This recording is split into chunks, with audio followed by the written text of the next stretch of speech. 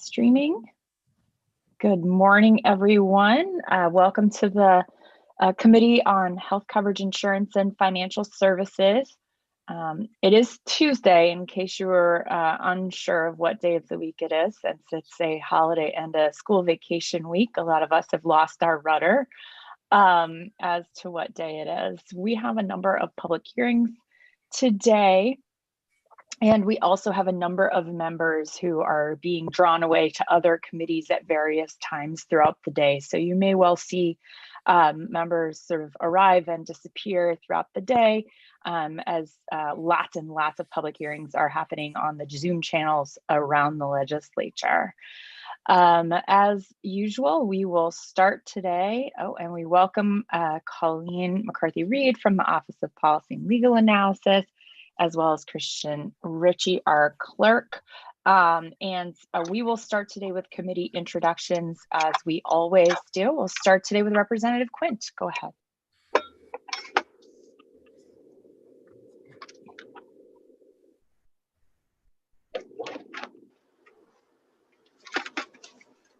Hello, my name is Tracy Quint. I represent House District 144, which includes Amity, Bancroft, Benedicta, Cary, Glenwood, Hodgdon, Holton, Macwahock, Molunkus, Orient, Reed, Silver Ridge, South Aroostook, and Weston. Good morning. Good morning. Thank you. And next, we will hear from Representative Matheson. Did you say Representative Matheson? Oh, yes, I did. Thank you. Sorry. I just muted Dr. Evans because we could hear his clock ticking in the background, so I put him on mute. Good morning, everybody. My name is Christy Matheson. I represent District 1 Kittery. And Representative Arford. Good morning. Good morning, Madam Chair. I am Representative Poppy Arford, representing District 49, the western part of Brunswick. Great. Representative Bleier, go ahead. Thank you, Madam Chair. Good morning, everyone. My name is Mark Bleier, and I represent District 22, which is Leamington and part of Buxton, Standish, and Limerick. And Representative Evans, I skipped you because I had put you on mute. Go ahead. Thank you, Madam Chair. Good morning. My name is Richard Evans. I represent District 120, including the towns of Atkinson, Brownville, Dover Foxcroft, Medford, Milo, Orneville Township, and Lakeview Plantation. Excellent. And Representative Malrano? Good morning. My name is Gina Malrano. I represent House District 62, which is part of Auburn. And Representative Brooks, welcome. Good morning. My name is Heidi Brooks. I represent House District 61, which is part of Lewiston. And I do have to apologize in advance because I will be called out to present a bill in another committee. Thank you for understanding.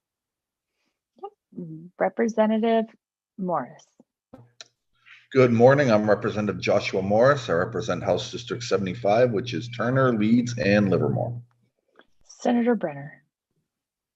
Thank you, Madam Chair. I'm Stacy Brenner. I represent Senate District 30, which includes the gorgeous Scarborough Marsh. Excellent. Christian, can I ask if we had anyone request to go first or any order requests this morning? Not that I'm aware of, no. Okay.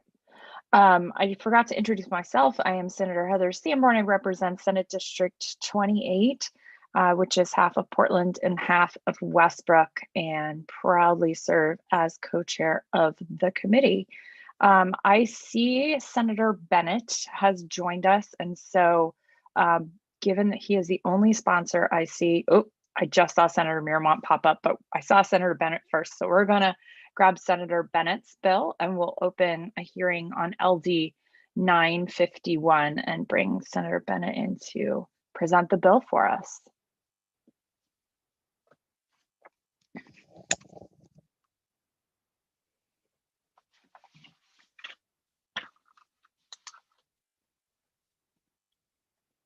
Good morning, Senator Bennett. Can you hear us and turn on your video and your mic for us? Yes, I can hear you, and I am starting my video. Thank you. Great. And I very much appreciate the courtesy of having me come first here.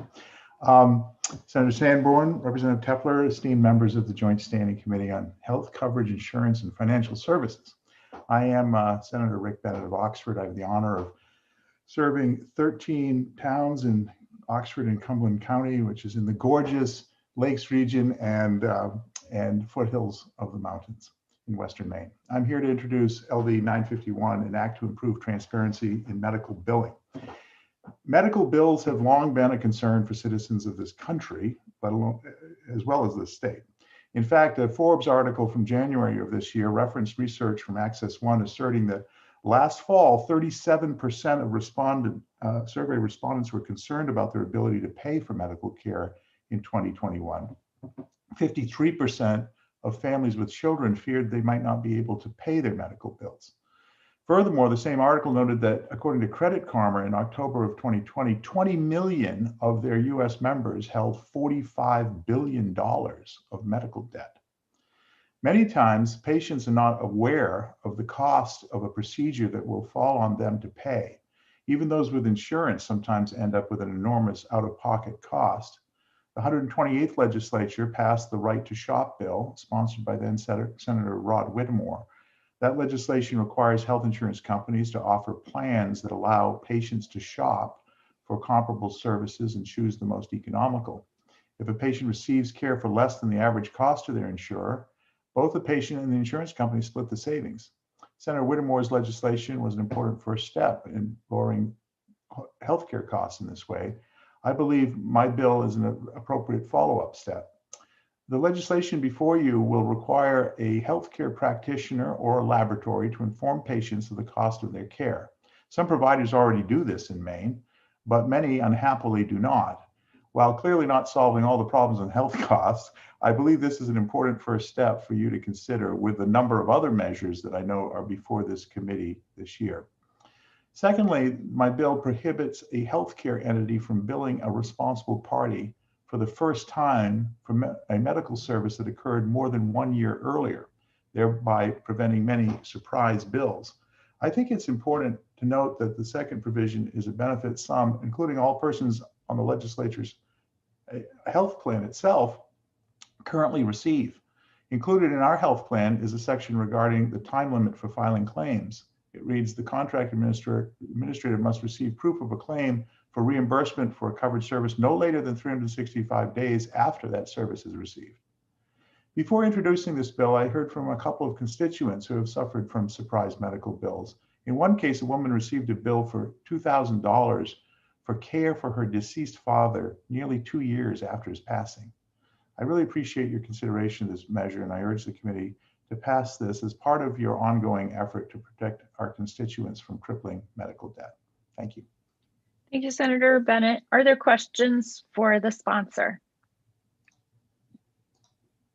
All right, I don't see any this morning, so we thank you for bringing us the bill. Thank you very much. Thanks. Next, we'll hear from Kate Endy, and I will be running a 3-minute clock today, as is our custom.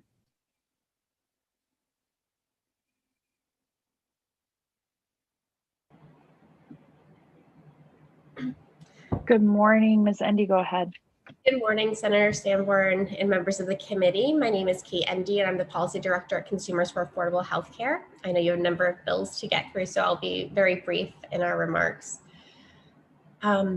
We are supportive of this bill because we believe that everybody should be able to know the cost of a procedure before electing to receive it.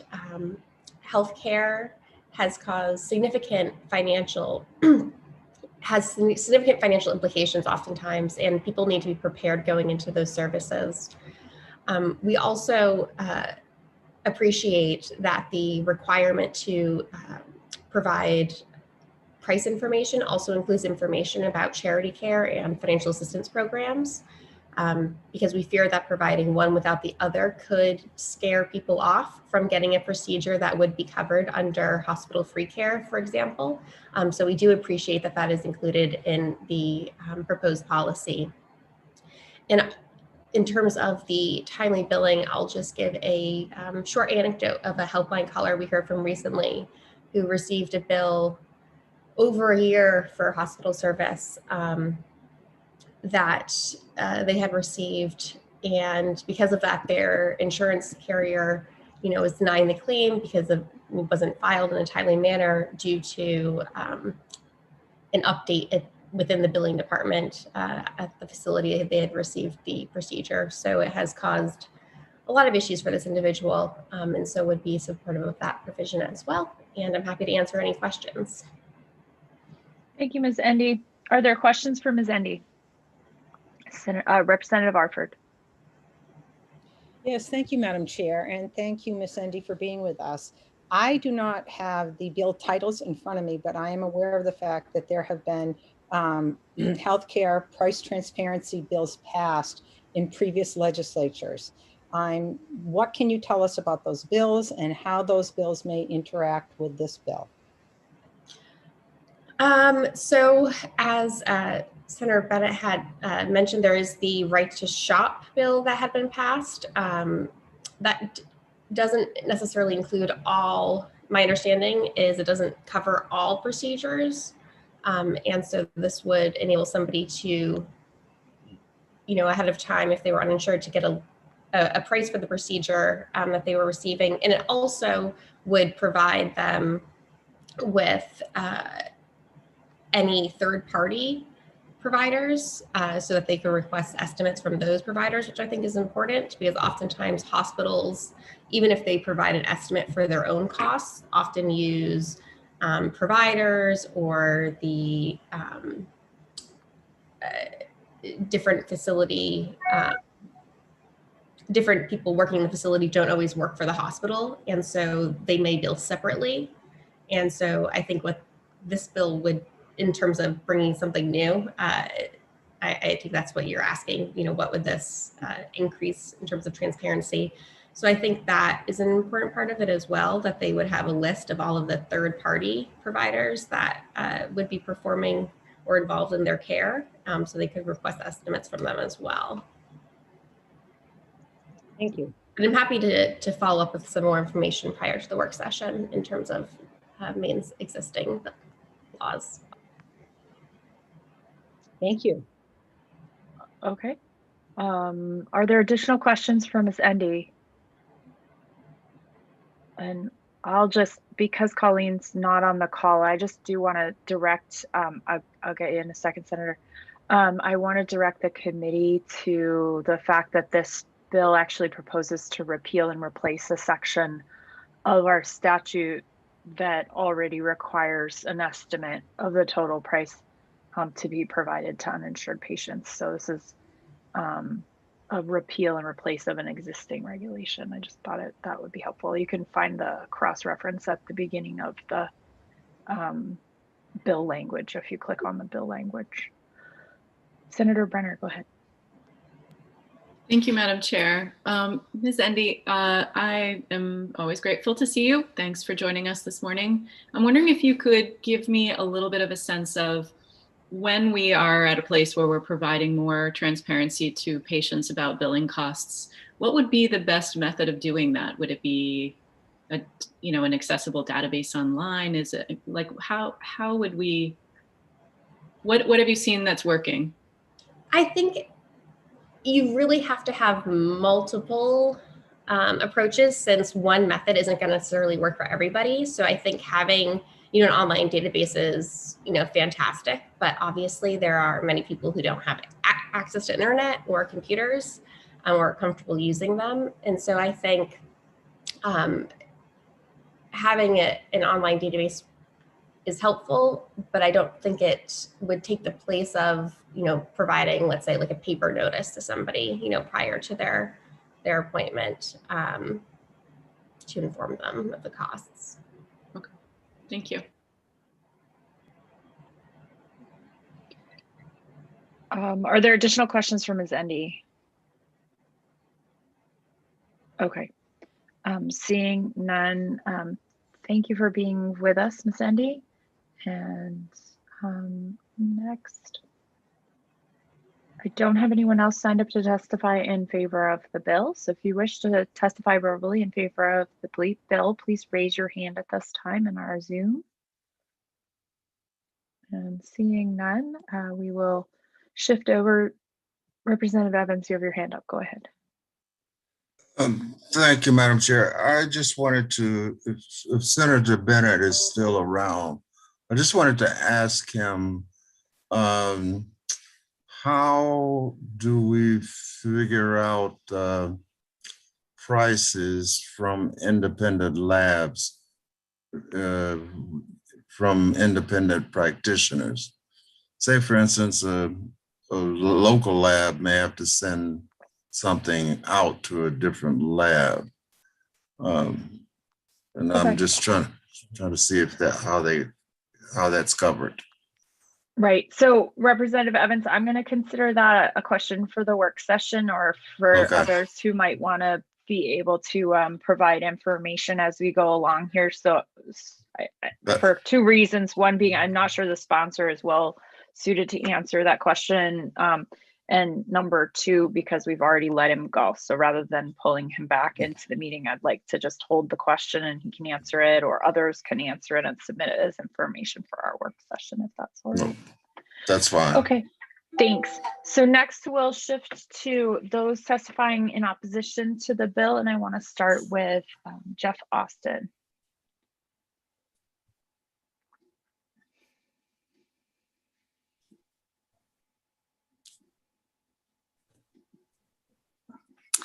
Good morning, Senator Sanborn, members of the committee. My name is Jeff Austin. I'm here on behalf of the Maine Hospital Association. Can you hear me? We can. Go ahead. Right. We're here to speak in opposition to the bill. I will try to be quick.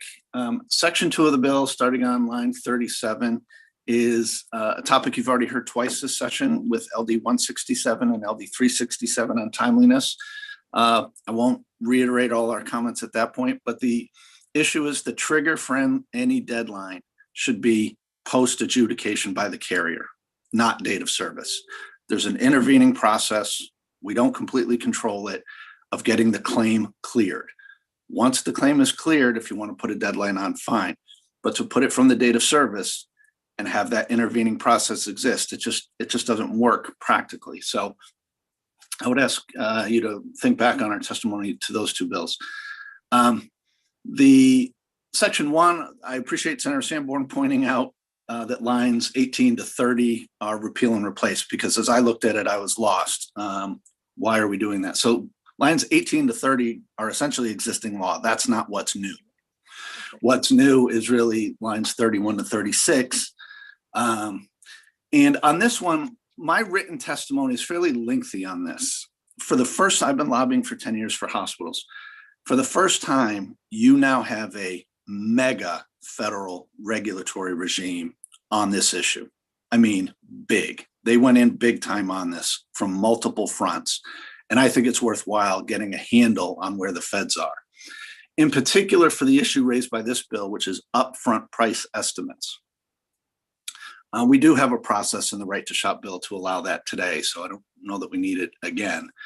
But at the end of my testimony, which there is a new regulatory regime coming in that's going to require, upon request, hospitals to send information to carriers and carriers to send something called an advanced explanation of benefits. Advanced meaning prior to service. And a lot of these things typically trigger off of the carrier, because patients don't just want to know, all right, what's the price of the procedure? They often want to know, what's the price to me? And that requires understanding where the patient is in their copay and deductible, which providers, doctors don't have that, the carriers do. So that federal regime, like everything in regulating carriers, is a couple years delayed because of plan years and so forth. But I put a link in my written comments. I mean, in my written testimony, the rule and the comments is over 500 pages. When the feds finally take something on, and it took them a long time, Maine was kind of a leader on this and pushing this stuff in statute. Once the feds jump in, they really jump in. And that's only half of what's going on. The other stuff that came originally out of the ACA and then Trump threw a bunch of gasoline on the fire is this hospital transparency rule, which we can talk about more on the next bill. Technical issue, always keep in mind the ambiguity of the word cost in statute is that, my cost is not the same as yours. And so you got to explore that out. I think they're talking about price, but to summarize, really, I would ask you now as a regulated entity to get a better understanding of the federal landscape, because they kind of have jumped in with both feet here. So with that, I'd be happy to take any questions. Sorry, I went over. Thank you, Mr. Austin. Are there questions for Mr. Austin? Senator Brenner. Thank you, Madam Chair. Good morning, Mr. Austin. Morning. Could you tell me how your hospitals are sharing the information about price right now to the consumer? Well, which information? Price transparency, the CMS list that's mandated to be available. So that price is, the new regulation is, there's 5. I don't know if we've got all 5 up. I think everybody's got their charges up. I think some of the additional 4 versions of price, they're having to calculate. So that's taking a little bit more time, but charges is up there and online. Under right to shop and things like that, upon request, we can either try to give you what our price is, or as right to shop envisions, give you the code so you can contact your carrier to find out both the negotiated price and your exposure based on where you are in your deductible. And when a patient makes a request like that, what's the turnaround time? Oh, I wouldn't hazard a guess. I would imagine sometimes it's reasonable and probably sometimes it's not. Thank you. Representative Matheson. Thanks so much. Thank you, Mr. Austin. Nice to see you today. Right. A quick question. I understand the hospital's argument about adjudication. Believe me, I do all of my billing, so I understand that. I guess where I get a little bit confused is how do we solve the problem of late submissions for providers if we don't go by date of service? Because I know from my personal experience, I have 90 days to submit before I can't submit a, so I guess I understand the argument, but I just think that it doesn't solve the problem. And I'm curious where. Well, 2 things. I think there's a piece of genius legislation coming later, LD 530, that it tackles this issue that we asked Senator Claxton put in. But I think the solution is exactly what you identified in contract. There's 2 deadlines. Our claim into the carrier, then there's the I call it the adjudication process. And then once there's a final determination, getting the bill out to the patient. We have deadlines to submit claims. It's typically by contract.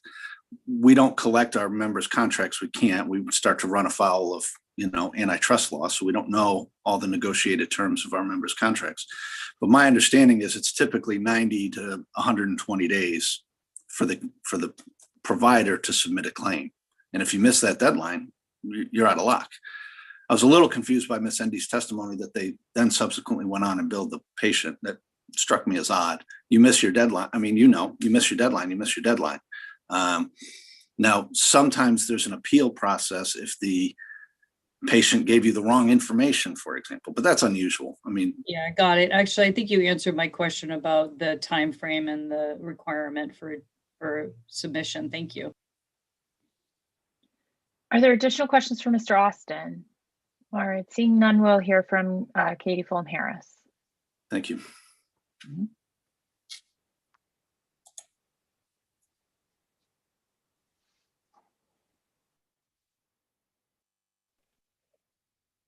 Good morning, Ms. Harris. Go ahead.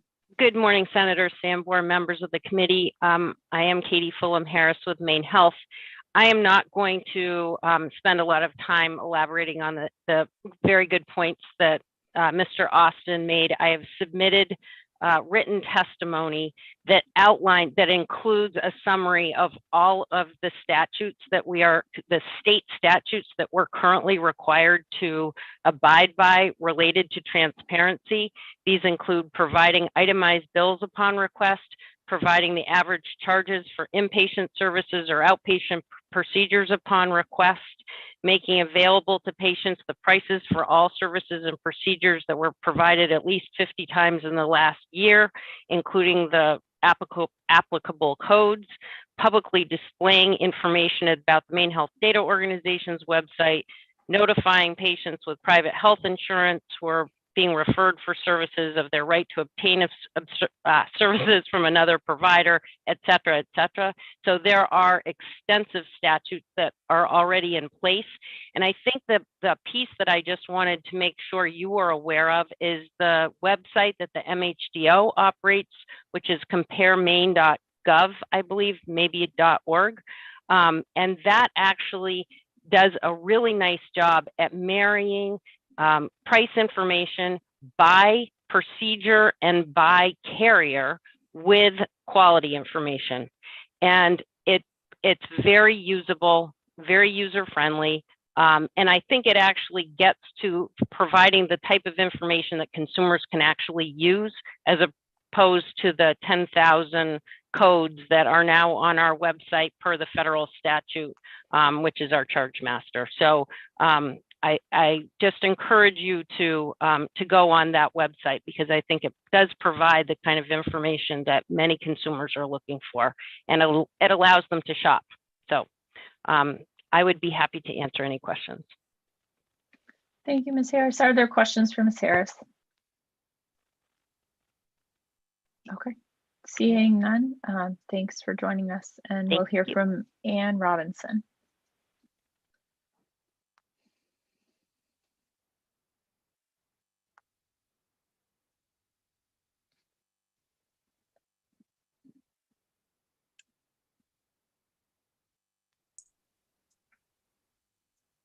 Good morning, Ms. Robinson. Go ahead. Thank you, Senator Sanborn, members of the committee. I'm Ann Robinson with Pierce Atwood on behalf of Spectrum Healthcare Partners. Spectrum is an independent physician practice group that includes in its practice 2 ambulatory surgical centers. I want to, I guess, adopt by reference in the recognition of the clock running, the testimony of Mr. Austin and Ms. Harris. And both as to the late bill issue, as well as to the transparency provisions. I'll just add a couple of points on the transparency piece.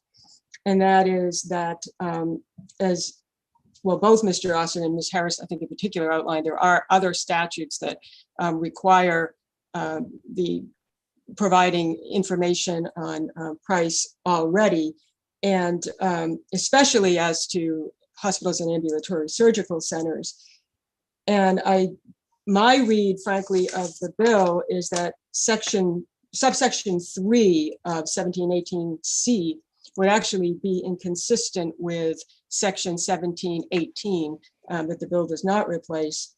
And what's significant, I think, in addition to the redundancy to a certain extent of this bill, is the fact that it would, through subsection 3, create a requirement to provide the actual cost at the front end of healthcare of the services that are being delivered. I think this committee, or its predecessor, and the legislature recognized that that's not always practical, which is why the current language speaks of an estimate and average cost. I mean, there are some services, some aspects of a medical encounter that aren't going to be known until the services are provided. For example, you don't know how much anesthesia you're going to be administering until the surgery is over, as far as the exact amount goes. Now, you can give a range of what that particular surgical procedure is likely to entail, how long it's likely to go, but you don't know until it's actually completed. And there are other examples, obviously, that I think are obvious, where you just wouldn't really know all the exact amount until the end of the service. So with that, I will close, and I'm happy to answer questions. And I'd also, Ms. Harris said she's going to provide a summary of the statutes, and I was going to offer to do the same, and also point out where I think this bill is inconsistent. leaving aside the federal regime that Jeff Austin also spoke to. Thank you, Ms. Robinson. I think a summary of what's already in law and where we can find it would be very helpful, whether it comes from the advocates on your side or whether it's Ms. McCarthy-Reed who prepares it for us. I've certainly been sort of looking around in the statutes, having sat on the committee long enough that I passed most of these statutes during my time on the committee. So I appreciate your bringing those to our attention this morning. Are there questions for Ms. Robinson? All right, seeing none, we've reached the end of the list of those who had signed up to testify verbally on this bill, and I'll ask if there's anyone else in our Zoom meeting who had intended to testify orally for us today on this bill. Please raise your hand if that's you.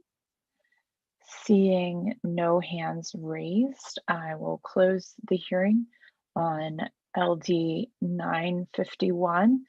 And the second sponsor that I saw appear in our attendee list today was Senator Miramont. And so I am going to give him the courtesy of picking up his bill next. And that is LD 1353. And so Senator Miramont, hopefully we'll have a better luck today than we did with your technology last time. Excellent. We can see you, we can hear you, and please present your bill for us. Thank you very much for taking me next. I appreciate it very much. And I don't know if hearing me is always a good thing, but we'll see. So I'm Dave Miramont, and I'm here to present LD 1353, an act to require the public posting of the costs of medical procedures, services, medications, and equipment delivered in hospitals, and the reporting of those costs upon request. And I represent Senate District 12, which is Knox County, and the county seat is Rockland, just for information. So thank you, Senator Sanborn, Representative Tepler, and the distinguished members of the Health Coverage, Insurance, and Financial Services Committee. I'm glad I have not kept track of the number of calls, letters, and emails that mention the ways that folks have been taken advantage of by the medical industrial complex. It seems to be a system that uses secrecy to cover random differences in procedure costs and diagnostics that differ by thousands of dollars. The administrators that run these systems say it's not that they don't want to tell us, just that we really can't understand. What I understand is that hospitals must take what Medicaid and Medicare give them for a procedure, and the patient cannot be billed more later. Next, the insurance companies negotiate for reduced prices and the hospitals make deals with them. And finally, the person without insurance comes along and they are billed for the difference in what the hospital wants for the procedure, along with the amount they didn't get from every other source. I'm not sure that knowing the prices and the rank unfairness of the system will in itself make a change just by shining a light on what the hospitals do, but the awareness of it may finally stimulate enough indignation to spur people to rise up and demand change. The hospitals say they offer payment plans and that no one's denied treatment. This may be true for some, but there are many stories of people driven to bankruptcy after an unfortunate series of events, topped by the experience of being overcharged by the hospitals. Thank you for your consideration. I'm glad to answer questions if I can. Thank you, Senator Miramont. Are there questions for Senator Miramont? I have one, Senator. Do you know what you mean by cost, the cost to a patient? Do you mean the cost out of pocket or insurance, the cost that's going to be billed to the insurer, or some other number? What I meant when I put the bill in was the cost if you walked in to get it. I understand, listening to the previous bill even, that they try to make a distinction because people are at different places in their insurance and all that. I'm talking particularly about the cost. If you say in my area, it used to be that the hospitals had very different reputations, and now are incorporated under Maine Health as far as Belfast and Rockport. And so people would want to go to one because they heard that someone was much better at some procedure, or that their general care up there is perceived as being much more patient-centered than Penn Bay being very business oriented, and that was the perception, whatever it is. I try to stay away from both places, but they couldn't tell if they went in.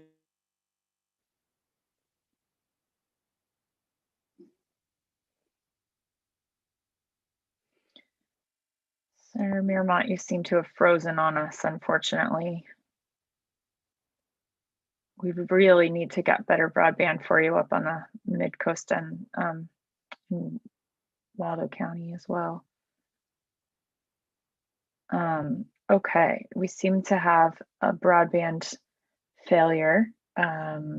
So hopefully we'll be investing much more in that technology for that region of the state, because this has happened now a couple of times as we've been trying to hear from Senator Mirmont. So I'm sorry we aren't able to hear you. We can see you on our screen, but you are frozen. So sadly, I think we can't get more information from Senator Mirmont on his bill, which I think is okay. We can certainly circle back with him on that question about cost in preparation for the work session.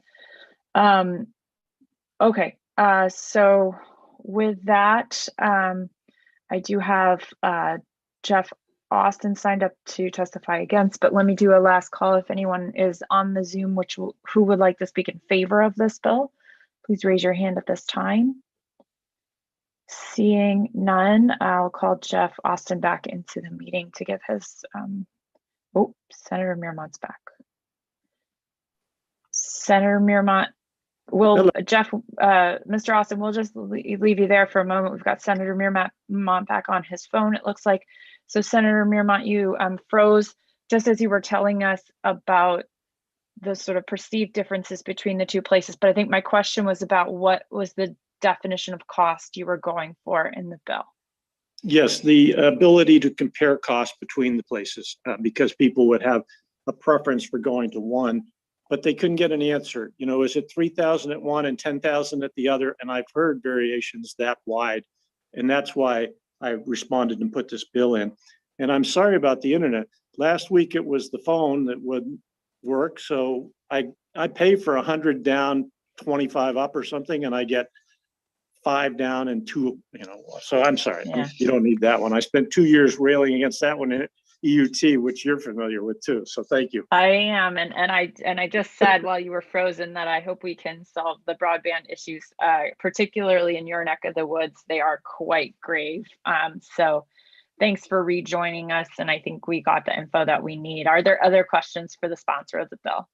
Thanks for your patience. All right, thank you, Senator. So Mr. Austin, you are up.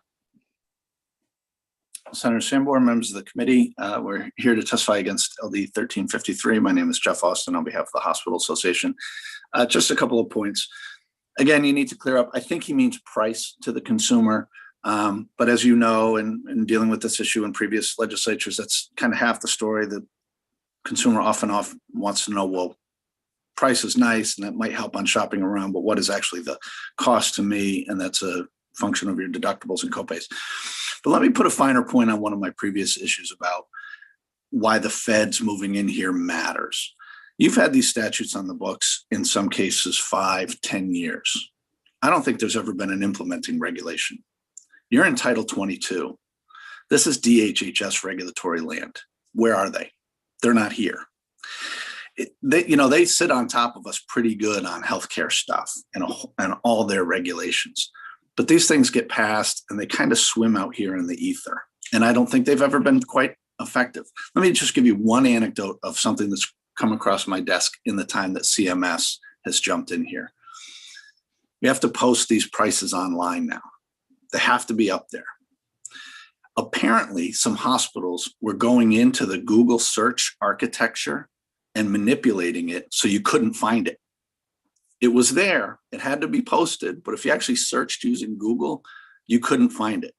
CMS figured this out, prohibited it, and did so by regulation. When they jump in, I mean it, they take this stuff seriously in a way that I don't think a state agency, and certainly given the history here where you don't even have an implementing regulation here, I don't think a state agency really could have ever done it. I think you're really going to want to consider going through your laws, consider blitzing them, and just do a bank shot state statute that says providers shall comply with these federal regs, and then you can enforce them in your own name if you want to. But having this multi-layered regulatory system, I don't know that it makes sense anymore.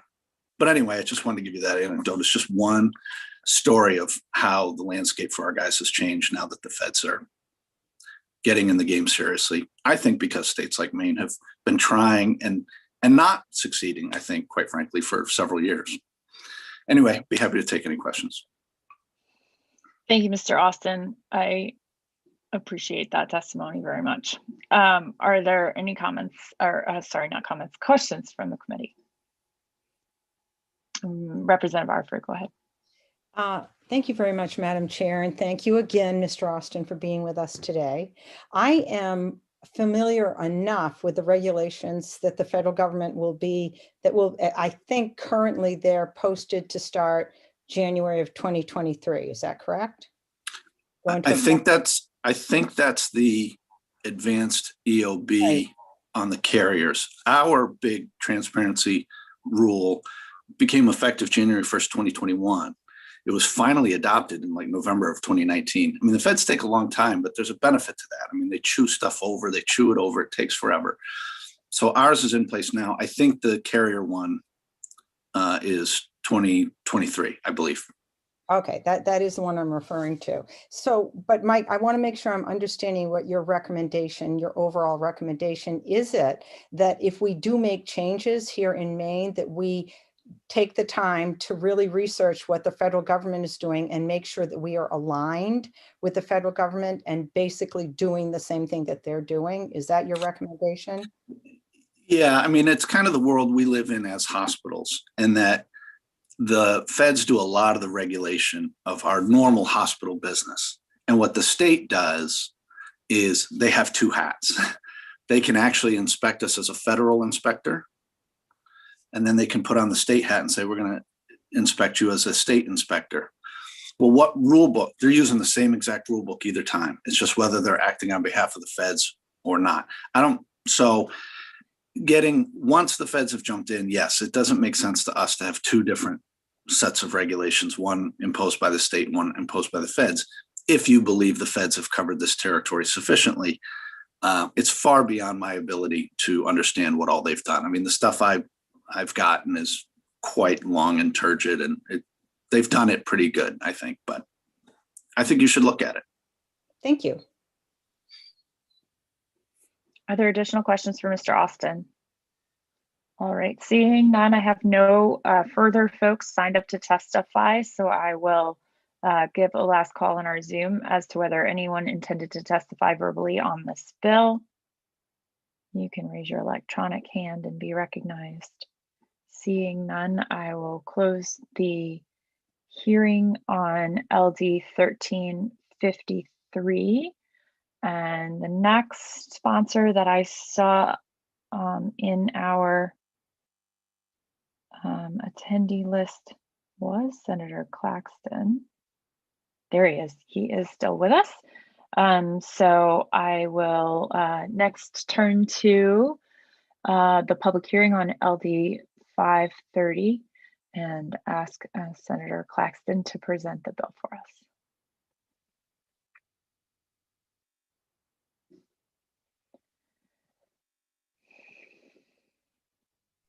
Good morning, Senator Claxton. Good morning, Senator Sanborn, Representative Tepler, and honorable members of the Health Coverage, Insurance, and Financial Services Committee. I'm Ned Claxton, and I'm honored to represent Auburn, Minot, Mechanic Falls, Poland, and New Gloucester.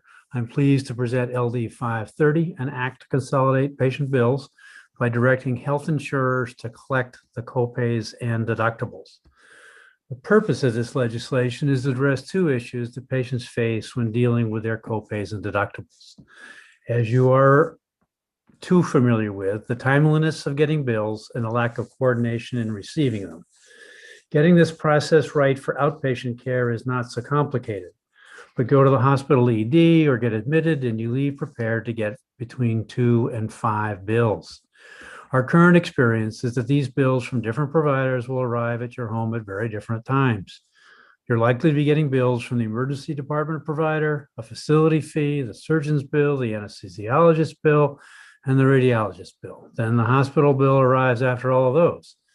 Have I mentioned the lab and the physical therapy charges? In our current system, providers such as hospitals and doctors are obligated to collect copays, deductibles, and other cost-sharing amounts directly from the patient. LD 530 shifts that responsibility to the insurance company that included the copays and deductibles in their plans. This bill puts the patient experience at the center of this process, getting one bill for copays and deductibles that they then pay to the insurance company. That is where the financial contract resides, whether directly or through an employer. Who knows what the copays and deductibles are, what percentage is covered, what the negotiated allowables are? You and I don't. The insurance company does. They handle these numbers all the time. They know what the billing will look like from the last umpteen hospitalizations that are similar to yours. I believe we should pursue public policy based on the system that is most efficient and user-friendly for the consumers, our constituents. The goal of LD 530 is to improve the process from the perspective of the patient in two important aspects. One, the timeliness of the billing. A major complaint this committee has often heard and has heard from this morning is that sometimes a provider sends a bill long after treatment is provided. 3 LDs this session seek to address this issue, LD 167, 367, and 951. In addition, as noted above, there are multiple known and surprise billers in this crazy quilt system. Earlier this session, you heard bills from me and Senator Poyat on timely billing. The only member of the public who testified stated that she received her EOB from her carrier within weeks of a service, but did not receive the bill from the provider for over 9 months. And that was for a hearing test. I don't know why there was a delay, but I do know that it was unnecessary. There are a variety of reasons why it takes time to produce a bill. And as this committee has come to appreciate, many of them are not easily resolved through legislation. In trying to construct a more logical billing process, what value does it bring to include providers in the process, other than to add additional risks of error and delay? Providers are good at providing, not so good at billing. To be competent billers, they need to assemble an array of people and software to try and keep track of the process. This is reproduced in hundreds, if not thousands, of provider offices in Maine, each with their own unique and occasionally flawed billing and collection processes. Remember, these are healthcare providers. They are not financial service firms. Carriers are financial service firms. Let's use LD 530 to take healthcare providers out of the process, make it more efficient, and improve the timeliness and accuracy of insurance copay and deductible billing. The second source of frustration that you've heard about from constituents and you heard about this morning is that they receive different bills from different providers at different times for the same medical event. The different providers are legitimately owed payment for their services. The issue is that patients understandably don't always know which of the many providers is independent from the hospital. Imagine you have surgery at a hospital. You'll owe payment to the hospital for the facilities, the equipment, the nurses, the medicines. You'll also owe the surgeon. But what about anesthesiology and radiology? Do they work for the hospital? Are they in the same practice? Are they in separate practices? They provide care and are owed compensation. That's not the issue. But as the patient, do you know if you're getting just 2 bills or 3 or 4? You know who knows? Your carrier. Your carrier receives claims from all the providers on your care team. Carriers ask or force providers to bundle the different aspects of treatment into a single claim all the time. I believe the state should require carriers to bundle all the provider claims from a single encounter into a single bill to the patient. Through the years, we have tried to corral all these provider bills and have failed. I believe we have been unsuccessful for the simple fact that billing is a hard, complex process. It's very difficult to have multiple different providers, each with their own systems, acting in concert. Even if there is a single billing deadline by 6 months, for instance, as long as there are different providers, then the different bills will arrive at different times. A better vision is to regulate a few carriers to collect all of the claims from various providers, and once adjudicated, to send a single bill to the patient. Consolidation is not mandated in this bill. It's a goal best accomplished through rulemaking, since there are technical aspects to defining an encounter that are best left to a process. However, my hope is that by shifting responsibility back to the carrier, we can ask them for billing consolidation. Let me briefly attempt to address some of the objections you will likely hear. Much of the conversation will involve a debate about fairness between providers and carriers. Each side of this debate will probably have a compelling case to be made for why the other should have the task of collecting copays and deductibles. The simple fact of the matter is that either providers or carriers will have to do this task. Whoever is burdened with the task will be unhappy, and I'm sympathetic to that. Currently, providers have this task. I know it's a pain for them. Carriers don't have the task today, and I understand that they don't want it. Either way, someone has to take this responsibility. Once the back and forth of claim adjudication is over, the carriers, not the providers, possess all the information necessary to collect payment from the patient. The biggest piece of information at the end of the adjudication process is where does the patient stand with respect to the deductible. That is information the carriers have. Carriers are already obligated to contact patients with the explanation of benefits document. So it's not as if carriers are unaccustomed to contacting patients after care is provided. Probably the loudest or strongest objection you'll hear from the carriers is a claim that premiums will increase if this change is made. The workload will increase, clearly, but the workload will decrease for others in this crazy system. In fact, the efficiency gains are such that there will be more in saved work by the thousands of providers than there will be in increased work for carriers. Some bills don't get paid, and bad debts are absorbed by providers. Carriers will now have to absorb some of those debts. There's no reason to suspect that bad debts in the system will increase. The bill changes which entity has to deal with the bad debt. It's simply too early to know what the impact will be on premiums. Some may suggest that the state should somehow force the providers to reduce their rates to carriers to account for the reduced costs and reduced bad debt that the providers will encounter. It's not clear how that would be accomplished. Furthermore, the state did not require carriers to increase reimbursement rates during the many years that carriers have increased patient deductibles and shifted risk to providers. Providers have successfully shifted some of their billing costs and bad debt losses onto carriers during contract negotiations. That's been going on for years. Since we trusted providers to take care of themselves at the bargaining table for years, we should similarly trust carriers to take care of themselves at the bargaining table should this legislation pass. Obviously, Maine can't regulate all insurance products, but this is an issue the committee deals with all the time for your review. There will undoubtedly be increased work for the Bureau of Insurance. I think that's a good thing because I don't think anyone is closely watching how patients are billed now. Oversight of providers rests with DHS and licensing boards. They are focused rightly, in my opinion, on healthcare services. Is someone really watching provider billing practices?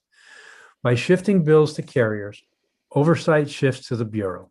Maine's Bureau of Insurance has an excellent track record of keeping an eye on carriers and looking out for consumers. I think billing fits nicely within their portfolio of responsibility. You'll also hear that no other states have done this. I don't consider that a problem. Why aren't other states making it easier for their constituents by crafting a responsible, simpler billing system?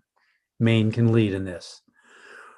In conclusion, this bill is quite modest from the perspective of the patient. It doesn't eliminate coinsurance, it doesn't reduce prices, but it does move us a step closer to a more coherent and understandable billing system.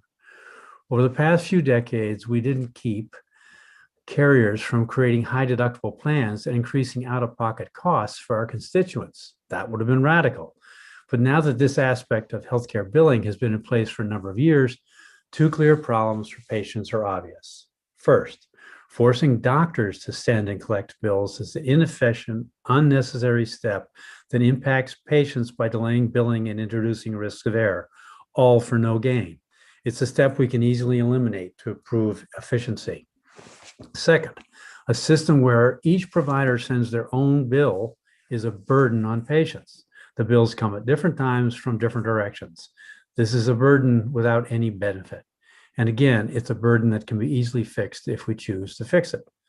This bill provides an opportunity to make the medical billing process less confusing for patients and to make the process more efficient. I respectfully ask that the committee vote LD 530 as ought to pass, and I thank you for your time and attention. I welcome the opportunity to try and answer any questions you might have now or in the work session. I apologize for how long this testimony was. Thank you, Senator Claxton. Representative Bleier. Madam Chair. Thank you, Senator Claxton.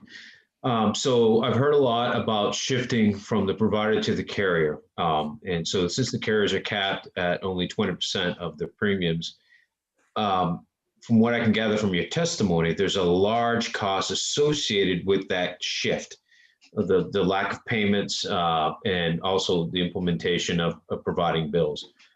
How do we compensate the carriers for this extra workload? I don't think we as a state do. I think we leave it to the carriers and the providers to negotiate a new contract that resets some of the margins that allow for coverage of the bad debt. The providers are already shifting it there now to a certain extent to the carriers. What I'm saying is that we're going to start all over again and renegotiate this contract, and that we're not changing Medicare, we're not changing Medicaid, that's CMS and we can't touch it. But for the private carriers, they can sit down with providers and groups and negotiate the new contract with changing some of the specifics about the allowances for what can be covered, who covers it, who bears the responsibility. The bad debt still exists. It's being shifted around as it is now. Let's do it a little bit more intentionally and have it come from the carrier and the provider conversation that's intentional. Thanks, Senator Claxton. Are there other questions? I have one, and I'll try and put a little finer point on Representative Bleier's question, which is that right now our health insurers have to spend at least 80% of the premium dollars on healthcare, but embedded within that is the cost of the provider's billing, administration, and bad debt. It's baked into the 80%. So now if we were moving it onto the responsibility of the insurers, they would have to do it within their 20%, which means premiums would have to go up because they would have to account for the bad debt piece of it. Can you speak to that, how we could do this within the medical loss ratio constraints? The loss ratio might need to be changed, renegotiated to reflect that change. I recognize that. If this is a starting point for a conversation that I understand is going to be complicated, but the 20% came as we tried to assure that the providers were not being unnecessarily burdened or within some constraints. That may need to change. They may need to negotiate lower payments to providers. That would lower their costs. But the providers might willingly give up some of that compensation in exchange for getting rid of the hassles of submitting bills, tracking them, collecting them, and resubmitting them, and retracking them, and recollecting them. So the providers might be willing to take some off the top in terms of their allowables or their negotiated payments. Okay. My second question is about community benefit and the fact that our hospital systems are nonprofits. So part of the reason that we give them tax exemption is because they write off an enormous amount of bad debt and charity care each year, either because they're required to or because they do so as part of their community benefit. Can you speak to how shifting all that bad debt over onto for-profit companies might impact consumers? Some of that might need to come back to the providers as a specific amount or a specific percentage. We recognize X amount of dollars in bad debt. We'll share it with you specifically as opposed to hidden in contracts. You take X percent and we'll take Y percent. So that would have to be part of the negotiation process so that the hospitals could then continue to reliably report on a loss or on bad debt that they were covering some portion of the total bill. Does your bill as written allow for that? I don't know, it doesn't. Okay. All right, are there any other questions? Senator Brunner, go ahead. Thank you, Madam Chair, and thank you, Senator Claxton. I'm wondering if you could tell me a little bit about how a patient would negotiate a charge in this new paradigm. I don't think the patient would be doing the negotiation. The provider would be negotiating with the carrier to set up whatever their payment was. The advantage to the patient, the way this is constructed, is they're going to get one bill from their insurance carrier that would cover the copays and deductibles. One bill. That's the goal. And if they have a dispute, they would reach out to the insurance company or the provider? The contract they have, in essence, is with the insurance company. It's through either directly in the marketplace or indirectly through a provider. They'd have to go through the billing office to their carrier, but that's where a lot of these things get worked on anyway. Right. Okay. Thank you. Representative Bleier. Thank you, Madam Chair. Just Senator Claxton, real quickly. I see an implementation date of January 1 of 2023. After this, if this bill were to pass, gives the carriers and the providers about a 18-month window, maybe a little less. Do you think that's sufficient amount of time to renegotiate contracts and get something in place to make that happen, or should that date be perhaps extended a little bit? I'm flexible and really want to get this done. If it means moving it out further, I'm okay with that if that has to happen. I think the insurance companies have a pretty good handle on their expenses and their payments, and my sense is it might not take a long time. The renegotiation contracts, though, is a quite legitimate concern, and that would potentially extend it out further. I appreciate that suggestion. Thank you. Are there additional questions for the sponsor of the bill? All right, seeing none, we thank you for bringing us this bill, Senator Claxton. And next we will hear from Mr. Austin.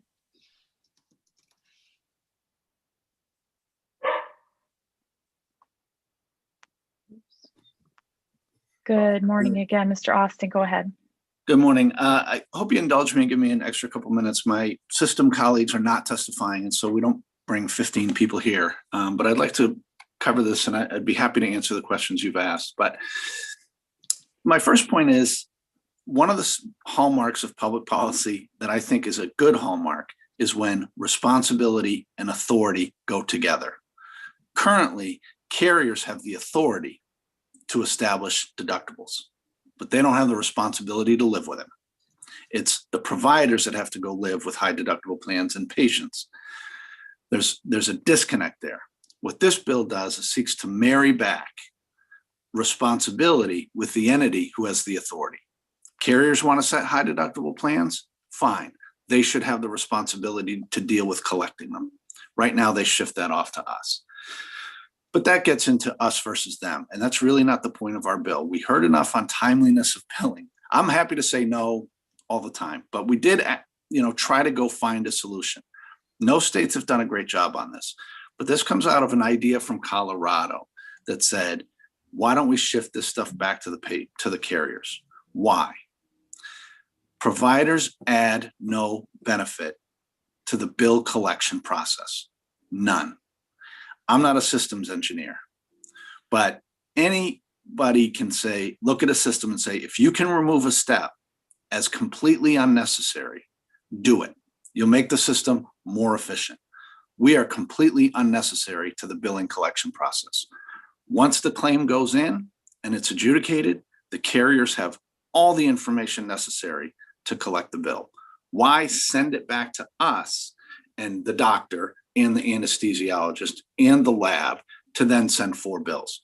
Makes no sense. They've got the information, cut us out. It makes the system more efficient.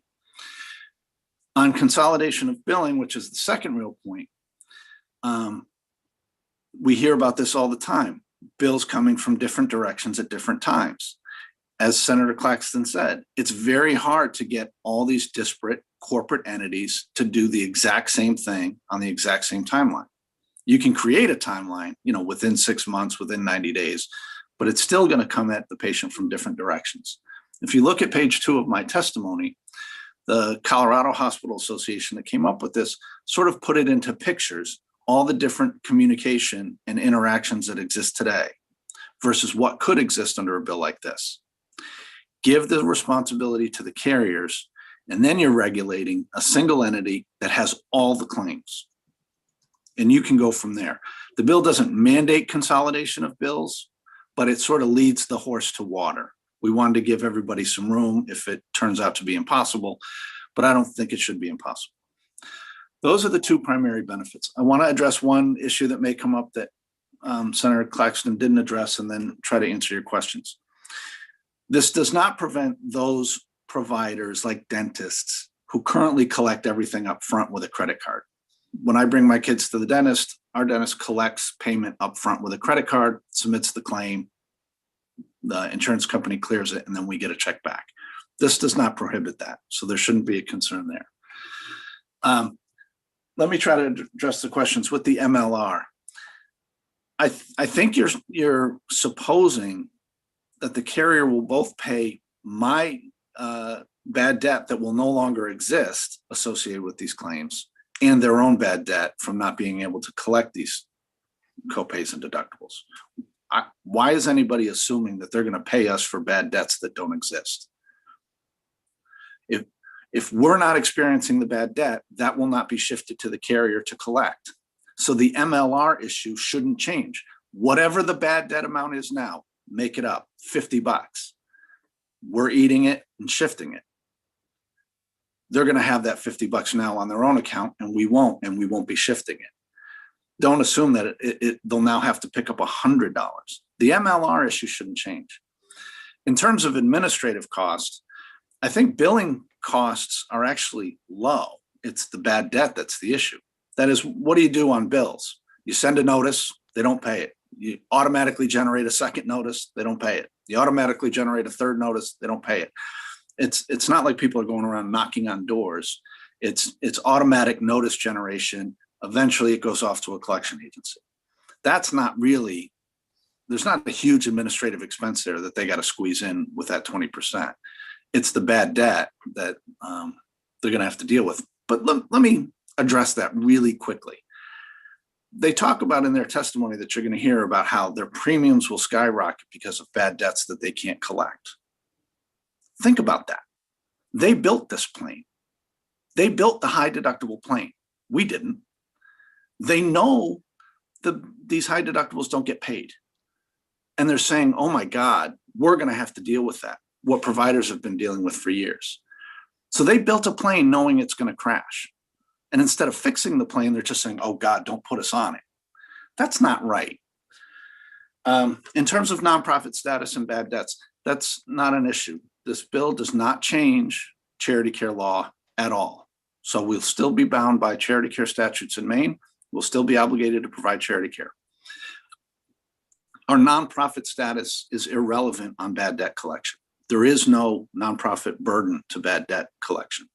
In fact, the federal government requires providers to try and collect bad debts.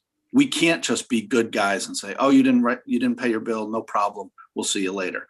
We're actually bound to make reasonable efforts to collect those bills. So there's no loss to the world from us not collecting bad debts. We're under federal obligation to try. So that shouldn't change from the patient's perspective. We're really just trying to improve things from the patient's perspective. I know it creates some burdens to the carriers, but it's little more than burdens that they created with their plans and shifted to us. So we're trying to get at some of the issues we've heard over the years. I know this is a big bill, but we think if you look at it from the patient perspective, it improves the system. So with that, I appreciate you giving me a few extra minutes. I'd be happy to answer any of the questions I didn't answer. Mr. Austin, let me start with the charity care issue. So Maine Health currently provides free care to all patients at 200% of the poverty level.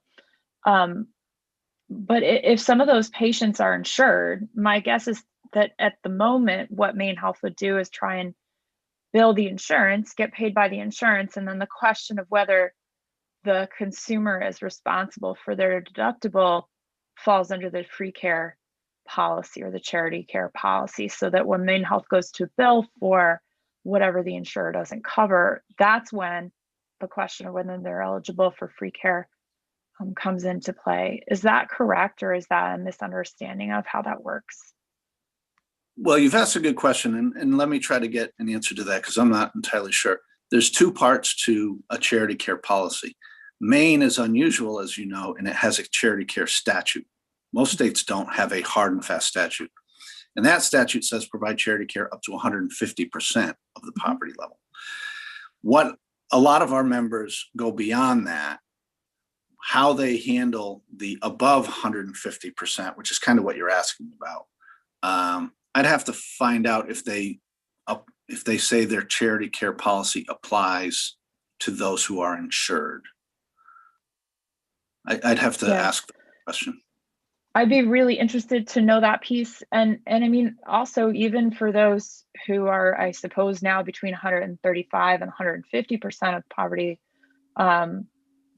with Maine Care expansion, there's still a group of people, about 15% of poverty, some spread there, which is quite a number of people who are eligible for free care, but not eligible for Maine Care under expansion. And there are probably other folks who are not eligible for Maine Care because of their immigration status or those types of things as well. So I'd be very interested to know about the interaction between free care and insurance as it stands today, because I'm really concerned that this actually is a really dangerous proposal for consumers because it places too much power in the hands of the insurance company to now collect debt that Maine Health never would have collected.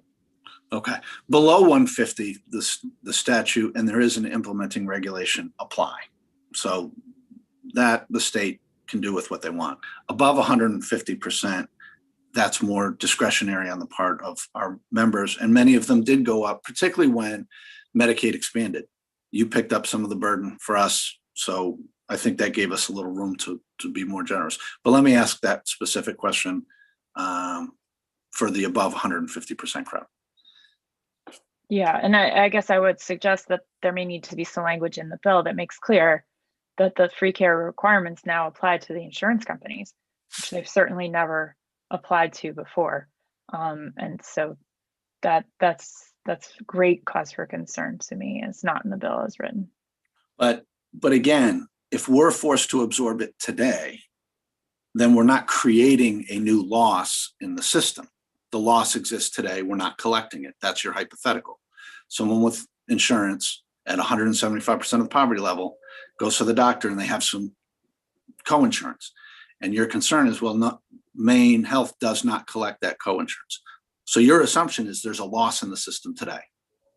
So whether you want to maintain that loss in the system and just shift it back to the carriers, we're already doing that at the bargaining table. That's why carriers' prices are 150% of cost, because we shift this stuff over there. So Mr. Austin, let me refocus, because my concern is actually that it's going to be shifted back to consumers through aggressive collection efforts on the part of for-profit companies that are not bound by charity care regulations. So right. And if that's the concern, you can clip that in the bill and say you can't, just as hospitals can't collect this stuff, neither can carriers. That's up to you. Are there other questions for Mr. Austin? All right, seeing none, thanks for bringing us this innovative legislation. Thank you. And next we'll hear from Mr. Moran.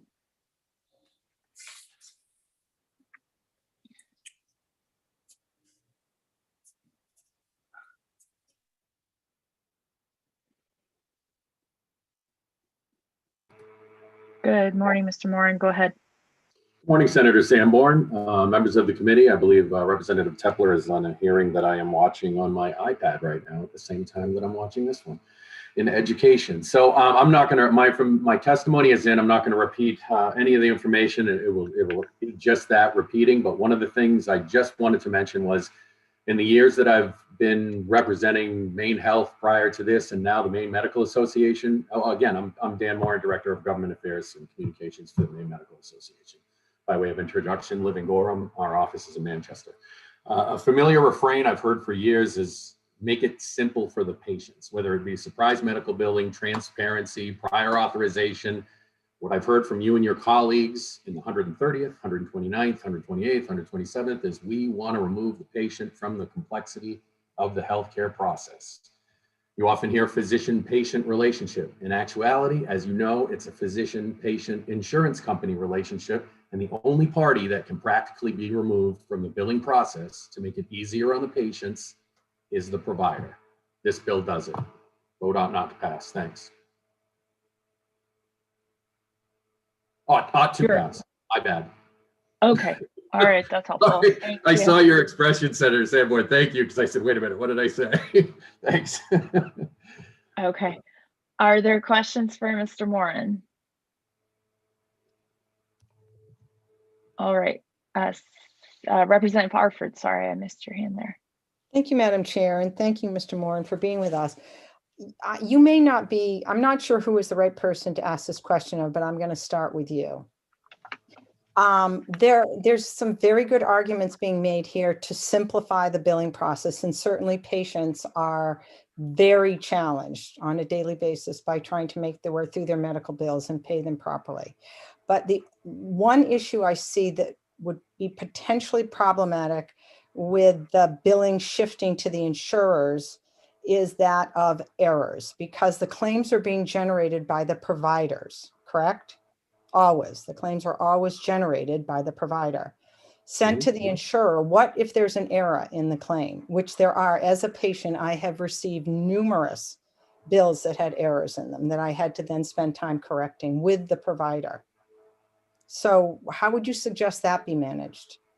And great question. Thanks, Representative Harford. And I completely agree with you. Our members sometimes don't even understand their own medical bills and explanation of benefits. And I sit through these hearings for years, and I certainly don't understand them when they come in. So I'm with you there. I would assume that this would also be something that would be, the error would be taken care of between the carrier and the provider rather than the patient, correct? See, that's the issue. The patient may be the one, and many times I'm the one who has captured the error. For instance, there is a referral in place, but it's not documented when the when the claim is sent to the insurer. So the bill is billed out to me as an out-of-network bill versus an in-network bill because they didn't check the little box on the form that the provider fills out when they send it to the plan. I can't tell you how many, we don't have time to get into that, but that's just an example. And it would take me, the patient, being able to look at the bill to say, hey, this is wrong, this isn't right. I don't want to belabor the point. I'm just bringing this up as something that doesn't seem to have been addressed yet. Yeah, I get that. And in the example you said where you caught the billing error, if there's an itemized bill from the insurance carrier, wouldn't you still catch that mistake no matter where it came from? That's what I'm asking you. I'm not sure what the checks and balances are. I'm sure there would be a process where you could appeal a claim, and then the insurance carrier would have to go back and take a look at the process between the provider and the insurance carrier. What timing that is and how that's done, that's beyond my pay grade and understanding capabilities. But great question.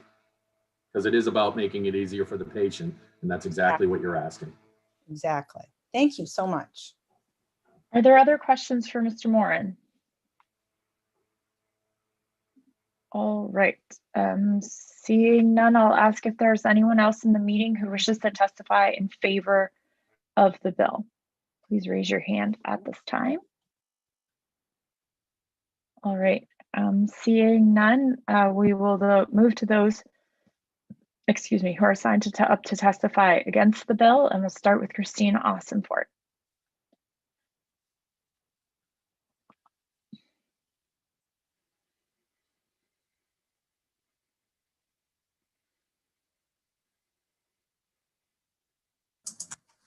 Good morning, Ms. Ossenfort, go ahead. Good morning, Senator Sanborn, members of the Health Coverage Insurance and Financial Services Committee. My name is Christine Ossenfort. I'm the Director of Government Relations for Anthem Blue Cross and Blue Shield in South Portland, and I appear before you this morning to testify in opposition to LD 530. We have a number of concerns with the bill, some of which the proponents have anticipated, some of which they have not. I think they are somewhat confused about how insurance works. They are portraying it as if the entire claim is the carrier's responsibility. And as this committee is well aware, that's not how it works. We pay a portion of the claim, the member pays a portion of the claim up until their deductible and their out-of-pocket maximum have been met. So it is the provider's responsibility to collect the member's payment from the member. This bill would essentially move us to first dollar coverage plans, which would be extremely, extremely expensive and unaffordable, and put health insurance out of reach of most of Maine's residents. Because we have to be able to pay our claims and meet our obligations.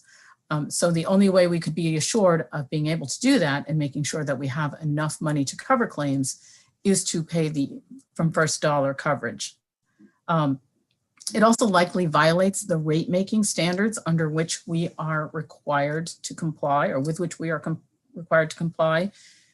With respect to health insurance plans, the Bureau requires that all fees, charges, administrative expenses, and anything that we have to collect from the member be incorporated into premium. We are not allowed to charge insufficient fund fees. We are not allowed to charge credit card fees or any other type of fee that is outside our premium. So arguably, all of these costs would have to be incorporated into our premium. There are some technical issues with the bill as well. First of all, it won't accomplish the stated goal unless providers are required to submit claims very quickly. Because if they really want one bill, then we need all the bills from all the providers to come into us so that we can then send that one bill to the member, or else they will be getting multiple bills as the claims come in. So timely claims filing requirements will need to be shortened significantly. Second of all, carriers would need to, if the bill was to go forward as drafted, carriers would need the ability to cancel coverage if the member does not pay the out-of-pocket amounts. It would be an obligation that the member has to pay to us that would not be met, and that we would need to be allowed to cancel. And finally, I would suggest that if Mr. Austin is concerned about high deductible plans, our premiums and our plan designs are a reflection of healthcare costs. So the greatest step that this state could take in lowering deductibles and out-of-pocket maximums would be to lower healthcare costs. So thank you. I'd be happy to answer any questions that you might have. And of course, we'll be present at your work session as well. Thank you, Ms. Ossenfort. Are there questions for Ms. Ossenfort, Representative Bleier?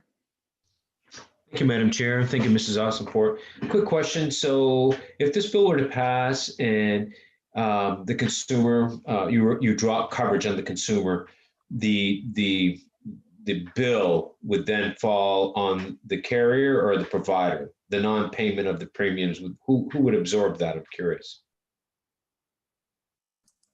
So the non-payment of premiums? Or the co-payment, either way, who would you absorb that if you'd be able to cancel the insurance policy if they didn't pay their co-payments, but who would absorb that non-payment? Well, it's not addressed in the legislation, but the way it works today with non-payment of premium is that all members have a minimum of a 30-day grace period. If they purchase their coverage through the exchange, they have a 90-day grace period. Under both of those scenarios, the carrier, is on the hook for the first 30 days of claims, whether we ever receive premium payment or not.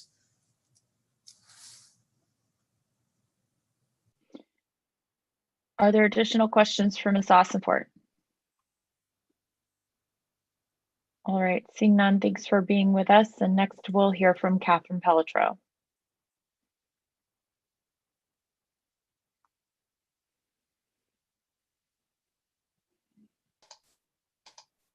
Good morning, Ms. Pelletreau, go ahead. Good morning, Senator Sanborn, Representative Tepler, members of the committee. My name is Catherine Pelletreau. I speak for the Maine Association of Health Plans today in strong opposition to LD 530. This bill represents a dramatic attempt to transfer hospital debt to insurers and to further remove patients from the cost of healthcare services. It would increase premiums significantly without any benefit to consumers, employers, or the healthcare system. Having a provider collecting cost sharing, particularly at the point of service, connects the service itself to the cost for the patient. While insurers are risk-bearing entities, they are not debt-carrying entities, unlike providers and facilities, whether they like it or not.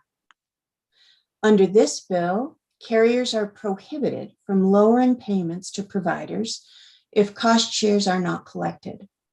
They are also prohibited from canceling policies for non-payment of cost shares.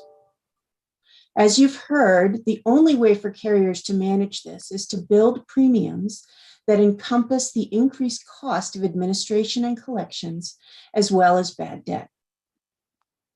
This proposal impacts only the fully insured market, which is 23 to 25% of Maine's insureds. Hospitals and providers would continue to collect cost shares from all other insureds, including self-insureds, federal employees, Medicare, for example. Duplicative systems for collections would have to be built by carriers to perform collections already done by providers. Confusion would abound for both providers and patients. We urge the committee to reject this proposal. However, should you feel you must move forward with some version, we believe it's very important to understand the current level of medical debt for hospitals and providers and how the transfer of that medical debt to carriers would impact premiums. The increase in premium costs if carriers could not terminate members for not paying their cost shares. The administrative costs to carriers to build new systems to collect cost shares. The expected rate reduction from hospitals and providers for transferring the administration of cost share collection to carriers in the fully insured market. And the existing laws pertaining to cost sharing ratios and AV calculations in plan designs. Shifting cost share collection to carriers would be an enormous change to the billing structure and would significantly increase premiums for purchasers in the fully insured market, undermining the many efforts underway to lower premiums while simultaneously doing nothing to address the costs of care. Thank you. I'd be happy to answer any questions. Thank you, Ms. Pelletreau. Are there questions for Ms. Pelletreau? All right, seeing none, we thank you for joining us today. Next, we'll hear from Gwen Simons.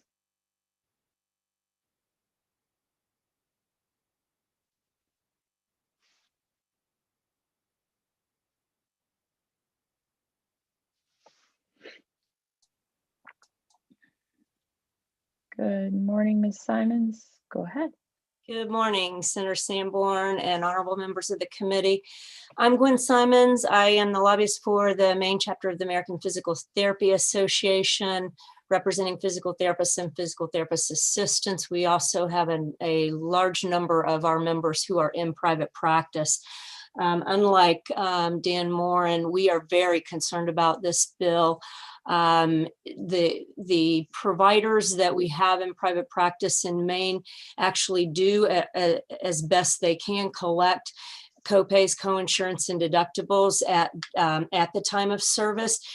Because the plans are high deductible plans these days, it ends up being about 30%, sometimes higher, of the practice's collections. If we have to wait 30 days, even 30 days, and that's actually on a good day that a carrier pays within that time frame, it could really harm a practice's ability to pay their monthly bills and their monthly payroll. And what we see in our practices is that sometimes as much as 20 to 30% of their AR is in a 90+ day range. And so that would push that part of that they would collect at the time of service to at least 30% of that to the 90-day range of collection. So we're looking at providers having to take out lines of credit, probably to pay payroll. They have slim profit margins as it is. The more I listened to the testimony, the more concerned I became, because the small practitioners have no ability to negotiate reimbursement rates with carriers. And if the carriers have to lower reimbursement to pay for this, we're not going to have any negotiation power.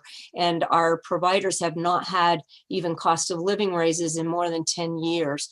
They can't afford to take any cuts whatsoever. And the cost to us to collect at the time of service is so minimal, if any, because we have our office staff that we pay to be there anyway. It doesn't cost anymore to collect those fees.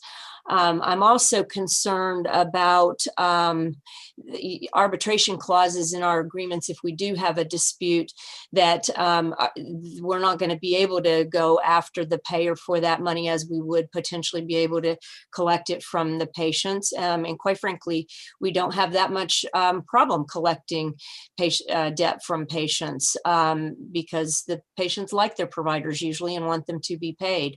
And the other issue is that I think has been overlooked is this appears to two things. It appears to prohibit the practices from collecting at the time of service. Jeff Austin made a comment that it maybe did not collect appear, and I don't know if it just he was just speaking to dentists being able to collect at the time of service, but it's unclear if it prohibits it. It's also unclear whether it applies to out-of-network providers.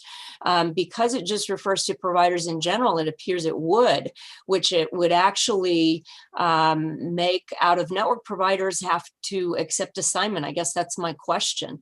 And our out-of-network providers specifically don't want to deal with insurance companies, so they don't want to have to await payment from an insurance carrier. So if you decide to move forward with this bill, we ask that at least private practice physical therapists, if not all private practitioners, be excluded from this law, as pharmacy providers currently are in Section 7.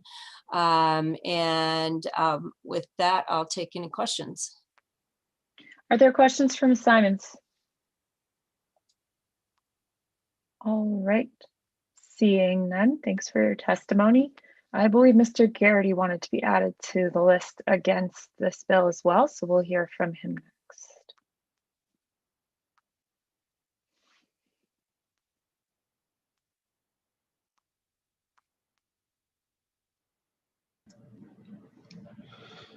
Hi, Senator Sanborn, Representative Tepler, and members of the committee. My name is Bruce Garrity. I'll be very brief. I'm here on behalf of the Maine Automobile Dealers Association, which has its own multiple employer welfare arrangement. The association's costs would go skyrocketing if this bill were to pass. The association's trust doesn't have the capability to assume the responsibilities that would be passed along if LD 530 were to become law.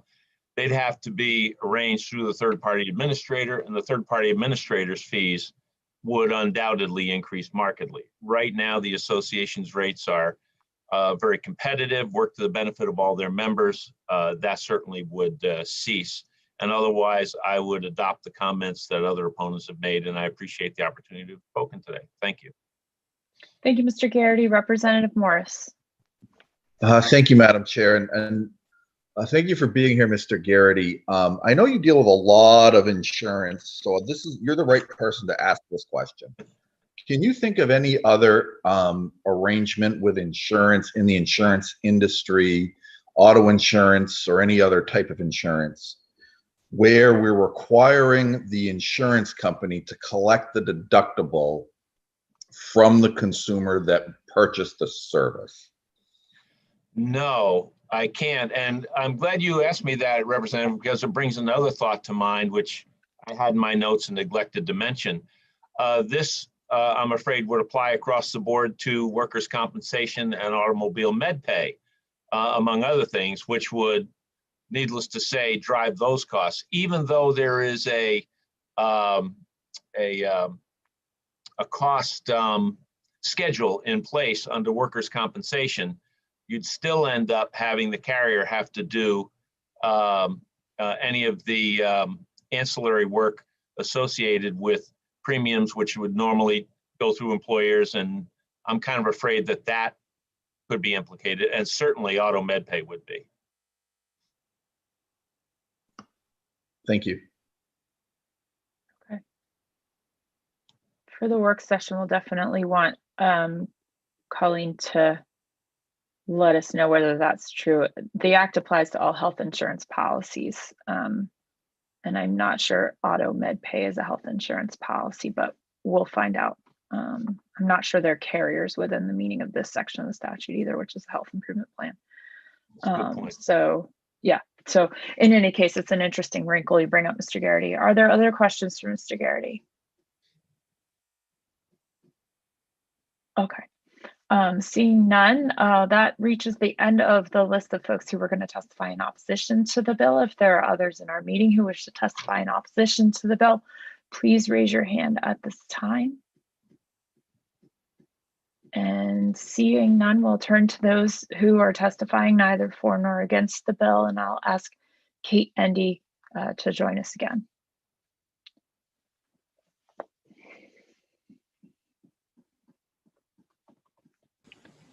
Good morning, Ms. Endy, go ahead. Morning. Thank you, Senator Sanborn, Representative Tepler, and members of the committee. My name is Kate Endy, the Policy Director of Consumers for Affordable Health Care. We're testifying neither for nor against on this bill. With that said, we fully support any initiative to simplify the billing process for consumers and consolidate the medical bills that they receive. We hear from through our helpline how confusing this can be for people receiving multiple bills over long periods of time for the same procedure.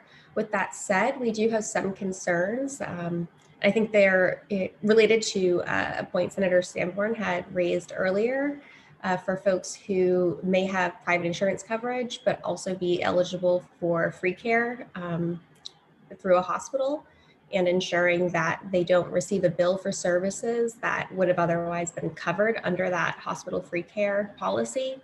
And I'll just mention that many people with commercial insurance policies also have Medicaid and as a secondary payer.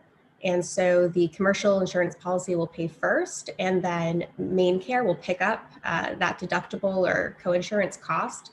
And so if this policy is to move forward, we would just want to ensure that consumers who are either eligible for a financial assistance program or who have a secondary type of coverage don't receive bills that they otherwise should not be responsible for.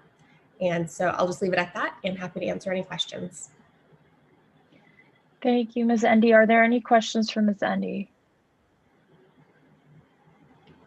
All right, seeing none, thanks for joining us again this morning. And next we'll hear from Superintendent Chapa or potentially someone else from his office, like Mr. Yardley. I was going to say we have two Ben Yardleys on the call, so maybe if one of them is Eric Chapa, they could raise their hand. There we go. right.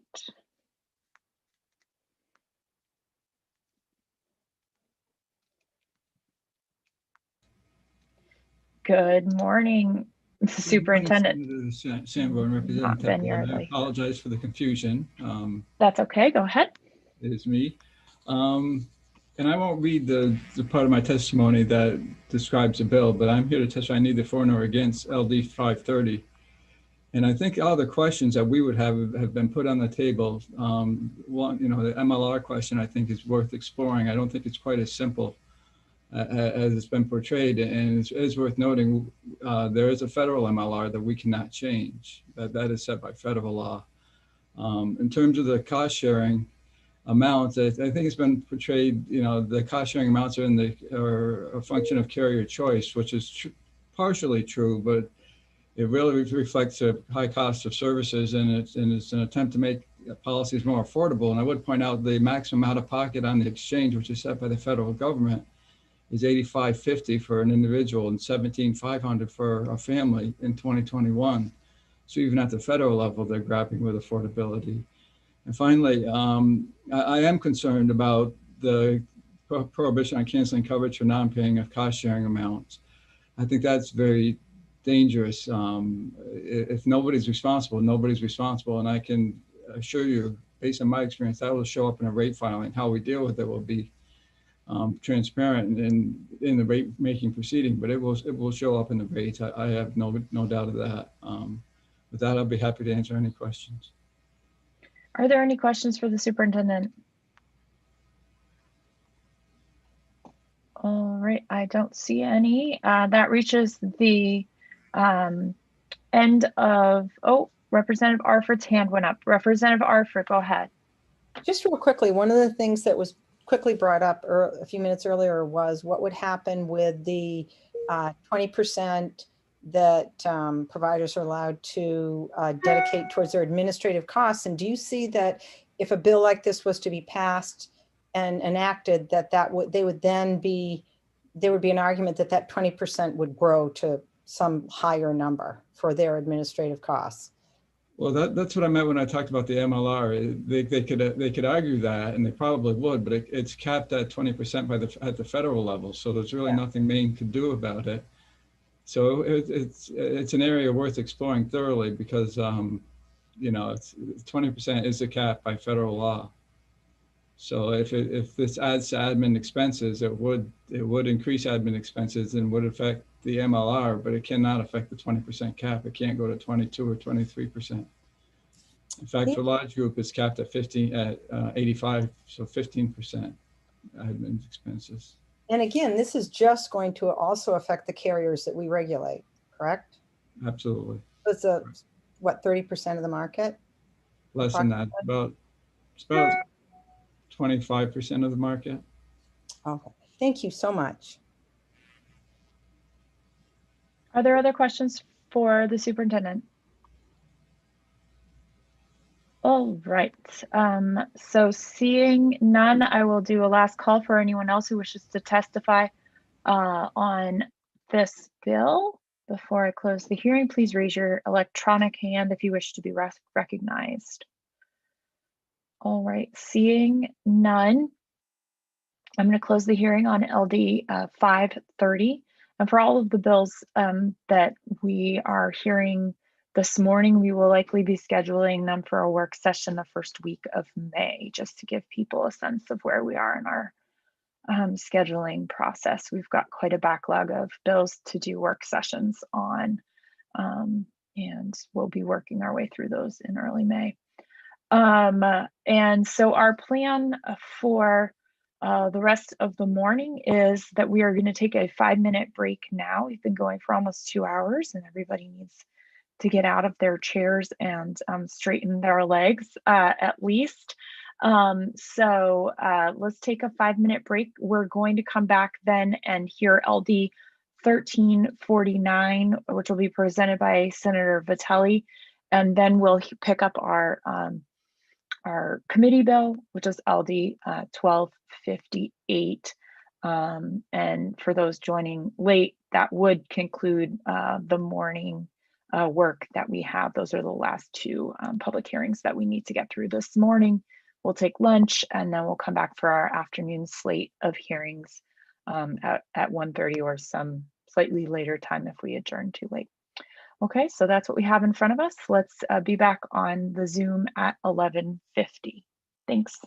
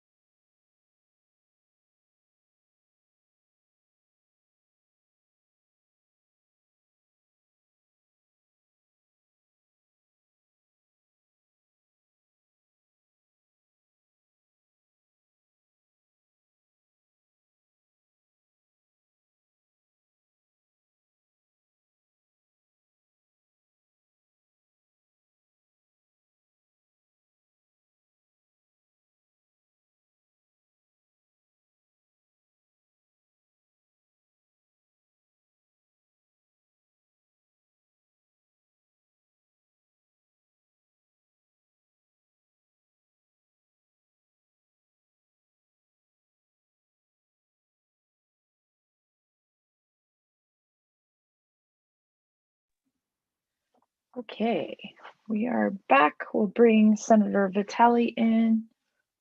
She's the sponsor of the next bill.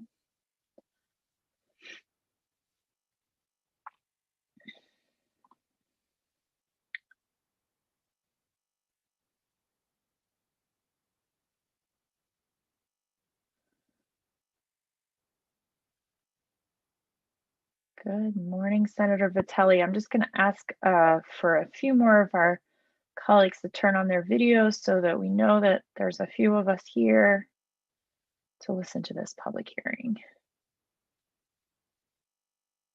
Excellent. Okay, so with that, I will open a public hearing on LD 1349, an act to increase transparency in dental billing, and invite Senator Vitelli to present her bill for us. Thank you, Senator Sanborn, and Senator Sanborn, Representative Tepler, and esteemed members of the Health Coverage, Insurance, and Financial Services Committee. My name is Eloise Vitelli, and I represent Senate District 23, which is all of Saginaw County and the town of Dresden in Lincoln County, and I live in the small town of Aroustic. I am before you today to introduce LD 1349, an act to increase transparency in dental billing. The idea for this bill was brought to me by a constituent who was surprised by an additional charge on a dental bill in the fall of 2020 that was not covered by his insurance. Upon asking his dental provider for details, he learned this charge was to cover personal protective equipment and other expenses his dentist had to take on in order to practice safely during the pandemic. This additional charge was frustrating for my constituent, mostly because it was not disclosed to him before treatment. Around the same time I heard from this constituent, news outlets reported similar and sometimes very expensive fees being tacked onto bills by a variety of healthcare providers, with the patient, not the insurer, on the hook for this brand new charge. Because of the nature of their work, dentists are more at risk for contracting COVID-19 from their patients than many other healthcare workers. I'm deeply sympathetic to the great pains they had to take to keep themselves and their patients safe during this pandemic. But if these costs must be passed along to patients, they at least must be notified first. An additional $20 or $45 charge to cover safety expenses is simply irritating to many, but it can mean a great deal more for others. My own experience, in contrast, was in calling for an appointment with my dentist. They told me up front that they were struggling and having to pay more for these kinds of protective equipment. So I knew going in that I was going to be charged an additional amount. I thank you for considering this bill, and I'm happy to answer any questions that you may have at this time. Thank you, Senator Vitelli. Are there questions? Representative Tepler. Thank you, Madam Chair, and thank you for being here, Senator Vitelli, and presenting this bill to us. Can you tell me, was there money available from the federal government to cover the cost of PPE for dentists? And was that money to some extent funneled through the emergency management program? Thank you, Representative Tepler. That's an interesting question, and I'm not sure I have a definitive answer. I know when I looked into the issue, it was difficult to find out from my constituent what he was told from his dentist. And so I went back and talked to my dentist to see what help she was getting for covering these expenses. And she was not able to provide me with that information either. So I don't have a very good answer for you at this point. It was earlier on in our experience with the pandemic, so there may not have been specific assistance available. Are there additional questions for Senator Vitelli? All right, seeing none, thanks for bringing us this bill. And next we'll hear from Ann Wollison.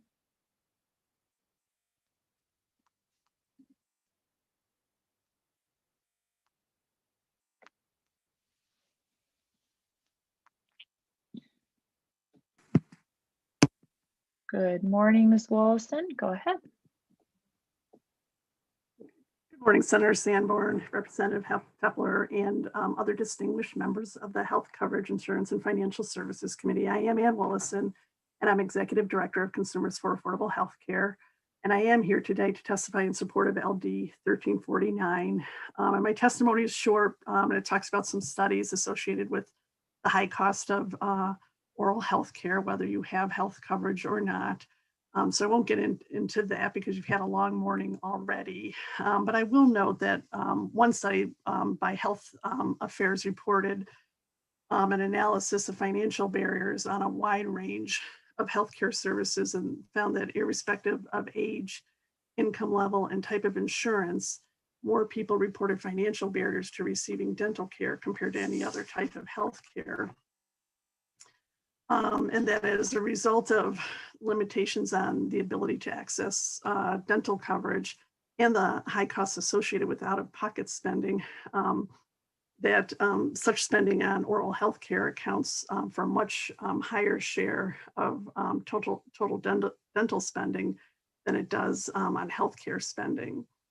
In 2014, for example, 40% of total US spending on dental care was out of pocket compared to 11% of total healthcare spending. So I don't need to tell you or remind you that services provided to prevent or treat oral healthcare problems is expensive, and that while more definitely needs to be done in Maine and across the country to improve access to affordable quality healthcare, it seems reasonable that a person should be able to obtain information about how much a dental procedure, related materials, and the cost of equipment will be before services are rendered. And we thank Senator Vitale for submitting this bill.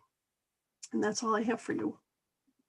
Thank you, Ms. Wallison. Are there questions for Ms. Wallison? Okay, seeing none, I will ask if there's anyone else in our Zoom meeting who wished to testify in favor of the bill. Seeing no hands go up, we will turn to those who are here to testify in opposition to the bill. I'll call Angela Westhoff.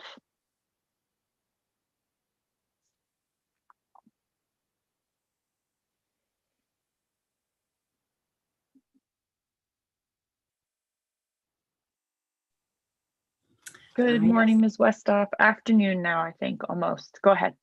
Great, thank you. Senator Sanborn, Representative Tepler, and members of the Health Coverage, Insurance, and Financial Services Committee. My name is Angela Westhoff. I serve as the Executive Director of the Maine Dental Association. And as you know, the MDA is a statewide association dedicated to advancing excellence in dentistry, and we represent about 85% of the dentists in Maine. On behalf of the MDA, I'm providing testimony in opposition to LD 1349.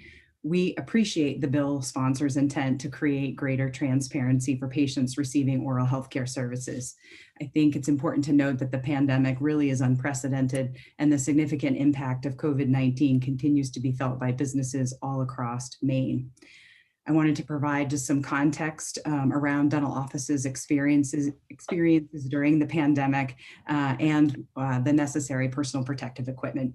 So I think many of us remember on March 15th, Governor Mills issued a proclamation of a state of civil emergency to protect public health, and dental offices complied with the request to close their practices to all but emergency oral care services. Then dental offices remained closed for 2 months, and Maine was one of the last states in the United States to allow dental offices to reopen.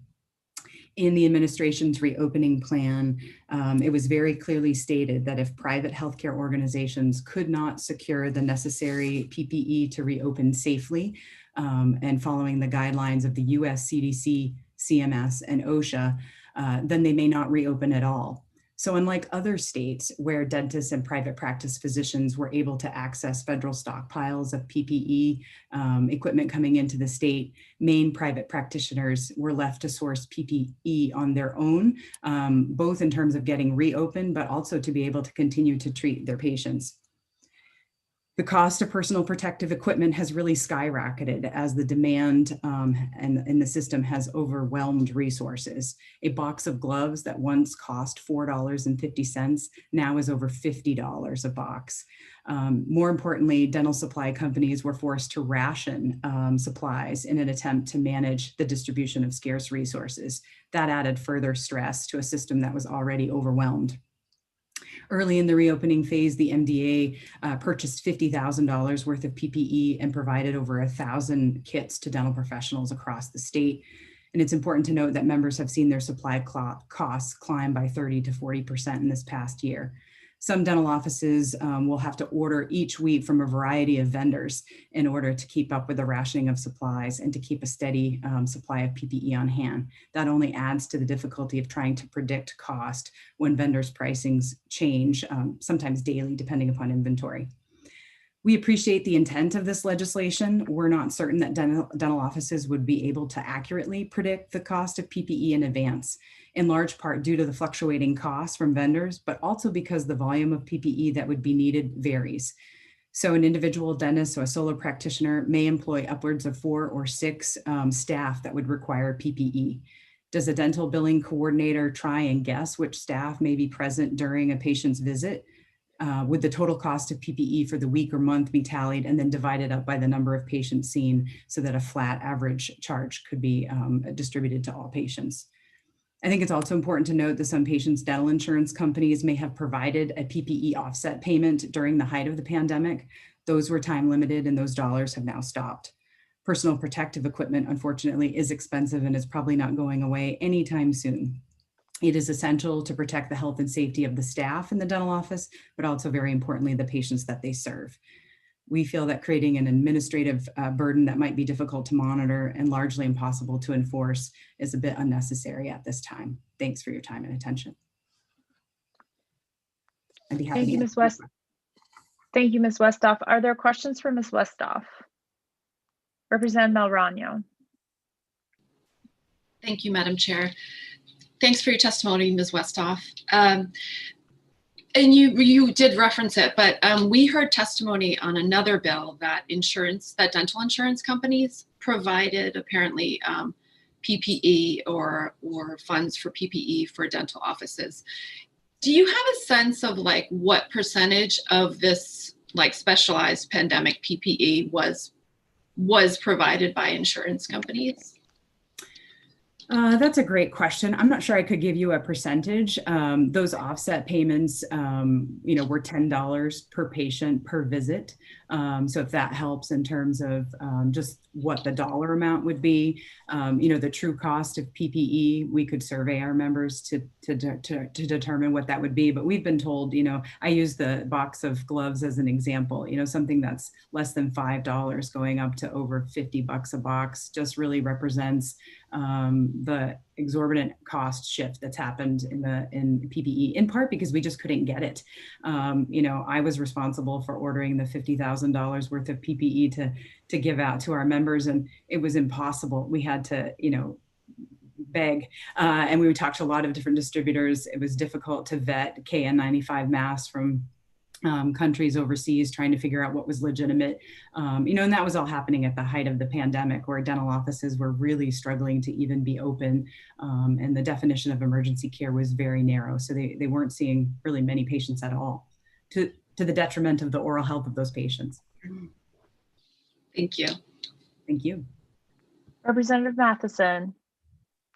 Thank you, Madam Chair. Thank you, Ms. Westhoff, for your testimony. Just very quickly, I'm well aware of the PPE, whatever, sorry, issues that we dealt with too in my clinic in terms of trying to get supplies and how expensive they were in the midst of the pandemic. Are you seeing with your members that this is still an issue? I don't see that as a clinic right now that we're getting price gouged. I was just curious what your membership is telling you now.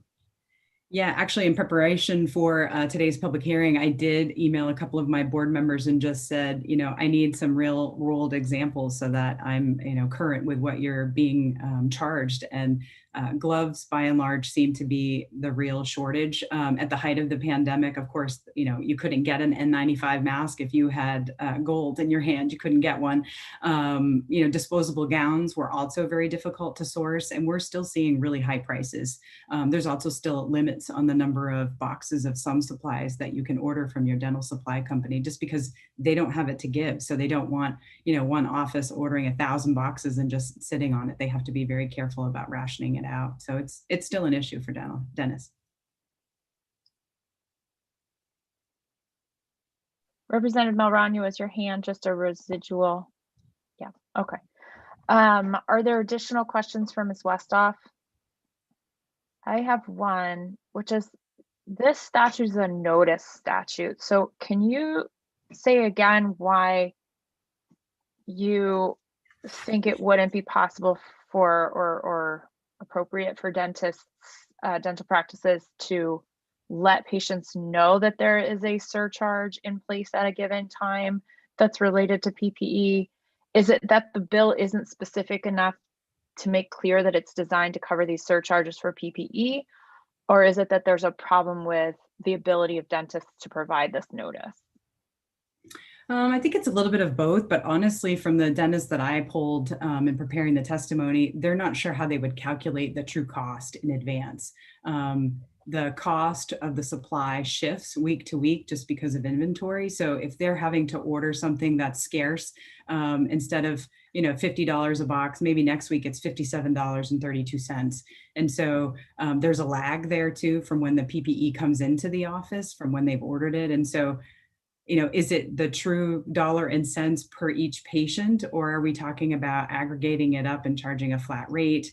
I think that's an interesting question.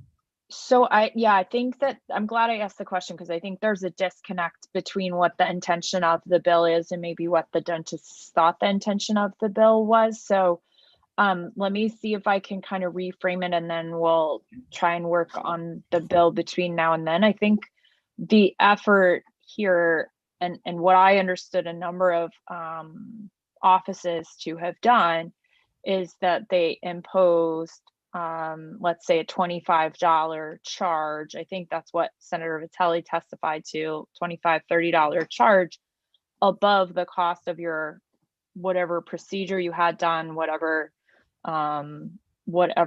you were there for, whatever service you were at the dental office for. There was like a pandemic PPE charge that was added to your bill, and it often was not then covered by insurance because it wasn't a procedure code. It was a facilities fee that's not permitted perhaps by the dental insurance company, and therefore subject to billing back to the patient. So I think that's the question. It's just like the facilities fee question that we're always sort of trying to get our arms around in the medical context. Right. And it was a specific PPE charge that dentists were charging. So it's not about whether the gloves cost $57 this week. It's about what were you putting on patient bills this week? And was it disclosed to patients that they were going to have to pay extra to come to the dentist this time of pandemic world, that was above and beyond and different from what their insurer expected and what they expected from their visit 6 months before the pandemic. So with that in mind, Ms. Westhoff, I guess I would just ask if you could kind of think about it through that lens, because I'm not sure I've heard why that is a problem yet in your testimony. Yeah, why disclosing it is a problem. Right. There is a D code that is an unspecified preventive procedure that a dental office can bill, and that came to light through the PPE and the COVID billing guidance that was provided by the American Dental Association. So I can do some more research on that topic for the work session, but I do think that maybe there could be some clarity on that. Agree. Yeah, and it's possible we need to work on the bill, but it's also possible that we're having a disconnect about what the bill was intended to do. Yep. Representative Tepler, go ahead. Thank you, Madam Chair. I don't see anything in reading the bill itself about true cost. There is nothing about true cost in the bill itself. It simply asks that a dentist, I mean, I know my dentist charged me $10 for my regular office visit for PPE. And it wouldn't have been that big a deal for when I got there, the receptionist to say to me, there'll be a $10 upcharge today because we are charging you for the extra protective equipment we need during the pandemic. And then people can make a choice about whether or not they want the service. But right now, we don't get that notice until after the procedure or cleaning is done. And then we get the bill for $10 in addition to whatever else we're being billed for.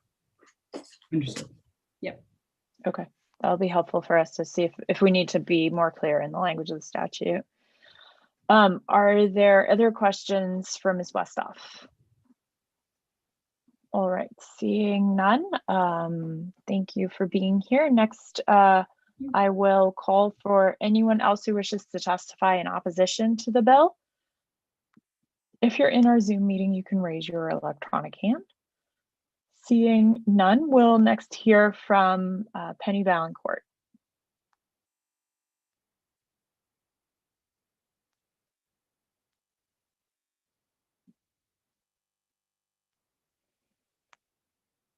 Testifying neither for nor against. Ms. Valancourt, welcome. Go ahead. Thank you so much. Good afternoon, Senator Sanborn and Representative Tepler and members of the committee. My name is Penny Valancourt. I'm the Executive Director of the Board of Dental Practice. The board is a professional licensing board affiliated with the Department of Professional and Financial Regulation. Thank you for the opportunity to provide testimony. I've submitted formal testimony, but after hearing the comments, perhaps I'm more of a technical position to provide some information and or observations to you as you deliberate the bill. It's my understanding that the intent of the bill is to provide, is to require certain licensees to disclose costs prior to charging patients for PPE. And I believe that the intent would also be that the board could then, in its investigations, enforce this provision and to assess fines and or penalties if this provision were not adhered to. So my comments really come to you through that lens. By way of background, during the summer of 2020, the board did receive a number of consumer inquiries regarding these charges. The board conferred with the Bureau of Insurance. It also conferred with the Bureau of Consumer Protection. The board had received information that other states had existing consumer protection laws that were prohibiting. In those states, attorney generals were able to come out and provide a clear expectation regarding that behavior. It's my understanding, after again conferring with those two agencies as well as the board's legal advisor and assistant attorney general, the board had no jurisdiction and still has no jurisdiction over billing issues or cost issues. We don't investigate billing and procedures. So the board really had no jurisdiction. It's my understanding that through the Bureau of Insurance, maybe there's a contract requirement between a provider and insurance company that would prohibit that kind of sort of, moving that cost along to the patient. But in terms of the regulatory board, it really had no jurisdiction. Two more things come to light as a result of that, and one of which is this bill assumes that those are the only licensees who may assess costs. There are other independent license types. So again, to the extent that the board can provide clarity about what license types those are, we'd be happy to provide it. Second, this bill assumes that those licensees are in charge of those costs and or that information. The board, as you know, does not regulate businesses, practices, entities. It only regulates individuals who may be employees of such practices. So again, if the intent truly is just to notice patients about that information, perhaps it's simpler. But the board just raised concerns that it just does not have any regulatory authority right now to investigate billing, nor to require entities to hand over that information. So there are limitations to the board's authority to go in and regulate entities. So my concern, and the AG's Assistant Attorney General's concern, was there's limitations to how far the board can go in investigating these cases. The other component is, I'm not sure that I've talked to this committee about the board's inquiries that were received for non-compliance, but the board has been overwhelmed with consumer inquiries through both the DECD portal as well as its own complaint process regarding non-compliance with COVID-19. To add then the board's mandate to investigate billing issues pushes us to a threshold where we would have to attach a fiscal impact to this bill, which would require us to hire at least a part-time investigator to handle these kinds of complaints if they were to come in again. So with that, I'll conclude sort of my testimony, but certainly I'd be happy to answer any questions now or at work session, and or to provide you additional information as you deliberate.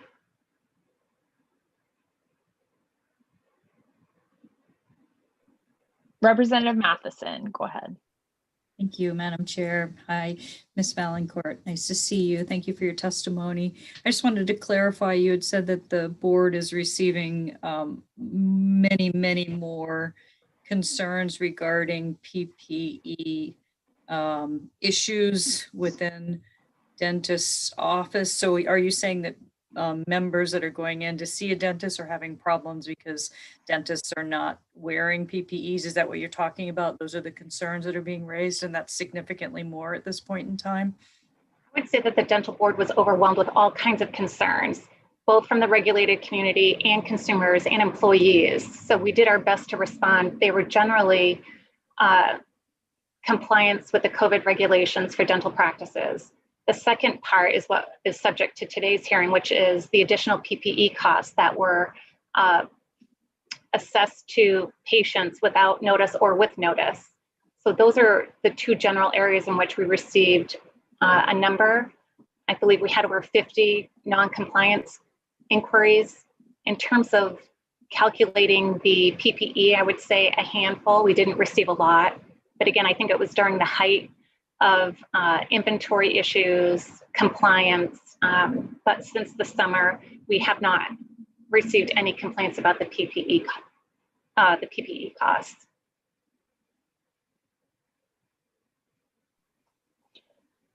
Sorry, I just want to clarify, you haven't received complaints about surcharges for PPE, or you haven't received complaints from dentists about how much PPE costs?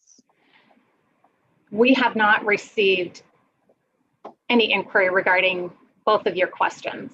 Okay. But I do recall during the summer and perhaps early fall, there were a handful of consumers who were calling the board. I think the community changed its practice, quite frankly. I say that anecdotally. I just don't know exactly how the MDA sort of managed their members, but it quickly quelled. We did not receive any other. We had a formal complaint filed. The board dismissed that complaint. And in that particular complaint, the dentist reimbursed the patient and then rolled it into their overall cost structure. So to me, I think it's from the board's regulatory perspective, it's a non-issue, but understand last summer and early fall, it certainly was. Yeah. Okay. Thank you, Ms. Valancourt.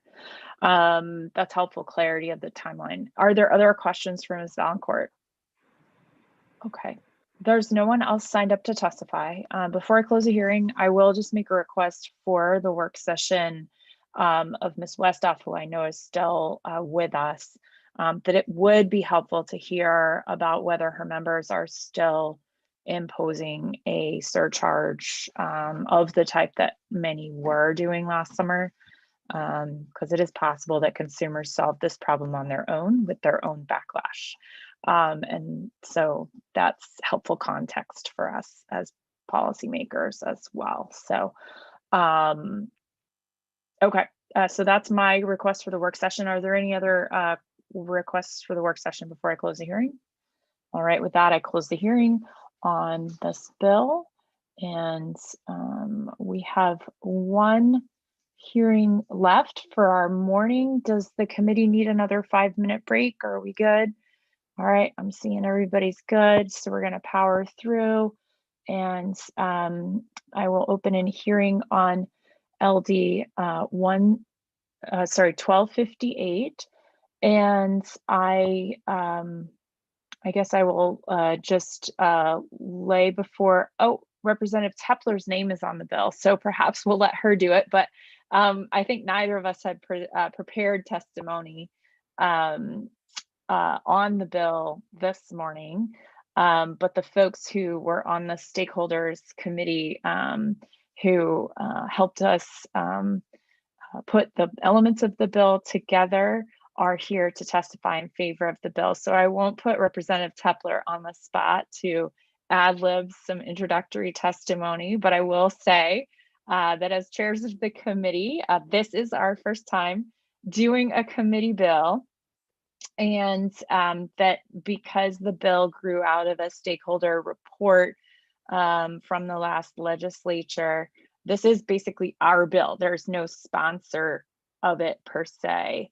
And it contains the elements of the report that we went through with Colleen at our work session related to the report that we had about a month ago. And then she operationalized that into bill language and has then sent us a couple of technical amendments. I think like one of them was really almost a typo and where it said lesser instead of greater and should have said greater.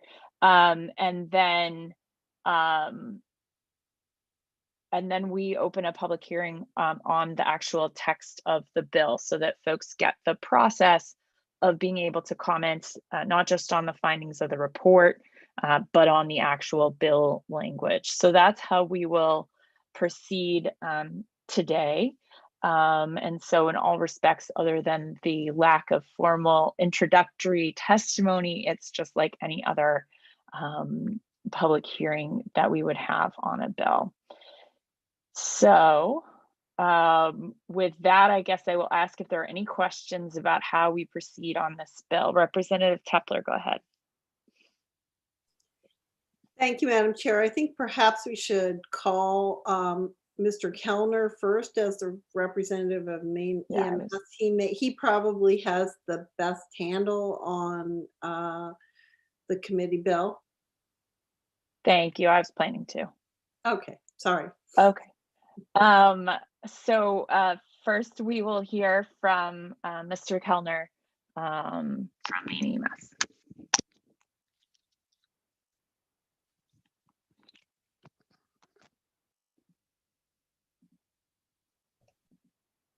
Good morning. Can you hear me? Wonderful. First try. I love it. So thank you. Headphones that work. So let me. Representative Tepler and distinguished members of the committee. I'm here today to speak in support of LD 1258, as well as the committee amendment that was in the loaded files that Colleen prepared. We're honored to be your first committee bill. I wasn't aware of that. And I do want to share my thanks to Colleen for her work helping translate the work of the committee into what we think is a great bill. First, some disclaimers. I am employed by Northern Light Health. I serve as a VP of Finance for Home Care and Hospice, Northern Light Medical Transport, and Life Flight of Maine. I sit on the Maine EMS board as its chair, and I'm the treasurer of the Maine Ambulance Association. My initial remarks today will be on behalf of the work group, and if you'll humor me at the end, I just want to speak briefly on behalf of Northern Light Health. So if you'll allow a change of hats for a quick remark there. So we are speaking in support of this bill as written, along with the amendment. The committee was a multidisciplinary committee representing health insurers, a couple of state entities, the Maine EMS board, which consists of several subgroups, including municipal providers, for-profit, not-for-profit, transporting and non-transporting, et cetera. The process to this, we met several times over several months, and we did come to a unanimous conclusion, which led to our recommendations to you, which we thought was great. We have subsequently met with the Health and Human Services Committee to talk about the Maine Care piece, which this committee wrote a letter about. and Health and Human Services is taking that piece up. So we appreciate that. Just to go over very briefly what the major provisions of this bill are, it standardizes the in and out of network rates paid by commercial insurers for fully insured main plans, also including the rural and super rural modifiers that are paid by Medicare. Just a note on that, one of the really important pieces we thought to include in this bill was to ensure that the high fixed costs of ambulance service delivery are recognized for, especially for our rural providers that don't have the call volume to make up those fixed costs. So adding those rural and super rural modifiers on top of the Medicare rates we thought was important. The standardization, by the way, is 180% of the Medicare rate for out-of-network providers and 200% for in-network providers. We think this is a fair compromise. Certainly it wasn't as low as probably the health insurance carriers would want and not as high as the ambulance services would want. And the old saying in negotiation, if nobody's happy, everybody's happy. But we do think it's a fair compromise. And standardize certain contract terms. What we recognize is there are a number of ground transporting services that bill insurance, approximately 165 in the state of Maine. That's a lot of contracts to maintain, a lot of administrative burden, and many of these services are quite small without some of the resources that larger services or hospital-based services may have to negotiate contracts. So it standardizes certain rates around contract terms, as far as timely filing guidelines, et cetera, which we felt was important and perhaps helpful for those groups. It does create the cost reporting process to fully and better understand the costs of delivering emergency medical services across the state. There are some comments on that I'm sure you'll hear from other groups today. But having robust cost reporting, we feel is important to truly understand what it costs to provide the service across the state and to eventually get to a reimbursement methodology that is based on some multiplier of cost or cost plus margin. It also creates a certificate of need or alternative process to determine the need for issuance of a license to a new ambulance service. That was a piece that both the carriers and the services felt was important to include at some level to have some objective assessment on the need for new ambulance services. As I mentioned earlier, the fixed costs of delivering the service are incredibly high. The more those fixed costs can be spread while still ensuring access to emergency and non-emergency ambulance transport is critical. And then it creates a group to evaluate some other pieces in the future, including how to use cost reporting data, looking at innovative models such as community paramedicine, ways in which we can save healthcare dollars, and looking at how to truly implement the cost study as it relates to rates. So again, on behalf of the committee, the unanimous recommendation was to bring these points forward. And on behalf of the committee, we are supportive of the bill. And if you'll let me transition very briefly, putting my hat on as a representative of Northern Light Health. We are a 10 hospital integrated healthcare delivery system. We have 5 ambulance services, 4 of which are departments of hospitals, some critical access and some not. 1 freestanding ambulance service, and we participate in a joint venture for air ambulance services. Northern Light Health is fully supportive of this bill. We particularly recognize the challenges in providing emergency and non-emergency services in Maine's most rural communities. We recognize the costs are increasing, and standardization of this approach to help cover those costs, et cetera, is certainly helpful for our ambulance service members. So I'm happy to answer questions with either hat on, and I'll identify which, and certainly look forward to being available at the work session. Thank you for the time today. Thank you, Mr. Kellner. Are there questions from Mr. Kellner?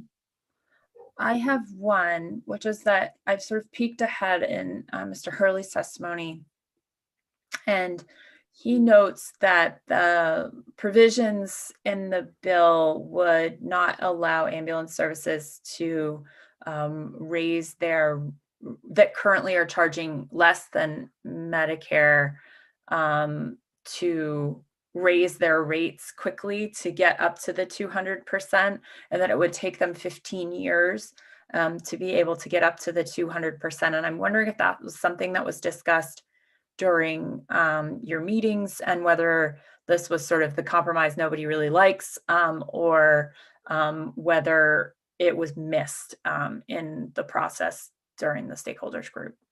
Sure. Thanks for the question. Yeah, I don't think it was missed, and we did discuss this fairly robustly. The piece that this is trying to address is preventing a service that has determined that their costs are at some level below 200% of Medicare from just simply taking advantage of some reimbursement that's substantially higher than their costs with a massive increase in charges. I think I'll let Mr. Hurley's comments stand on their own as far as his alternative recommendation. The committee felt comfortable with a 5% when we had our unanimous vote at the end, but I do recognize Mr. Hurley's concern and certainly warrants discussion. Okay, thank you. Are there other questions for Mr. Kellner?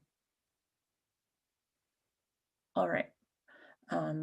Seeing none, let me find my list again. Hang on. So the problem when I open testimony, it doesn't open in a new window. It takes away my list so that I can't see who's supposed to testify next. So next we will hear from Butch Russell.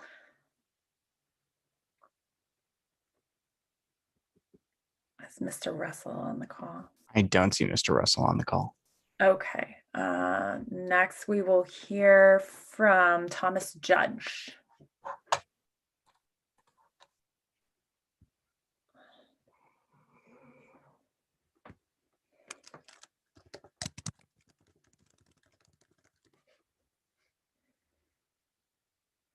Let me do this. Thank you. There you are. Go ahead. Senator Sanborn and Representative Tepler and members of the committee. My name is Thomas Judge. I live in Port Clyde. I've had, and I submitted some written testimony, and I have had and continue to have a wide variety of roles in Maine's EMS system for many, many years.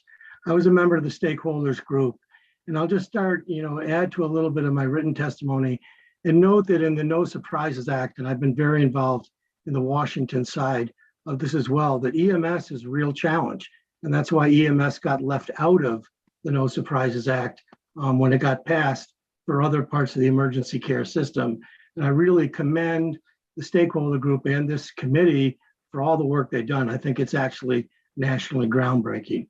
I think it's important that, as Joe said, this is a unanimous report. It's seldom that all the carriers and providers would come to you with something together. There were compromises in it, but I think we worked very hard to do four things. One is we wanted to decrease administrative burdens. The second was we wanted to have fair reimbursement.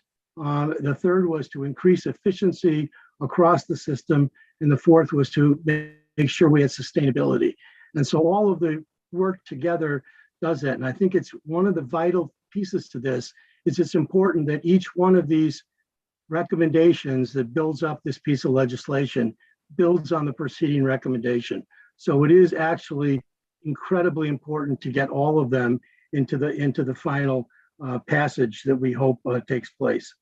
I will note that EMS services across the state are running on very thin margins, and many of them are on the edge. So making sure there was a way to get to fair reimbursement on the system is essential, and especially, as Joe noted, for our rural and our super rural low volume carriers. And we certainly hope that the HHS committee takes that forward. We have a daily challenge with 911 versus inter-hospital unscheduled transport and maintaining that. And there's often no ambulances to do lots of things in lots of places. And that literally is a daily occurrence around Maine. We are in the midst of that. So it is essential that we find a sustainable way to do this.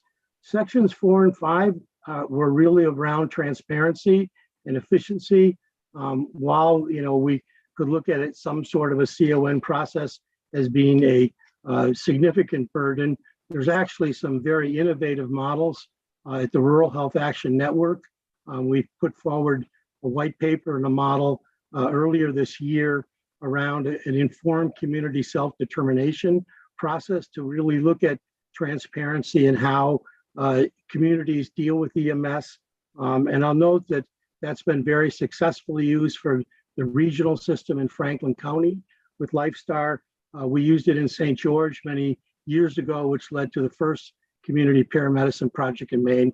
And we're literally just finishing a project in the mid-coast that incorporates the towns of Rockport, Camden, Hope, Lincolnville, and the local hospital, Penn Bay Medical Center, to have a comprehensive system that everyone agrees to and understands the cost of and the quality of going forward. So there are some ways to do this very efficiently and effectively for communities. On the cost reporting side, we note that this will be a burden, especially on our smaller services. Medicare has now required cost reporting. We won't really get the benefit of their data for several more years. We think there's some ways that we can do this. Massachusetts has done this for many years. I think we can do this fairly efficiently, but it is, as Joe noted, if we're going to have transparency and real arguments about what something means, the actual data is critical to good decision makings. We do have a concern that all of these, there's provisions in 1 and 2, sections 1 and 2 that sunset in December 2023, and there's a lot of work to be done to make sure that those happen. So the last section 6 of continuing the momentum that was built in this is actually incredibly important. So I'll leave it there. You've had a very long morning, and happy to answer any questions, and certainly happy to participate in the work session as necessary. I have a lens that really looks at literally every EMS service in Maine. Thank you, Mr. Judge. Are there questions? All right, your testimony is really helpful in providing context, and I do think it's quite extraordinary what was accomplished by this group. So I know a lot of them are listening, and wanted to make sure to say that. So thank you. Okay, is there anyone else in our meeting who wishes to testify in favor of the bill? All right, seeing none, I have no one registered to testify in opposition to the bill. Is there anyone who wished to oppose the bill? Seeing none, we'll move to those who wish to speak neither for nor against the bill. I will note that Kim Cook had to leave before we got to her this morning, and her written testimony is available online. And we will next hear from Sam Hurley.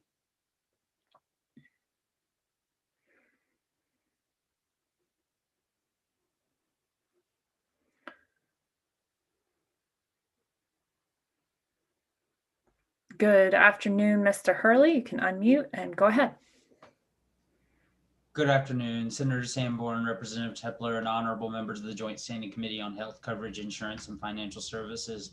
My name is Sam Hurley, and I am the Director of Maine Emergency Medical Services, or Maine EMS, within the Department of Public Safety. I am testifying neither for nor against LD 1258, an act to implement the recommendations of the stakeholder group. On behalf of Maine Department of Public Safety and Maine EMS, as directed by LD 2105 from the second session of the 129th, the Maine EMS Board convened a committee of insurance and EMS stakeholders to discuss payment for services rendered throughout the state. The resulting product reflects hours of time that has been invested by a variety of parties representing EMS agencies, the Ambulance Association, and the insurance industry. We are excited to see standardization in contract language and additional days to submit claims for processing. There are additional findings that were included in the bill language that Maine EMS supports. However, we believe that it's important to recognize that they have the potential to affect the passage of the bill and/or its implementation, and so the committee may wish to address them as part of the work session. More specifically, Section 3, Paragraph 1, Subsection 1, Paragraph D. While Maine EMS traditionally avoids speaking on reimbursement matters related to EMS agencies, as we are primarily a regulatory body, we do know that there are some services that are only charging the Medicare rates for transport at this time, particularly small rural services. The provision in this section would mean that it could take them approximately 15 years to double their rates to the allowable amount, 200% of Medicare, without considering the added effects of inflation. As a result, we would suggest that the committee consider revising this section to reflect no more than 10% increases rather than the 5%. Section 4, Subsection 1, Maine EMS is wholly supportive of requiring new service to undergo an evaluative process to better understand the EMS needs and capacities to support them within their community. As the previous testimony you've already heard suggested, there are processes that are already available within the state. The only thing that we ask is this process is akin to a certificate of need, and it is important to note that this would likely add a fiscal note to this bill insofar that it would require a full-time staff member to manage this process for EMS agencies throughout the state of Maine. It isn't something that we could absorb at this time. Section 5, paragraph K, Maine EMS is also wholly supportive of establishing cost reporting mechanisms, and as was mentioned during the previous testimony, it's critical to establishing fair and equitable rates. However, we're not sure if there are more appropriate entities such as Maine DHHS who have existing experience in cost reporting.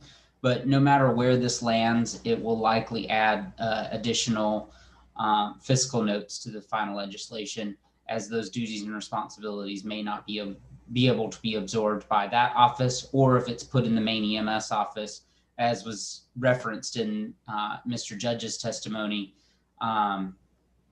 If it's put in the Maine EMS office, we would need to add a fiscal note to support staffing for this capacity. Section 6, Maine EMS is supportive of reporting back out to the Maine legislature. However, we're concerned about the implementation timeline for this process if the report is due February 1st, 2023. Depending on the date that this current legislative session ends and the time which thoughtful rulemaking can be conducted and implemented, I have concerns about the capacity of the stakeholder group to craft a meaningful report. Maine EMS would ask the committee to consider either addition of an emergency clause so that we could directly go into rulemaking, or extend the deadline to report to 2024. Because the reality is if you pass this and then it doesn't go into effect until late this year, then we're able to start rulemaking. Then you don't have rules that go into effect really until 2022. Your report's not even going to have a whole year's worth of data to tell you anything about. So that's what I worry about there with your timeline. Overall, Maine EMS is extremely grateful for the incredible work that was invested by both EMS and insurance industry stakeholders.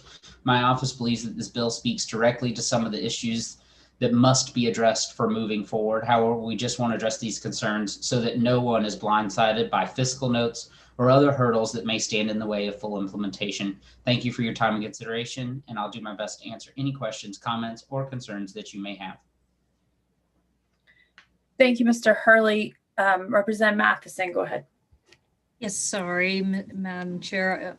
Thank you, Mr. Hurley, for your testimony. I'm not sure I heard you correctly, but I just wanted to make sure with an emergency preamble, does the EMS feel more comfortable with that time period of February 1st, 2023? Is that what I heard correctly? I think it would be much more practical with an emergency preamble or another year. So kind of one or the other. Okay. Mr. Hurley, I was wondering whether you had spoken at all with the MHDO. That's not the right. Is that the right?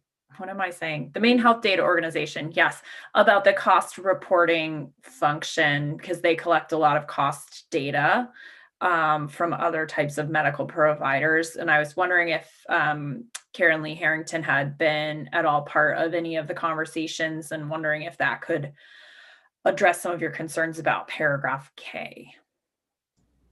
She was part of she did report out to the committee specifically about cost reporting and specifically about cost. But I haven't had a conversation specifically about this legislation about them potentially taking on cost reporting for EMS. Throughout the United States, there's a variety of models of how cost reporting is conducted. As Mr. Judge pointed out, there are some states where that's housed within the EMS governing body, like Maine EMS.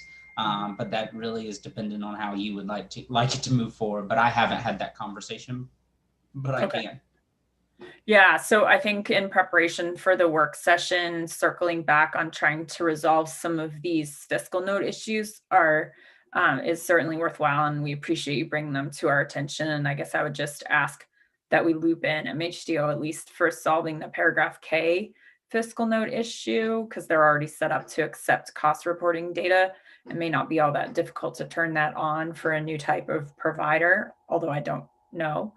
And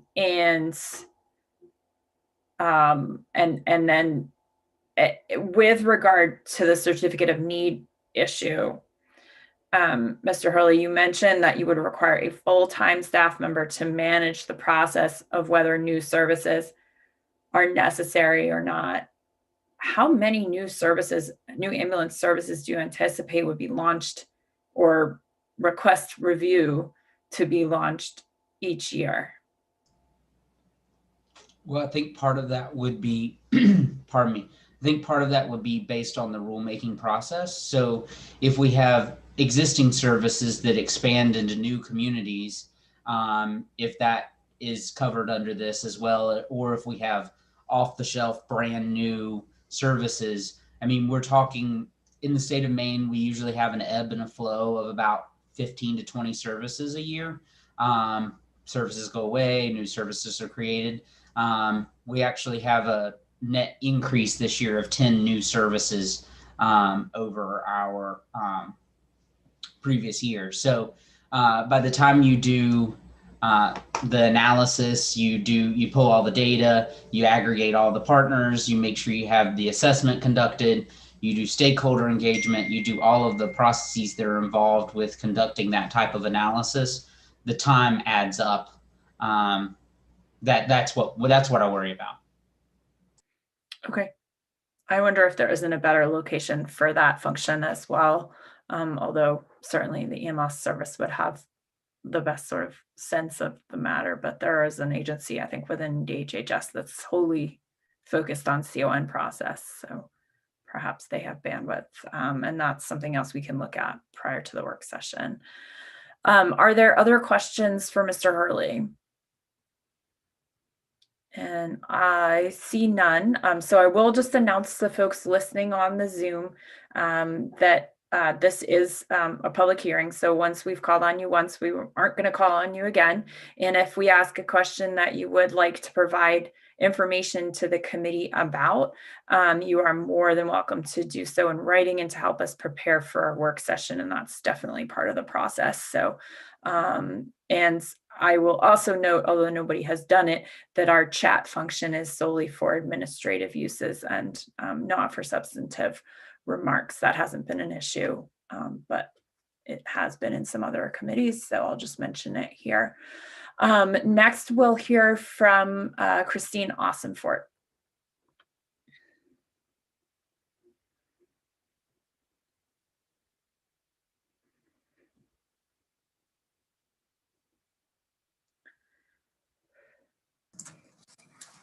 Good afternoon, Ms. Ossenfort. Go ahead. Good afternoon. Thank you, Senator Sanborn, members of the Health Coverage Insurance and Financial Services Committee. My name is Christine Ossenfort. I'm the Director of Government Relations for Anthem Blue Cross and Blue Shield in South Portland, and I appear before you this afternoon to testify neither for nor against LD 1258. At the outset, I would like to note that I was also a member of the stakeholder group, and I would like to thank my fellow members for all of their work. I think as Joe noted, or I'm sorry, as Mr. Kellner noted, none of us are happy, but we did put forth a recommendation. It is important to remember that this is a package of recommendations and that they need to move forward together. If fiscal notes lead to stripping out some provisions of the bill, I think the whole thing would potentially fall apart. And I'd also like to thank Mr. Kellner for his work as our chair, trying to wrangle a bunch of divergent stakeholders and keep us on track, and he did an excellent job. So I'd like to offer a few comments with respect to the bill as drafted. First, with respect to section 4303 F, which is section 3 of the bill. As others have noted, we do believe that 200% of Medicare is a bit high, and 180% for out-of-network is high as well, but these do represent compromises and are certainly lower than our colleagues on the EMS side would have liked. I would suggest that the committee consider including in subsection 1, paragraph A, language that says that unless the carrier and the provider otherwise agree. That helps to address the concern about providers that are at below 200% of Medicare, and don't feel that they need to be at 200%. It also helps to address Mr. Hurley's concern about providers being allowed to move at a faster pace if necessary. So if you were to incorporate, excuse me, language that said, unless otherwise agreed in paragraph A and paragraph D, you could address those concerns. With respect to subsection 2, it is a standard offer contract. We would just suggest that it might be advisable to include language clarifying that the parties are not required to enter into that agreement. They can agree to their own terms and conditions if they choose to do so. We would also note that, there's been a lot of talk about fair and equitable reimbursement, which is certainly needed, but it's important to remember that if you look back at the work group's report, only 9% of the ambulance claims were commercially insured, and some of those were self-funded claims. So we're talking about whatever measures we take will only affect a small percentage of the claims that are involved, and it will not be possible to cover all of the associated costs through fully insured commercial payers in Maine. And with respect to the suggestion of an emergency preamble, if the committee does choose to put an emergency preamble on the bill, we would urge you to maybe have a specific effective date, particularly for section 3, because we will need time to implement those standard offer contracts and to adjust our reimbursement rates. So with that, I'd be happy to answer any questions that you might have, and we'll of course attend your work session as well. Are there questions for Ms. Ossenfort? All right, seeing none, we thank you for your participation on the stakeholders group. And next we'll hear from Catherine Pelletreau.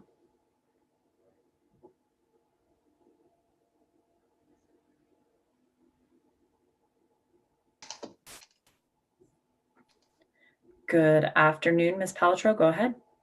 Good afternoon, Senator Sanborn, Representative Tepler, members of the committee. My name is Catherine Pelletreau.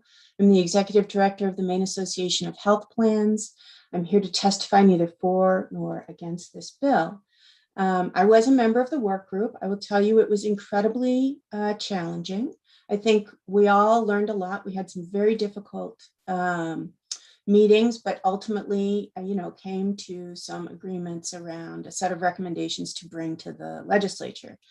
As a side note, I will say MHDO was deep in all the data around the costs and the level of service that exists in Maine, in state, out of state, various payment levels for various payers, et cetera. So I think the idea of pursuing some further work with MHDO over time makes a lot of sense. They've actually set up some of the templating already. So as I said, we were generally in support of the recommendations as a group. We've moved to for nor because upon seeing the actual legislative language, there are some specific changes to the language that we'd like to suggest that we think better reflect the discussion at the work group and what was intended by the recommendation. So I'd like to walk through those with you. As Chris noted, and I think it's such a key part of the discussion, so I have to repeat it. This landscape is incredibly complicated. There are ambulance providers that are independent. Some of them are affiliated with hospitals. Some of them are affiliated with municipalities. Some of them are run as part of local fire departments. Lots of different structures, very, very complicated. And I myself am not convinced that a one-size-fits-all solution is right.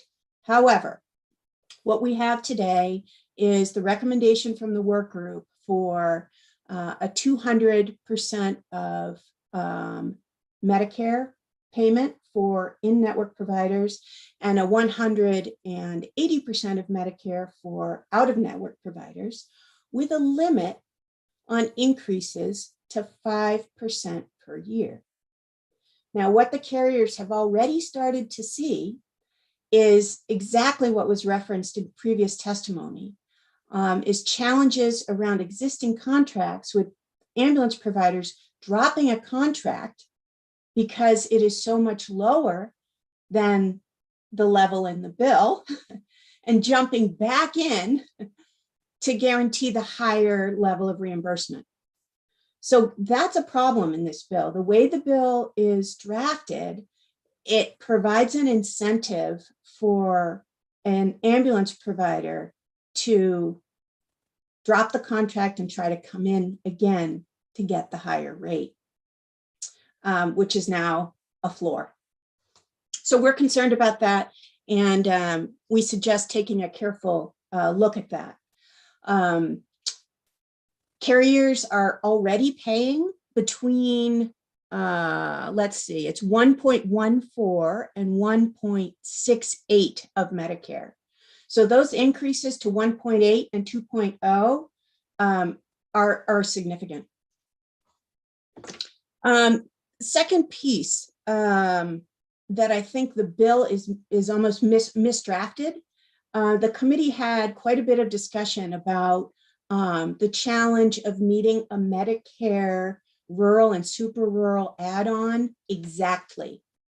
And there was broad agreement that there should be some additional recognition for rural and super rural, the way Medicare does, but it shouldn't be set up in such a way that the carriers have to track the identical amount. So we're suggesting, you know, some language along the lines of substantially similar instead of in the same amount. Third, as you've heard, you know, a little bit earlier from me and from others, we're a little concerned about Section 3, Paragraph D, where it establishes, oh, wait a minute. Okay. Yeah, the 5% per year increase is established on the effective date of this subsection, which would be 90 days after the bill passes. So what that means is that providers have about a 6-month period or so, maybe less than that, to try to get up to the highest baseline rate that they can. And as I said, the carriers are already seeing that, and we're worried about that there will be a mass shift to get the higher rate. So we'd suggest some protection for that. And the protection we suggest is moving the date back to 1/1/21. Fourth, we'd suggest this section involves rulemaking or kind of a CON-ish type of process for ambulance providers. We think that's really, really important. We had a lot of discussion about this. So given the urgency, we'd like to see it be major substantive instead of routine technical, because this is pretty conflicted stuff and there are strong parties on all sides. So we think it's important that the legislature get a chance to look at that. And we'd also suggest a date certain, so it doesn't get pushed off, you know, forever. We'd like to have this rulemaking done pretty quickly. So we've suggested changes to that effect. Finally, I would just note that we discussed this in the work group, and we continue to have concerns about creating any kind of incentive for or process that requires private carriers who are responsible for less than 10% of the claims, but almost a third of revenues. So they're already seeing a cost shift. But we'd be concerned about any incentive on cost reporting, that for the ambulance providers to show higher costs and that somehow to be linked to what private carriers then have to pay. So much of this equation is really Medicare and Medicaid. So So let me stop there and just say it was a difficult process, but I hope the committee got what it was looking for. Happy to answer any questions. Thank you, Ms. Pelletreau. And I let you go on a bit because I think it's helpful actually to have the level of detail that was provided in your testimony and gives us a bit of a roadmap for things we may want to discuss going farther, going forward. Representative Morris, go ahead. Yes, thank you, Madam Chair. And thank you for being here, Ms. Pelletreau. And I wanted to go back on what you said about the issue of one size fits all on these different ambulance type services, municipal versus hospital and private ambulance, because that was some of my concern as well last year when we dealt with this legislation. And I wonder if you had anything right now or could bring something to work session or give something to the committee around how you think that could work, looking at the different ambulance services different ways. Mm-hmm. I'm happy to take the question. Frankly, I doubt we'll come back with a solution. I mean, I suspect the committee understands some of the challenges around this. Some of the cost reporting that we saw for the work group, just as an example, you know, broke out things like some of the municipal providers like fire departments, but in the cost reporting, they included all the staffing costs. So not just the staffing costs for the ambulance service, but the staffing costs for the whole fire department. So that's an issue. Secondary issue, some of the municipalities, you know, they accept that they cannot bring in the amount of money it costs to run their ambulance service. So they shift some of the costs to people living in that town and paying taxes. There are a lot of different ways the financing of these various entities works. It's not simple, but I would just, you know, reinforce that there's a big difference between a local, you know, small one ambulance, for example, small number of provider shop, and, you know, Northern Light or Maine Health, who negotiates its ambulance contracts as part of its overall contract. Very, very different. Thank you, Ms. Pelletreau. Representative Tepler. Thank you, Madam Chair, and thank you for being here, Ms. Pelletreau. I'm just curious, given all these types of ambulance services and the issues involved, is there any particular type of carrier that you're seeing dropping contracts to get the higher rate already? That's a great question. I don't have that level of detail. What I can tell you is that I've heard from 2 members that each has 2 instances.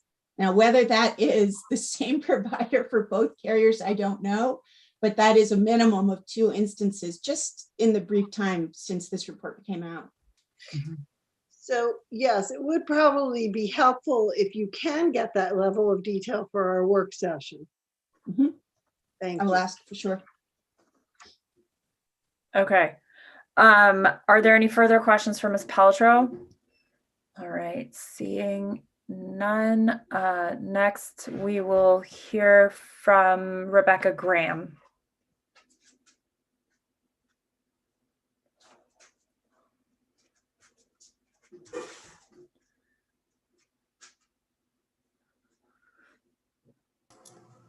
Good afternoon, Ms. Graham, go ahead. Good afternoon, Senator Sanborn, Representative Tepler, and distinguished members of Health Coverage, Insurance, and Financial Services Committee. My name is Rebecca Graham, and I am presenting testimony neither for nor against LD 1258 at the direction of Maine Municipal's 70-member Legislative Policy Committee. First of all, I'd like to say that I wasn't a participant on that panel, but I would like to call out the incredible work that Mr. Kellner and the stakeholder group did accomplish with sensitivity around a complex delivery system in Maine and the complex ways in which those services are delivered. It was a really incredible lift. So the fact that they came out with anything that was unanimous, I think probably deserves some significant recognition. Additionally, as you have already heard, the cost reporting piece for reimbursement can be a challenge for ambulance services, that are embedded into fire departments, as those services are often part of that total public safety cost underneath that umbrella. Municipal operators aren't opportunists, however, and would not be the ones that are taking advantage of increased reimbursements. Often municipal services are supplemented by property tax assessment, and those costs are hidden from the stakeholders and the wider view. So we recognize that the cost reporting element may be a heavy lift, but we hope that it will help capture some of that as well. Additionally, there's a lot of medical care that occurs on scene, often for insured individuals that transport does with. So there's a difficulty in trying to parse out some of that data within the municipal level because it isn't tracked in that same way. That said, MMA is willing to work with Maine EMS or any other entity that you decide needs to be the one that starts collecting that cost reporting data to make sure that that burden isn't really a challenge for those smaller municipal services, that there's some way we can capture this really easy. We also appreciate the language that streamlines the contract process with providers, as a lot of these small rural departments do not have administrative staff and find that to be an enormous barrier, as well as the claim rejection process, et cetera, as I'm sure that this committee is very well acquainted with. So that said, our officials were initially in favor of this. However, the language shift from greater to lesser was a substantive change, and they reviewed the bill under the greater language, which they felt was a step in the right direction towards recognizing some of the rural communities in particular and their costs for transport for those services as well. So with that, I'll be happy to answer any questions if I can, but I believe that there are more experts on this committee than I could ever fulfill. Are there questions for Ms. Graham? All right, seeing none, we have reached the end of the list of those who had signed up in advance to testify orally on this bill. Are there any members of the attendee pool who wish to speak on this bill? Please raise your electronic hand to be recognized. All right, seeing none, I'll bring to a close our hearing on LD 1258. And I think that brings to a close our morning work.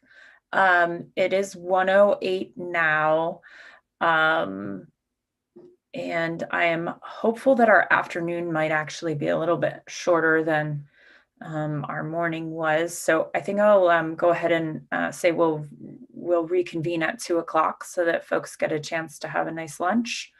And I think if we reconvene at 2 o'clock, we should still be able to wrap up our work in a couple of hours and not have too long of an afternoon. So we'll see the committee back here at 2 p.m. Enjoy your lunch.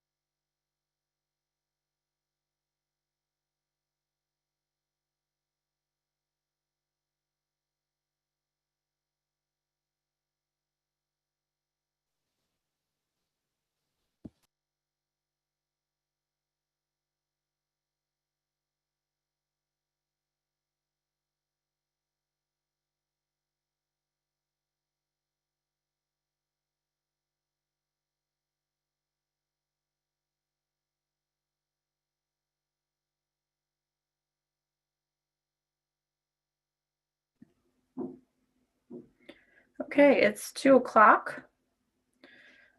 And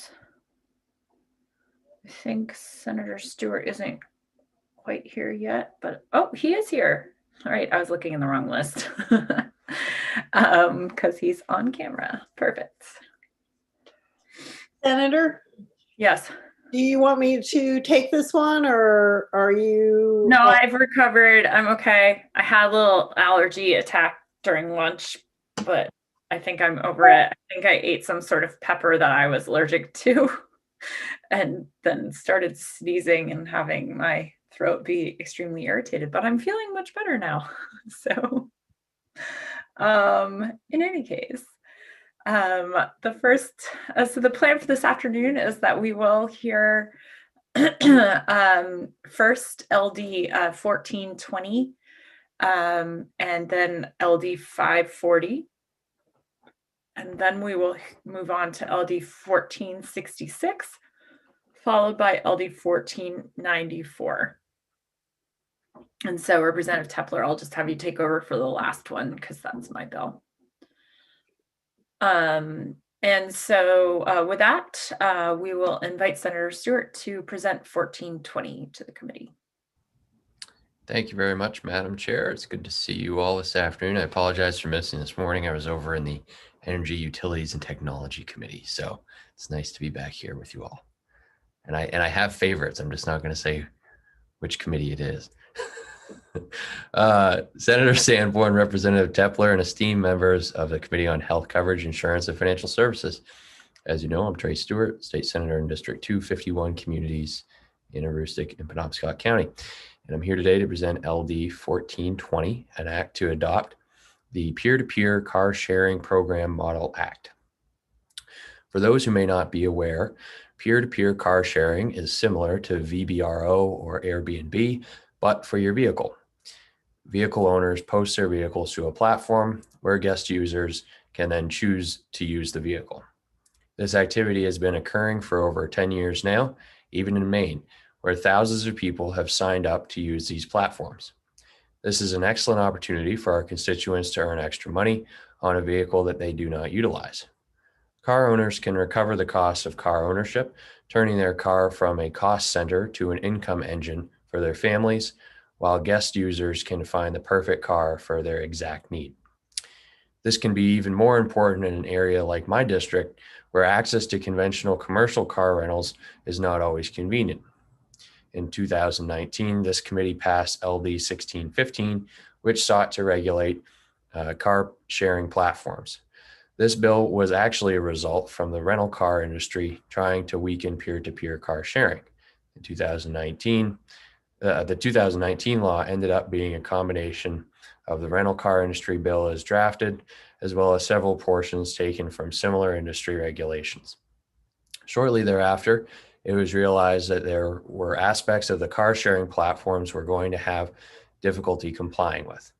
As a result, this committee took up LD 2027 in the 129th legislature, which made some adjustments to the statute. However, even though the bill was passed out of committee well before the pandemic, it still never made it to the floor before the legislature was paused and ultimately died. This is why I'm sponsoring LD 1420 today. Instead of attempting to fix a jigsaw type statute, I am presenting a national model act, which was updated this past year with a number of changes made after negotiations with insurance providers, P2P sharing platforms, and other stakeholders. It was adopted by the National Council of Insurance Legislators during their 2019 conference, and the Council on State Governments included this model in their shared state legislation docket. About 10 states have adopted this version, a version of this model bill. My hope is that we can place reasonable, consistent regulations on this practice so our constituents can utilize these platforms and make a little extra money, and visitors to our state can have available options, additional options for their travel needs. This is free enterprise at its best. With several benefits to our citizens and visitors to our state. I hope the committee will support it. I thank you for your consideration. Happy to answer any questions that you may have at this time. And I think you'll find those coming after me will be better suited to address many of the concerns. And I will note too, just for context, there is a posted draft, I believe I just pulled up. And I believe it is the amendment is posted and available online. Thank you, Madam Chair. Thank you, Senator Stewart. Yeah, and if folks on the committee want to look at the actual draft, it is in the digital files for today's hearing because it was a concept draft to start. Are there questions for Senator Stewart? I think, and Colleen helpfully dropped the link right into our chat, so the committee can pull that up as well.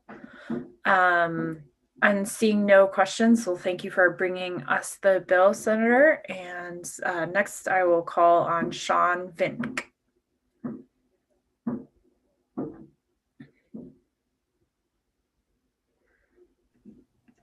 Hi, good afternoon, Senator. Good afternoon. Welcome to the committee. Go ahead. Thank you for the opportunity to speak with you today. My name is Sean Vink. I'm senior counsel at Turo. Turo is a peer-to-peer car sharing platform that operates in many states in the United States, and we are a proponent of the legislation. I would want to echo many of the things that Senator Stewart said. I agree with all of them. Just to add a couple of key points, as was mentioned, the bill that is before you is legislation that was adopted by the National Conference of Insurance Legislators, and it represents consensus among the insurance industry and the peer-to-peer car sharing industry. Both of the major national trade organizations, NAMIC and APCIA, are supporters of the bill, as are the peer-to-peer car sharing industry as a whole, and many of the leading insurers such as Allstate. The bill really tries to address three basic categories of items. The first is insurance and protection. So it makes sure that there is coverage for the shared vehicle driver for the duration of the vehicle sharing period. And it provides that the platform has an obligation to ensure that all drivers are covered at least the state minimums in Maine and in any state during the car sharing period. With respect to the vehicle owners, since peer-to-peer car sharing programs don't own vehicles, the bill provides that the platform assumes all liability of the owner. So in other words, the platform steps into the shoes of the owner and thus protects people that might want to share their vehicles on the platform from having to take on undue risk. There are a number of other provisions we don't need to get into, but the bottom line, I think that should be understood about the insurance provisions is that it makes sure that there's never a gap in coverage. And if there's ever a dispute about who was in control of the shared vehicle during the car sharing period, the bill would provide the insurance that is provided by the peer-to-peer car sharing program would step in to cover any gap or any loss where the coverage isn't clear. So you can be sure that from soup to nuts, beginning to end, there is coverage at least at the state minimums during the car sharing period. The second bucket of issues that it addresses are consumer protections. And just to give you a couple of highlights, it requires the peer-to-peer car sharing program to have a 24-hour emergency line to provide access to roadside assistance for people using shared vehicles. And it also mandates a series of disclosures in the car sharing agreement to consumers so that they're fully apprised of what their risks, responsibilities are. And then I would say the third bucket or category that it addresses are public safety issues. So I would say primarily it tries to make sure that there are not unsafe vehicles on the road by giving both the platform and the shared vehicle owner very specific responsibilities to address vehicle safety recalls should those ever arise. So those are some of the highlights of the bill. As was mentioned, this is a comprehensive framework that enjoys the support of the National Conference of Insurance Legislators, which is a bipartisan national group that focuses on these issues and represents a consensus of the insurance and peer-to-peer car sharing industries. And with that, happy to answer any questions. Representative Tepler, go ahead. Thank you, Madam Chair. And thank you for being here, Mr. Vink. Mr. Vink, can you tell me if I'm a third party and I get hit by someone who's driving a shared vehicle, what are the responsibilities that the platform which facilitated the car sharing to that third party? Yeah, thank you for the question, Representative. There are several responsibilities. The first responsibility of the platform is that for every shared vehicle driver, before every car sharing period, we have an affirmative obligation to ensure that the driver and the owner are covered by insurance that is at least equal to the state minimums under this bill. Should an accident actually occur, we have certain responsibilities to collect certain information about that shared vehicle transaction, and then we have an affirmative obligation to make that data available to the person that was involved in the accident, so the shared vehicle driver, the person that they may have hit or that may have hit them, and both of their insurers to facilitate settlement, investigation, and claims coverage. So that is our obligation. We need to retain that information for the period of, I believe it's 4 years in Maine,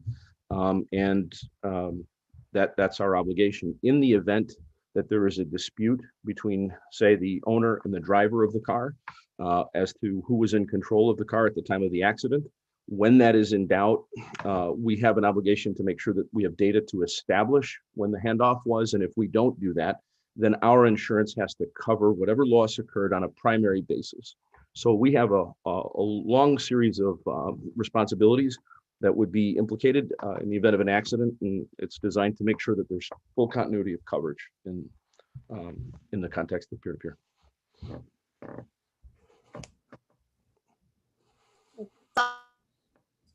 Follow up, sorry, on and off, on and off.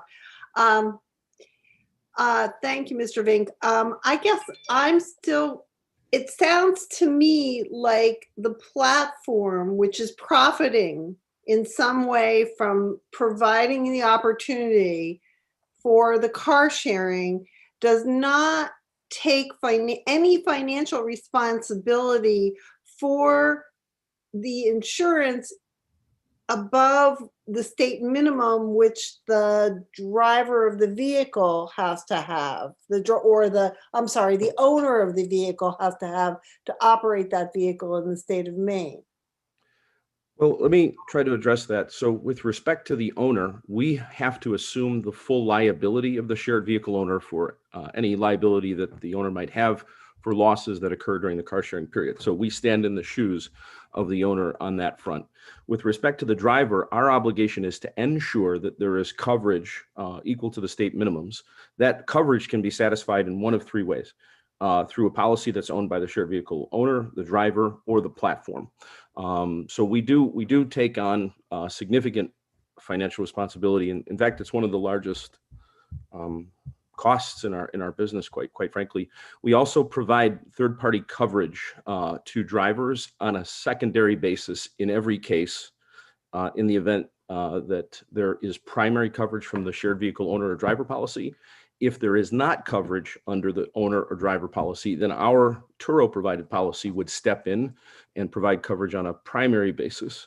So we have to ensure that there's never a gap in coverage, and our policy is always covering at least on a secondary basis and sometimes on a primary basis. So I would say that we do have significant financial responsibility. And by the way, the coverage that is provided to drivers by the platform is not something that can be declined. It's provided in every transaction as part of the deal. One other point, if I could, is that you mentioned our profit. So we should be clear that the price for the daily rate for the use of the vehicle is set by the owner and the driver. We do not set those prices. They mutually agree and negotiate that. It's true that we do assess a fee for the use of our platform, but that's separate from the daily rate, the price, which is the primary component of the cost that is set by the owner and driver. Yeah, I'm just concerned about you're facilitating a transaction, a accident happens or crash happens that involves parties that are outside of the transaction, and I really am still concerned about the amount of liability that you're carrying as sponsors of that transaction. Okay. Okay, are there additional questions for Mr. Vink? All right, so I have one, which is that I know we're going to hear shortly from the Trial Lawyers Association with regard to the Graves Amendment. Can you explain why the NCOIL model incorporates the protection from vicarious liability that's known as the Graves Amendment, and explain that issue to the committee? I don't think very many members of this committee were on the committee in 2017 when we originally picked up this issue. Yes, Senator, I'll do my best.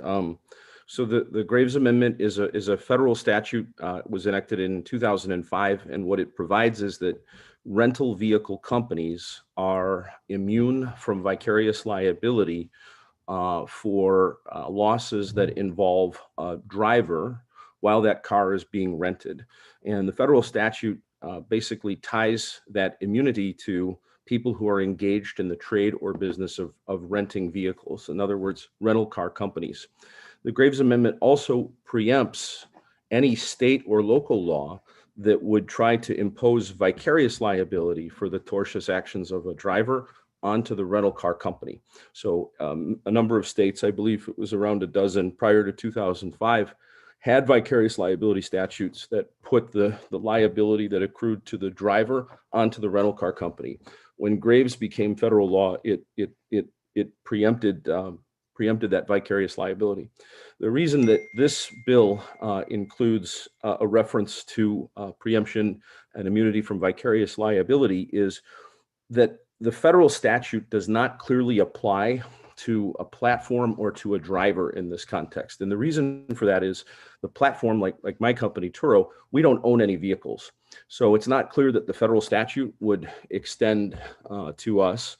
Moreover, people who are shared vehicle owners, most of the time you'll see that they have full-time jobs or other businesses or methods of owning income. So they're not necessarily engaged in the full-time business or trade of renting vehicles. So it's not clear that the owner is protected by Graves. So what this statute is trying to do is to extend an immunity from vicarious liability as a matter of state law to give a protection to owners and platforms that is analogous to and consistent with what federal law gives rental companies. And so I'm going to take the privilege of a follow-up, Representative Tepler. Please hold on. So the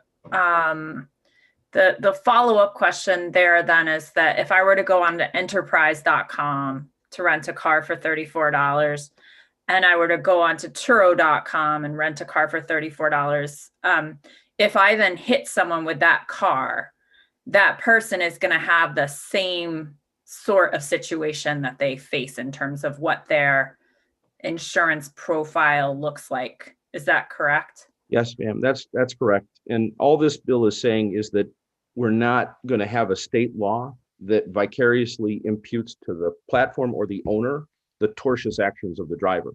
The driver is still responsible in tort for his or her tortious conduct, negligent conduct. And the insurance company that's available, their insurance coverage that's available to that driver is analogous whether they rented from Avis or Enterprise or whether they rented through the Turo platform. Is that right? It's our intent to make sure that all shared vehicles are covered throughout the car sharing period. I'm not familiar. I don't know that Maine requires rental car companies to ensure that there's coverage for drivers during the car sharing period. That may be the case. I'm not sure about that. Okay. So I would say that we provide more coverage than. Okay. Representative Tepler, go ahead. Thank you, Madam Chair. Mr. Vink, this confuses me a little bit because in many other issues around car sharing, the car sharing companies have insisted that they are very different than rental car companies. And that distinction has been maintained in large portions of the law. But in this portion, you seek to have the exact same kind of protection as rental car companies have.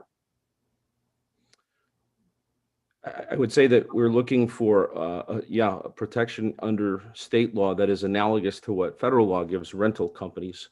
And the reason for that is that if we can have rental car companies, which are large multinational corporations, protected from vicarious liability, it just stands to reason that individuals who own vehicles who are not corporations should have the same protections, we who are not the owners of the vehicles should also have that same consideration. So that's the thought process.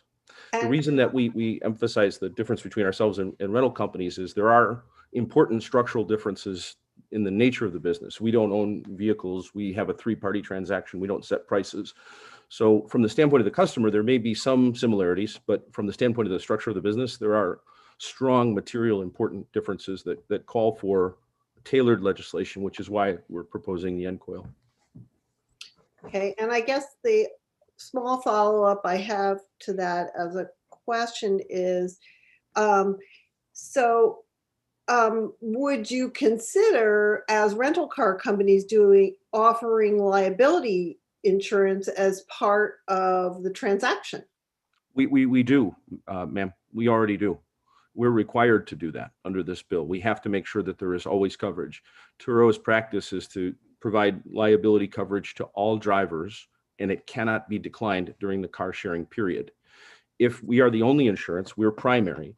If they have other coverage, that other coverage might be primary and then we'd be secondary. But we do make sure that every driver has third-party liability coverage, at least at state minimums during the car sharing period throughout. The other thing we do is if people want to have supplemental liability coverage, we do offer an option for an additional fee to increase that liability coverage to $750,000, in excess of the state minimums.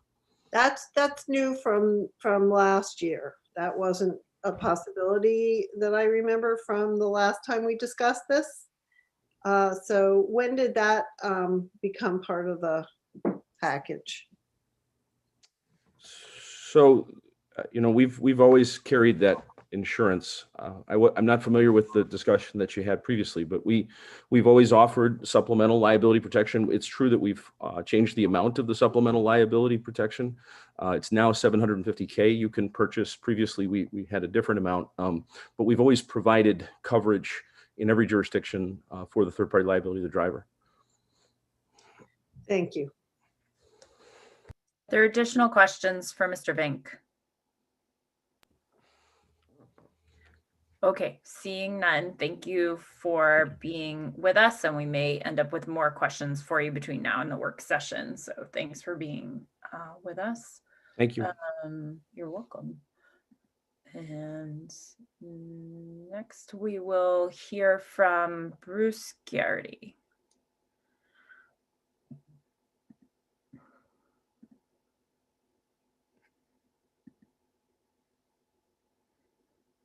Good afternoon, Mr. Garrity. Go ahead. Good afternoon, Senator. Senator Sanborn, Representative Tepler, and members of the committee. My name is Bruce Garrity. I'm here on behalf of HCIFS, which is one of the entities which worked in developing the NCOIL model, which you have before you. Let me start by thanking the veteran members of the committee in particular for the work you've done on this issue since 2016, 2017. It did present its conundrums, and the committee obviously worked very hard to come up with the version of the peer-to-peer statute that we have now.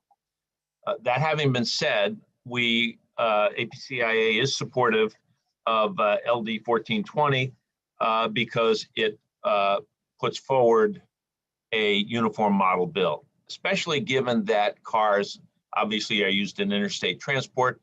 We believe that having a model in place around the country is the best way to go in this particular situation.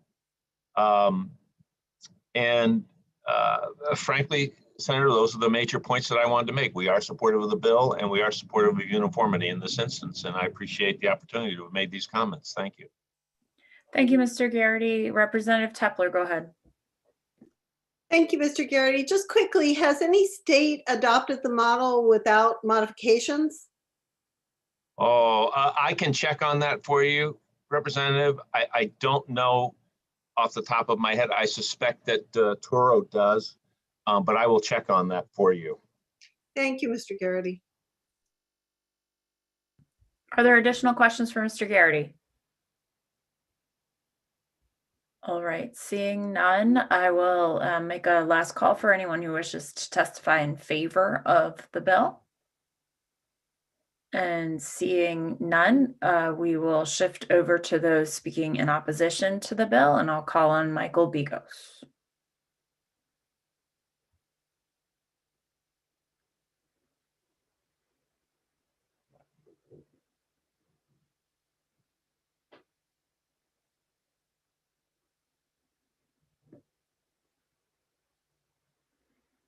Good afternoon. If you can hear us, you can start your camera, and there you go. All right, great. Thank you. Just a minute here. Well, thank you, Senator Sanborn, Representative Tepler, honorable members of the committee. My name is Michael Beekes. I live in Auburn. I'm a trial attorney at Berman and Simmons Law Firm, president of the Maine Trial Lawyers Association. The Maine Trial Lawyers Association opposes this bill as written. LD 1420 has almost no language in it, but instead refers to the boilerplate form model act published by the National Conference of Insurance Legislators, or NCOIL. And to our knowledge, this bill has not been adopted in any state. Mr. Vink earlier talked about been adopted in versions have been adopted in about 10 states, and of course Maine actually has, as Bruce and Mr. Vink indicated, we already have Chapter 95 from the Public Laws of 2019 that started the framework. So the Maine has a bill in place now, or a law in place now. Regarding this bill, we asked that the committee amend the bill to form a study commission comprised of stakeholders to talk with each other, to share information, and to seek areas of agreement and report back to the committee. Right now, there's just too much at stake in this bill that affects citizens throughout the state. The bill was just recently printed, and the public hearing was published about a week ago. 2 years ago, the Peer-to-Peer Car Sharing Insurance Act was proposed and resulted in the beginning of a legal structure that deferred some of the more serious issues that still need addressing. The NCOIL language referenced in LD 1420 is presently unallocated in the form of the Maine revised statutes. It's difficult, if not impossible, for the committee to consider it at this time. Some of the form language would belong in 24A.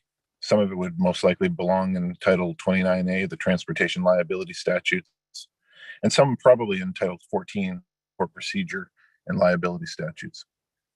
Alternatively, the committee should just reject the bill and report it out not to pass because it's simply not ready yet for discussion for formatting issues. The language should be in the form of the Maine revised statutes.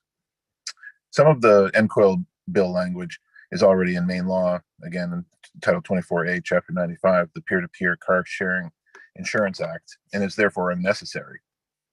Some of the bill, if you were to vote this out to pass as it is, would conflict with that current law because it would be surplusage and be duplicative. Thus, the first thing the bill needs is simply a good editor. Either a study group should do this or a sponsor should do it. Then the committee can give the issue serious consideration that it deserves in a future public hearing. The committee can then work to find language to promote the safe, predictable, accountable expansion of peer-to-peer car sharing network businesses and business transactions in Maine. We're specifically opposed to the exemption of the vicarious liability, referring to the so-called Graves Amendment at 49 USC section 30106. Thank you for mentioning that in the discussion thus far this afternoon. Allowing vicarious liability creates the private enforcer incentive for safety and accountability and tends to keep the government out of regulating minimums for what's considered safe enough under the circumstances, which is always a cat and mouse game and always needing revision as technology and markets evolve. By exempting vicarious liability, by adopting Maine's a so-called Maine version of the Graves Amendment, the legislature puts the burden on people of Maine for any incidents that occur as opposed to a large corporation with the funding and financial capacity to handle any situation. Other parts of the bill, however, do contain good ideas, such as the consumer protection disclosures. As currently written, those disclosures are arguably more helpful to the car sharing platform than the consumer, but certainly they offer bilateral protections and contract terms that are helpful so both parties and other stakeholders such as insurers and future casualty victims know what is going on and know what the legal structure is in Maine.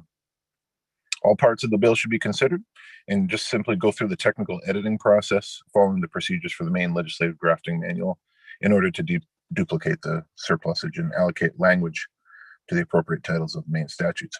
We urge the committee to take the time to delegate a commission to study this, to discuss it, and but if in the alternative, to vote it not to pass. Thank you. I'll be happy to answer any questions. Thank you, Mr. Begas. Are there any questions for Mr. Begas? Representative Morris, go ahead.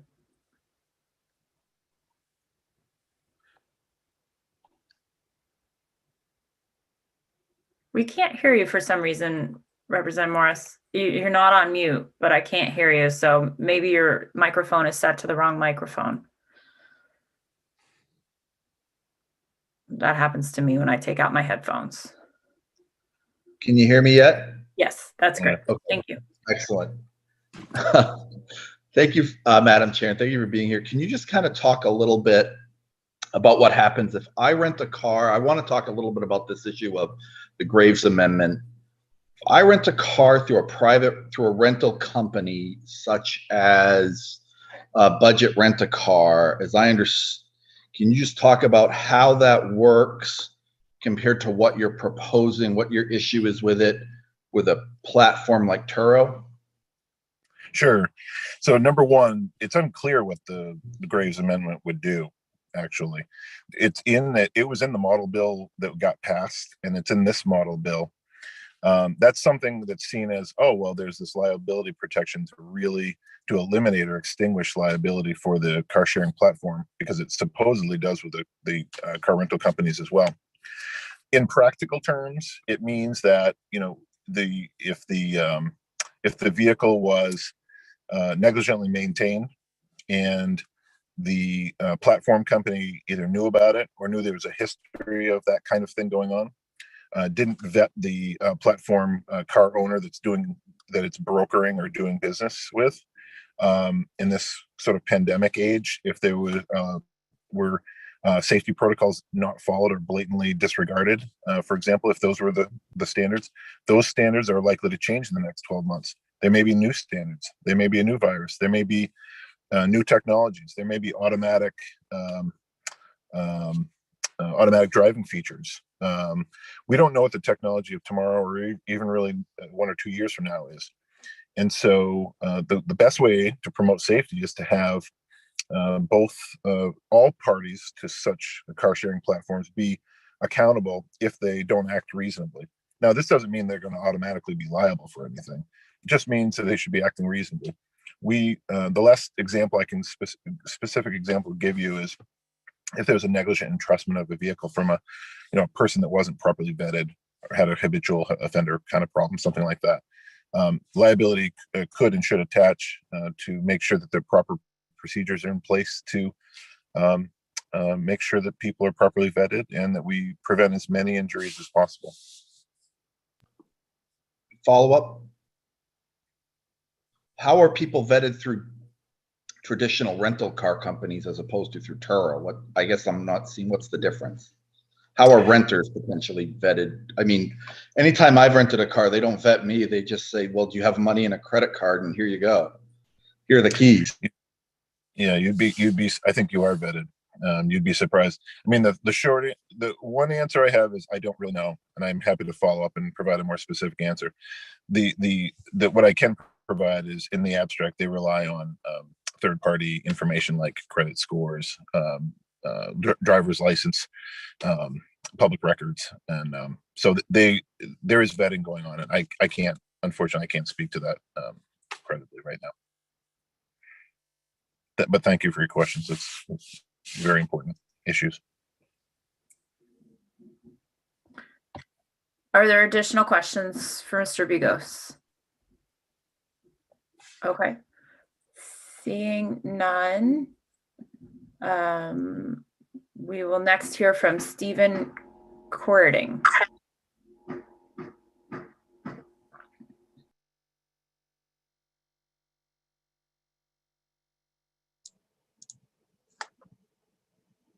Good afternoon. Senator Sanborn. Go ahead. Thank you. Senator Sanborn, Representative Tepler, and honorable members of the committee. My name is Stephen Curtin. I live in Falmouth and am a trial attorney at Kelly, Rummel & Zimmerman, a law firm in Portland. which represents Mainers throughout the state. The Maine Trial Lawyers Association, as Attorney Bigos explained, opposes LD 1420 as written and supports LD 540, which will come next. My written testimony addresses both bills, but I will split it into two and reserve the latter portion of my written testimony regarding the Graves Amendment for my comment on LD 540. Senator Sanborn, please let me know, based on your recent comment, if that applies to separate public hearings on different bills, but that's my plan at the moment. Yeah, no, this is a separate public hearing from the next bill. It was really in reference to a previous testifier who had raised his hand. Understood. Thank you, Senator.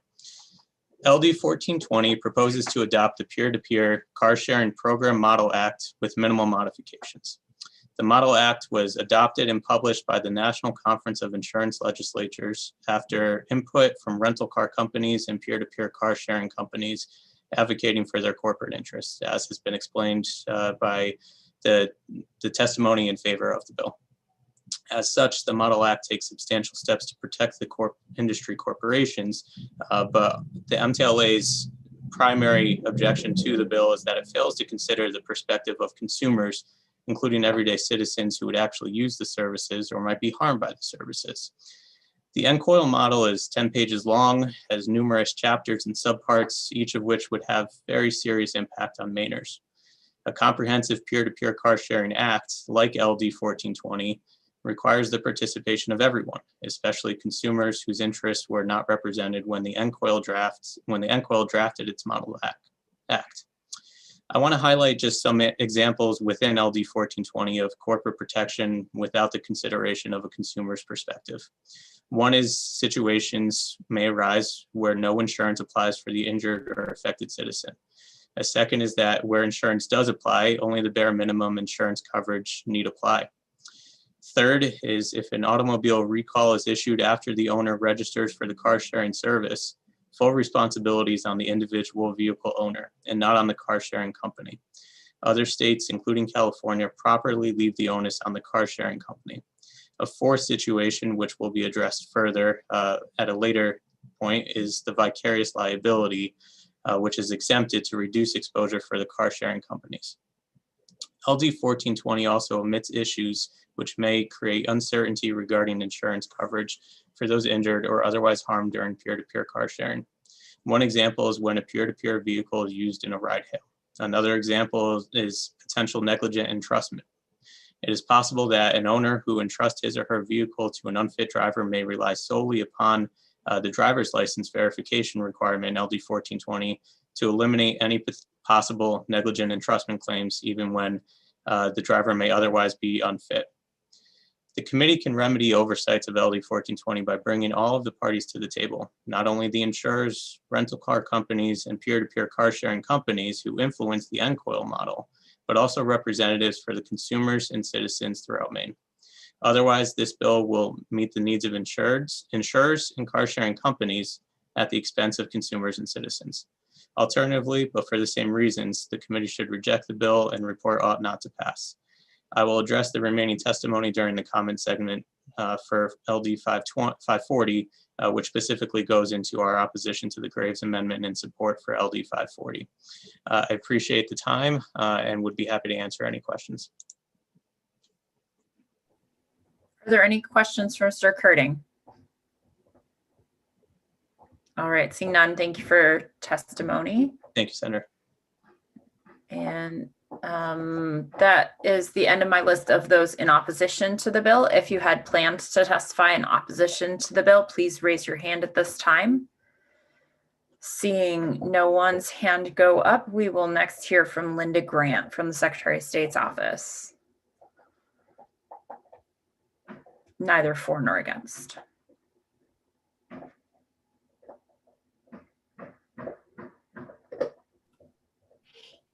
Good afternoon. Actually, at this point, we really needed, as the Secretary of State, Bureau of Motor Vehicles, to get a sense or a feel of what, or the direction that this bill was moving in. So it's been interesting to hear, and I have no written testimony at this point. It's just a matter of the insurance aspects of it and responsibilities that may or may not fall within the Secretary of State. Thank you, Ms. Grant. I think that part of the impetus for the bill is actually a concern of the Secretary of State's office with the current law, because it includes some financial responsibility on the part of the platform, and that I think it still makes the Secretary of State's office responsible for reviewing that financial responsibility. So I think this bill would solve that problem. Did you have any comments on the current status of car sharing companies under the current statute framework in Maine? Under the current statute, no. It was the responsibility of equating it to having a different ability to show where someone might have proper coverage, which was what the last bill, which I don't remember, the LD 2027 kind of alluded to previously. The one we heard testimony about last week. This was last year, the bill last year. Okay. Right. Okay. I think I know what you're talking about. All right. Are there any other questions for Ms. Grant? Okay. Seeing none, thank you for joining us today, and feel free to update us after you have reviewed the bill further. Thank you. Sorry, committee, I've lost my list again, having looked at some testimony. To learn how to make it open in a separate window. Just a moment. Okay, next we will hear from Charlie Sultan, neither for nor against.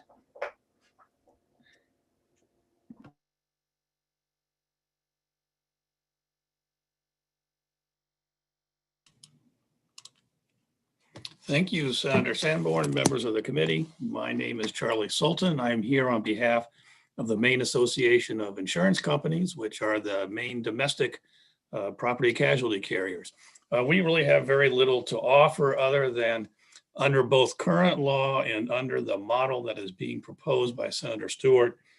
They both still allow insurance companies like mine to exclude coverage for peer-to-peer events. So all of my members in their policies for auto insurance actually have an exclusion to not cover one of their insureds, in essence, entering into the business world by sharing their car with a third party, and so on. So we want to make sure that whatever you do with this bill, that ability to exclude coverage is preserved. In the case of an exclusion, the insurance agent, like Senator Foley in years past in the committee hearings, would warn his clients about that exclusion to make sure that they had an endorsement, which can be bought, which would cover the specific activities of a peer-to-peer agreement, as well as using the car then for the peer-to-peer, or finding alternative coverage. So that's the only thing we wish to raise as just for notation's sake. The current law is in Title 24A, Section 7403, subsection 2, which allows that. And I think it's, I'm not sure where it is in the model, but it's there. So I'll just leave it at that, and glad to answer any questions. Thank you, Mr. Sultan. Representative Tepler. Thank you, Mr. Sultan. So, I have the example in my family of my son not realizing that his car insurance didn't cover him during work. And his work was expecting him to do some driving, and we put a stop to it because our insurance has an exclusion for business-related accidents. So I'm curious, would a person necessarily know that this exclusion was present in their coverage if they'd been maintaining the same coverage for years, and then all of a sudden they decided to put their car in on a sharing app? Yeah, the exclusion is pretty evident within the policy. So it should be fairly evident for that. I don't quite understand the example of your own situation, because most business activities, I mean, I use my car for work activities, and I am covered under both business policy and, if need be, my personal auto policy. Unless you were doing some kind of pizza delivery or something like that, where there may be a more, specific situation, but in almost all cases, it's otherwise covered. So pizza delivery, though, is not. It may not be. I mean, because you may be using your car for Domino's, and Domino's should be providing coverage to that driver. But they don't. They usually ask the driver whether or not they have insurance without checking with the 17-year-old about whether or not they have business insurance. So, that's just a concern I want to put out there, that I don't think everybody reads their auto policy. I don't think everybody buys their auto policy from an agent. And I am concerned that people don't realize that they might have an exclusion for peer-to-peer. That is why we are huge proponents of the independent agent network, and that all of my members use independent agents who have a more direct relationship with their customers and are insureds than those that do it through the internet.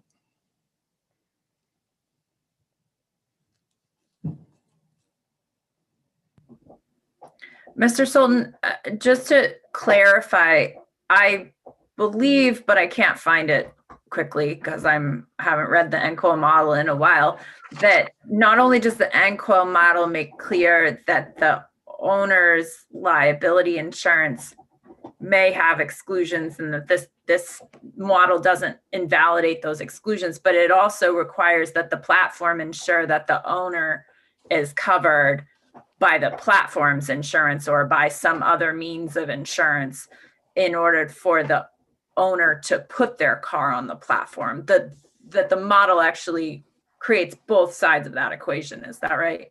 That is correct. Thank you. Are there other questions? Thank you.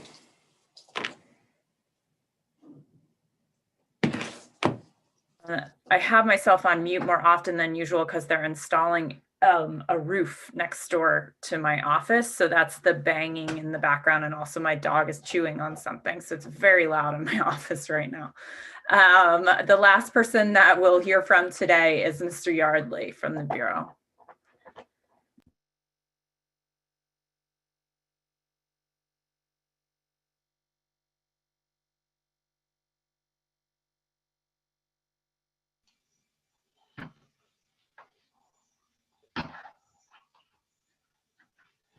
Good afternoon.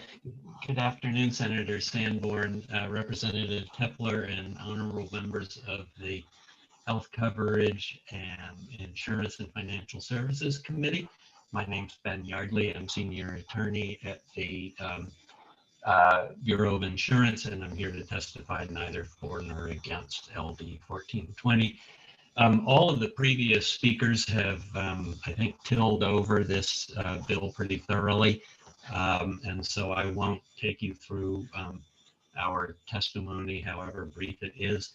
Would just say that the bill would also eliminate the requirement concerning comprehensive and collision coverage. This is first-party issue that could be of concern to people who own cars that they put in rental. And other than that, I would be happy to answer any questions now or at the work session. Thank you, Mr. Yardley. I'm not looking at you. I have the screen over to the side. That's okay. I have the same problem, but I look like I'm looking up to heaven, so that's okay. Representative Morris, go ahead. Yes, thank you, Madam Chair. I just have a clarifying question. Somebody rents a car through one of the rental car companies at the airport, like Budget Dollar, any of them, and they decline the insurance coverage, as I think most people do. What are they covered? What are the limits that they are covered under right now, currently under state law? Well, I think that when you rent a vehicle, the requirement is that your insurer cover the vehicle that you rent according to the terms of the policy that you have. So it may vary from minimum limits to, you know, $500,000 combined single limit or more. Okay, so just to clarify, it depends on what the individual, what I would personally have for coverage. Okay. Okay. Thank you. Thank you, Mr. Yardley. Are there any other questions for Mr. Yardley? All right, seeing none, that brings to a close the list of folks I had registered in advance to testify. If there's anyone else who wishes to testify on this bill in our Zoom meeting, please raise your electronic hand at this time. Seeing none, I'll close the hearing on LD 1420, and we will open a hearing on LD 540. And we'll invite Representative Tepler to present her bill.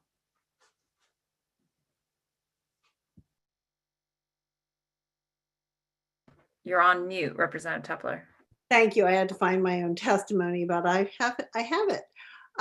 So Senator Sanborn and esteemed colleagues of the Health Coverage Insurance and Financial Services Committee, today I'd like to present to you LD 540, an act to promote safety and protect consumers using peer-to-peer car sharing programs. When this committee initially adopted the peer-to-peer car sharing statute that we have now, we overlooked the responsibility of the business that promotes this exchange of vehicles for injuries to innocent third parties. Doesn't it make sense that if a business is making a profit, even from fees, from providing an opportunity, that they take some responsibility when that opportunity results in damage to someone who is not part of the transaction? I have heard from many members of the plaintiff's bar that the protections in this law are inadequate for such third parties. Who is responsible if the person who is using a car that they got from a car sharing app gets into a bad accident with me? Doesn't the company that facilitated that exchange bear some responsibility? Under current law, they are exempt from vicarious liability. I believe this is a serious error on our part, and this bill, unlike the NCOIL model, corrects it. I am happy to answer any questions that you have, but others following me may be better able to explain the legal issues involved. Thank you, Representative Tepler. Are there questions for Representative Tepler? All right, next we'll hear from Michael Bigas.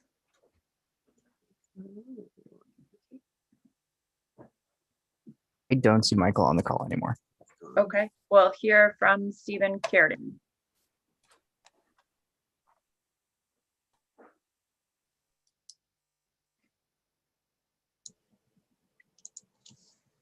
Good afternoon again. Senator Sanborn, Representative Tepler, and honorable members of the committee. As you know, my name is Stephen Kierden. I again live in Falmouth and am a trial attorney at KRZ, a law firm in Portland, which represents Mainers throughout the state. I testified earlier in opposition of LD 1420. I'll focus my latter testimony on our support of LD 540 and our general and specific opposition to the Graves Amendment as it applies to both bills.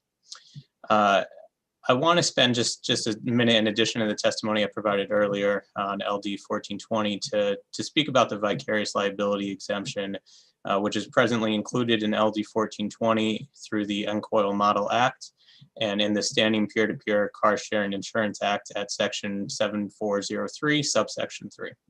The MTLA opposes LD 1420's inclusion of this exemption and supports LD 540, which would simply allow for vicarious liability by removing this subsection. The vicarious liability exemption is taken from the so-called Graves Amendment, as we've heard about this afternoon. The Graves Amendment is a federal law which protects the owner of a motor vehicle engaged in the trade or business of renting or leasing motor vehicles from vicarious liability. The federal law does not apply to a car sharing service which does not own the vehicle being shared, or at a minimum, it's unclear. When this principle was added to Maine's Peer-to-Peer Car Sharing Insurance Act, the legislature expanded liability protections to car sharing companies and vehicle owners beyond those provided for in the federal law, while simultaneously reducing the rights of those harmed through no fault of their own. In circumstances where the negligent party cannot pay for all of the harm they cause, the remainder should be paid for by the car sharing companies or the vehicle owners who have the means and foresight to insure against the risk. It shouldn't be borne by the citizens injured through no fault of their own. Further, allowing vicarious liability creates an incentive for private enforcement of safety and responsibility, rather than governmental oversight and regulation of minimums, which are ever changing.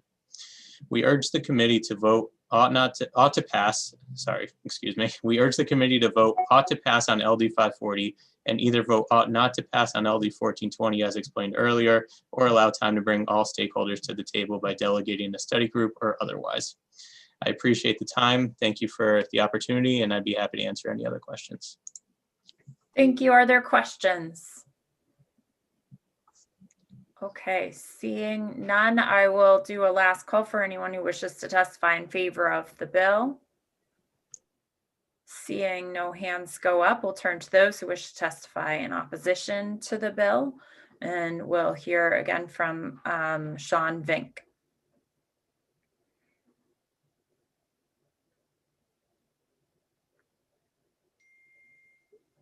Good afternoon again. Go ahead. Good afternoon again, Madam Chairperson and members of the committee. Thank you for the chance to speak to you again. We addressed this issue earlier. I don't want to take up too much of your time, but I would like to offer a response to some of the statements that were made earlier. One of the other presenters' testimony was pointed out or stated that the vicarious liability preemption prevents people from suing for things such as negligent entrustment or negligent maintenance of the vehicle. I just want to be clear that what vicarious liability is doing is it's assigning to a platform or to an owner liability for the tortious acts of a driver who may be at fault. This bill is not eliminating the liability of the platform or the owner for the tortious actions of the owner or the platform. So, for example, in the case of negligent entrustment, this bill provides, or excuse me, the model bill provides that the platform steps into the shoes of the owner. We assume all liability of the owner. And if there was an action against an owner for negligent entrustment, that is a liability of the owner. That would be assumed by the platform. Nothing in the model bill would prevent an injured party from recovering on a theory of negligent entrustment. In fact, it enhances that opportunity by assigning the responsibility to the platform as opposed to the vehicle owner to cover that situation. So I want to be clear, nothing in the vicarious liability preemption provision of the model is addressing negligent entrustment or negligent maintenance. That is a liability of the owner. What it does do is it prevents the owner, who's an individual car owner, from having to stand in the shoes of a driver who was negligent in the operation of that vehicle and to assume vicariously that responsibility. That's an enormous burden that we do not impose in this country on rental car companies, and it stands to reason that it should not also be imposed on individuals who are much less capable of handling the financial risk. The only other point that I want to make is that you would create an inequity in the marketplace if rental car companies, multinational businesses, well capitalized, are protected from vicarious liability, while at the same time individual car owners and platforms in this space are subjected to it. It has the inevitable effect of distorting competitive forces and increasing risks and costs to one industry relative to another, which could imbalance pricing and competitive forces. So I want to be clear that the platform does assume financial responsibility for things that occur during the car sharing period. The model bill assigns that to us by requiring us to ensure that everyone is covered during the car sharing period. So if a driver drives one of these vehicles, our obligation is to make sure that they are covered by at least state minimums. This is an obligation that does not necessarily attach to rental car companies, as was noted earlier. So we do go above and beyond. The other point I want to make is it was mentioned in testimony earlier that the model allows for a gap in coverage, and that is justification for imposing vicarious liability. That's not accurate. If you read the model, it says very clearly that if there is ever any dispute about control of the shared vehicle at any time throughout the car sharing period, if there is such a dispute, then the platform has to stand in and to provide coverage on a primary basis to the injured party. So there is no chance in this whole continuum of events that an injured party is going to be left in the lurch without an option to get appropriate remuneration for any losses sustained. So I will leave my comments at that. And I appreciate the chance to speak with you. Representative Tepler. Thank you, Madam Chair, and thank you, Mr. Vink. Mr. Vink, I guess if what you are saying is something that attorneys generally agree on, why do you think the plaintiff's bar is not happy with this? I don't know the people of the main trial bar. I don't want to speculate as to their motives. Let me answer the question this way. Having a theory of vicarious liability allows you to have a different defendant in an action.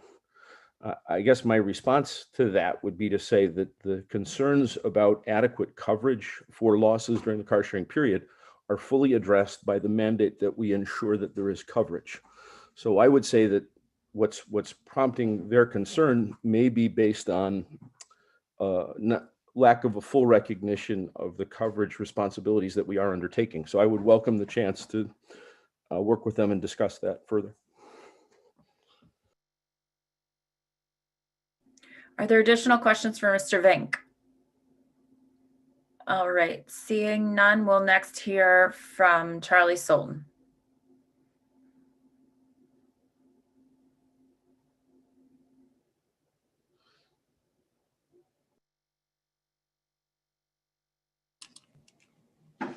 Good afternoon. Good afternoon again, Senator Sanborn, Representative Templer.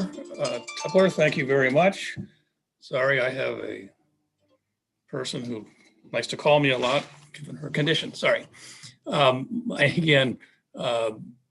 name is Charlie Sultan. I'm here on behalf of the Maine Association of Insurance Companies again, in opposition. Our opposition is fairly narrow. The world has changed in the last 20 years a great deal. What we call the peer-to-peer market in people buying and selling goods from each other, from renting houses from each other, and now sharing cars is a market that some of us older folks don't understand and don't participate in. But it is one that has taken off. And we accept that. And we believe that the current law and the model law provide really well thought out protections for the consumer to have protection.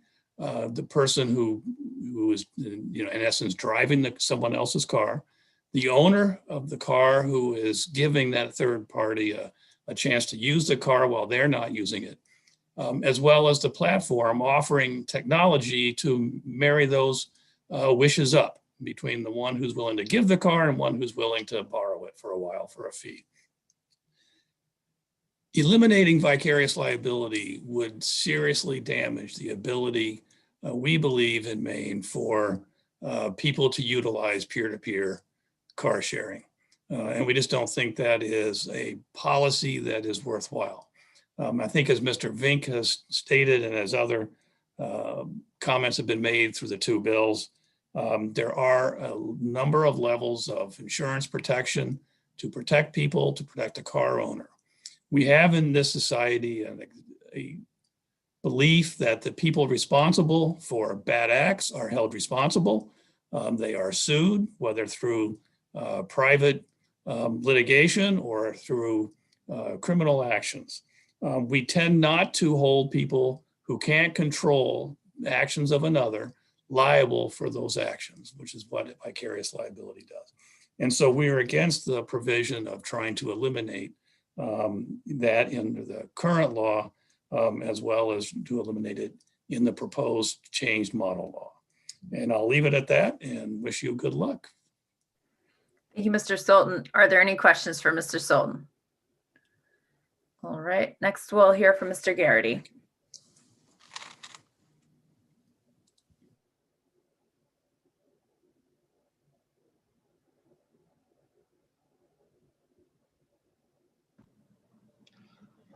Senator Sanborn, Representative Tepler, and members of the committee. My name is Bruce Garrity. Again, I'm here on behalf of APCIA.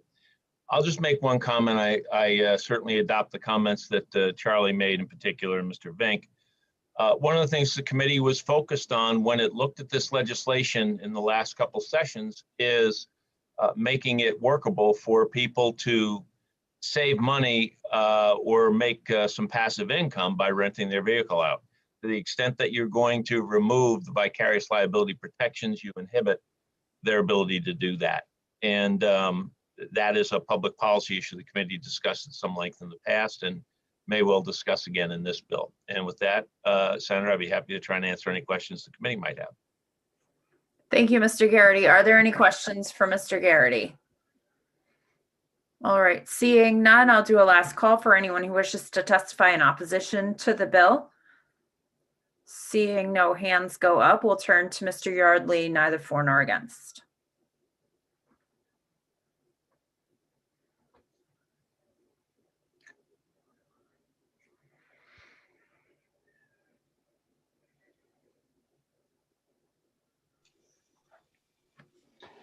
Good afternoon, Senator Sanborn, Representative Tepler, and distinguished members of the committee. My name's Ben Yardley, and I'm senior attorney with the Bureau of Insurance. I'm here to testify neither for nor against.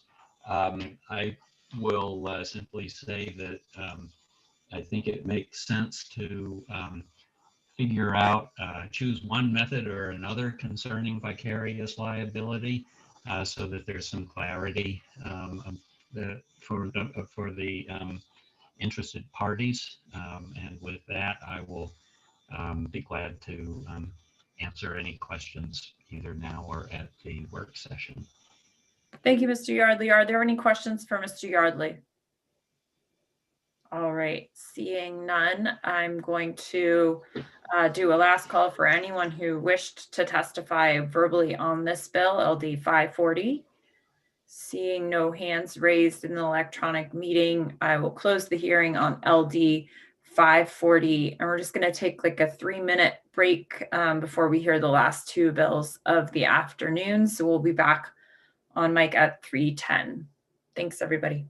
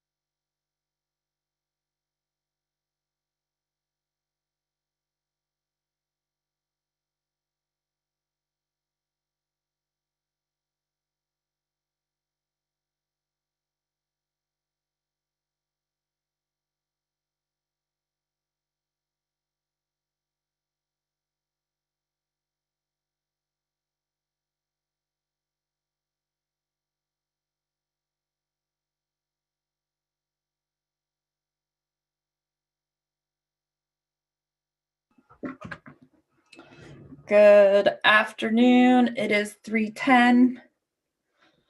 This is a brave new world where we try and stay on time and take breaks that are the same length we said they would be. One of the only advantages to Zoom legislature. There's a few others, but this is one of the big ones. All right, so if folks could just pop their cameras on so that we have more than 3 or 4 of us, that'd be great. And so next we will hear a public hearing on LD 1466, an act to improve the efficiency of certain consumer credit protection laws, which is sponsored by Representative Tepler. So Representative Tepler, go ahead. Thank you, Senator Sanborn, and my most excellent friends and colleagues of the Health Coverage Insurance and Financial Services Committee. As you know, I am Denise Tepler. I represent House District number 54, which is all of the town of Topsom. And I am pleased to present to you LD 1466, an act to improve the efficiency of certain consumer credit protection laws. Say that 3 times fast. This is a complex department bill, which was first submitted in the last session. It makes many minor and some major changes to definitions in the enabling statutes for the Bureau of Consumer Credit Protection. Overall, I believe these changes tighten and modernize consumer protections in Maine. I will leave it to Superintendent Lund to discuss all the specifics of the bill, but I'm happy to answer any questions that I can.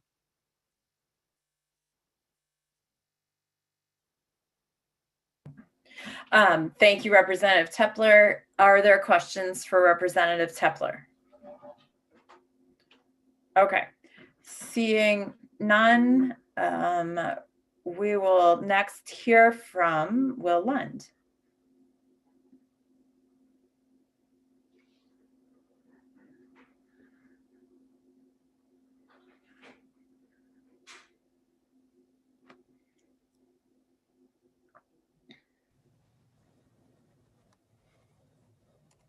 Good afternoon, Mr. Lund. Go ahead.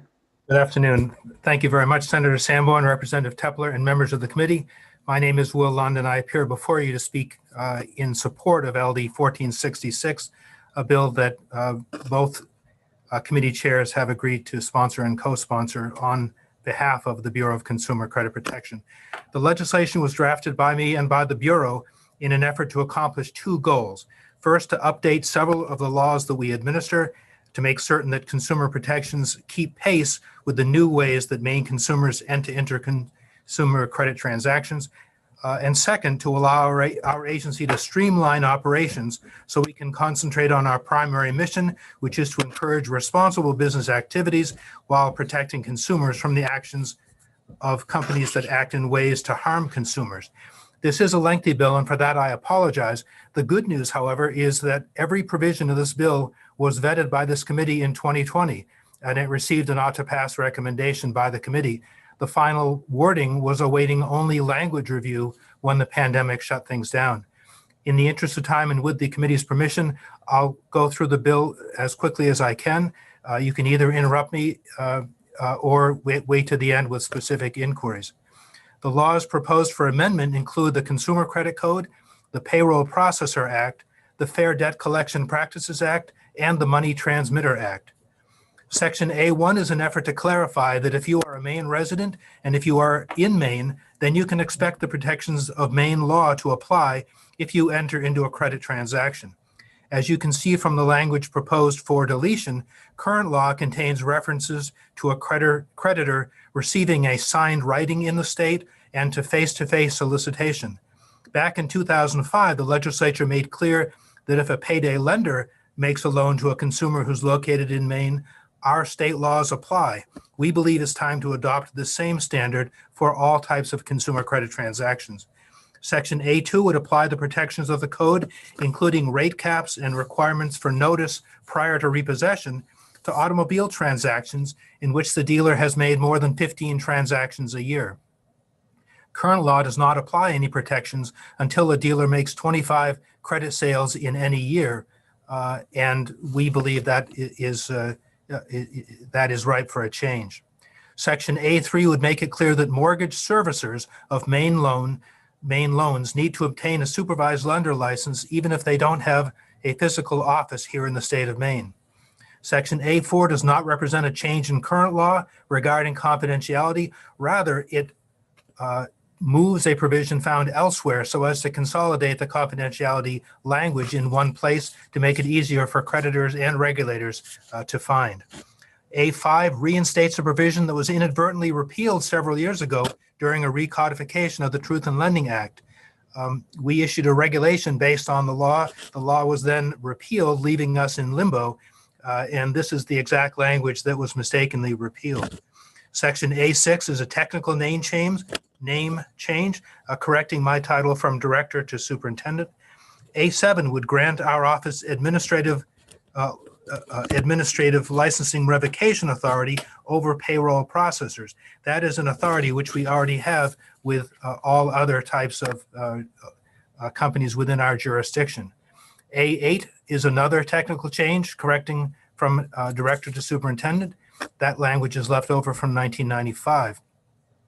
Section A9 would make it clear that money transmitter law includes transmission of digital currencies such as Bitcoin. Since that's the law in most other states, many digital currency companies have already registered as money transmitters with our agency. And regarding this last proposal, last week, the video gaming industry raised a question as to whether it was the Bureau's intent to regulate tokens that are earned in video games as digital currency. As a general matter, if the tokens are not redeemable for cash and cannot be bought or sold on the open market as the equivalent of cash, then it's not our intention to regulate in-game tokens as digital currency. And I believe Curtis Picard will be bringing forward language to clarify that exemption for the digital gaming industry. Sections A10, A11, and A12 amend the debt collection law to provide the same regulatory remedies as apply to other license types. No action could be taken without notice and an opportunity for an administrative hearing that complies with the requirements of the APA. The last of these sections, A12, lists a very important regulatory tool called an assurance of discontinuance. We probably enter into 15 or 20 AODs, as we call them, each year with different types of creditors, and this proposal would allow us to utilize that remedy with debt collectors as well. Section A13 is another reference to director. Parts B, C, and D of the bill authorize the Bureau to require that certain types of companies apply for licenses through a system called the Nationwide Mortgage Licensing System, or NMLS. NMLS is a multi-state system developed by state regulators that has been used successfully by our office for many years to license mortgage lenders, mortgage loan originators, and money transmitters. These sections of the bill consist of many pages as a result of the wide range of companies regulated by our office, including consumer lenders, loan brokers, litigation funding companies, credit reporting agencies, like-kind exchange facilitators, real estate settlement agencies, payroll processors, guaranteed asset administrators, money transmitters and check cashers, and finally, debt management servicers, service providers, otherwise known as credit counselors. So the language would allow us to use the NMLS to license those companies. Regarding the NMLS, many other states have already expanded their use of that system since it allows a company to input basic information once and then just tell the system which states it wants to apply for a license in. With respect to that, we would plan to adopt, especially with respect to smaller companies, we would proceed slowly. For example, with the money transmitter law, we allowed companies for 3 or 4 years the optional use of the NMLS to as a way of phasing that in. With respect to Part E, the language, this language in the bill, Part E, was not a part of our agency's original 2020 bill. Rather, it was proposed by Senator Sanborn at the request of consumer advocacy groups, and the provision then received the support of the committee. The language would prevent a debt collector from collecting medical debt from a consumer who has been qualified for charity care or who would have been eligible for charity care if he or she had applied. Section F-1 was also added to the bill in the committee process last year. It relates to debt buyers and requires that the debt buyer allege certain facts as part of any collection action in court to demonstrate that they are the proper owner of the debt and that they have the legal authority to bring the action.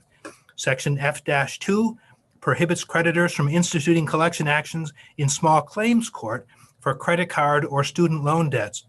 This change was sought by consumer advocates to ensure that the higher standards of evidence required in district court and superior court would apply to those civil actions. And Part G, which was added during committee deliberations in 2020 at the request of the judicial system, would authorize judges to refer the collection actions that I just talked about to the court alternative resolution system for mediation, since that process has proven effective as an avenue in the small claims court cases. So I thank you for your attention through this lengthy bill, and I'd be pleased to answer any questions you might have.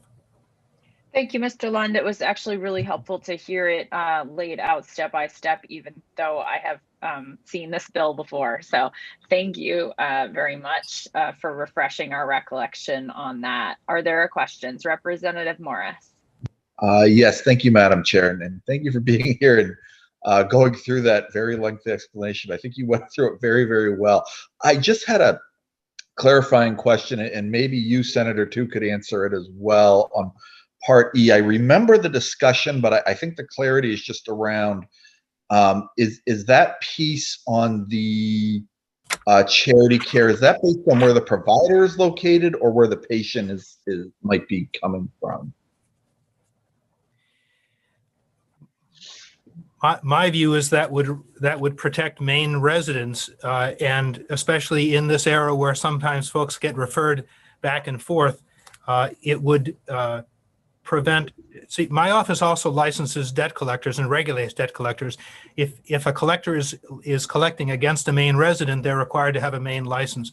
So my read would be that this is designed to protect Maine residents, and my office would have the ability to administer that through the fact that we license and regulate companies that do business in Maine, even if they're not physically located here. Okay, thank you. And maybe to answer your other part of your question, I think the consumer has to be qualified for charity care. And so Yeah. I don't know off the top of my head what the residency rules are for that, but Okay. those are in statute as to who qualifies for charity care as well. Okay, thanks. Mm-hmm. Are there any other questions for Mr. Lund? Okay, seeing none, thanks again for your clear presentation. I have Mr. Susi on the list. Is he intending to testify as well separately from you, Mr. Lund? Superintendent Lund? Oh, we might have lost him already. We'll bring in Mr. Susi in any case.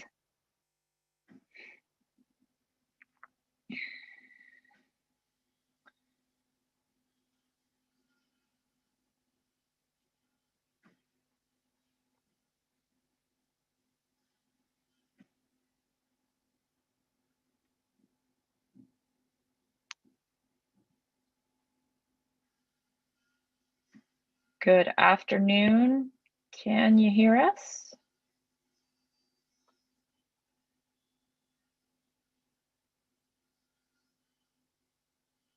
If you can hear us, please unmute your microphone and turn on your video if you can. And there you go. Hello. We actually can't hear you, although you are unmuted. Might be on the wrong microphone. And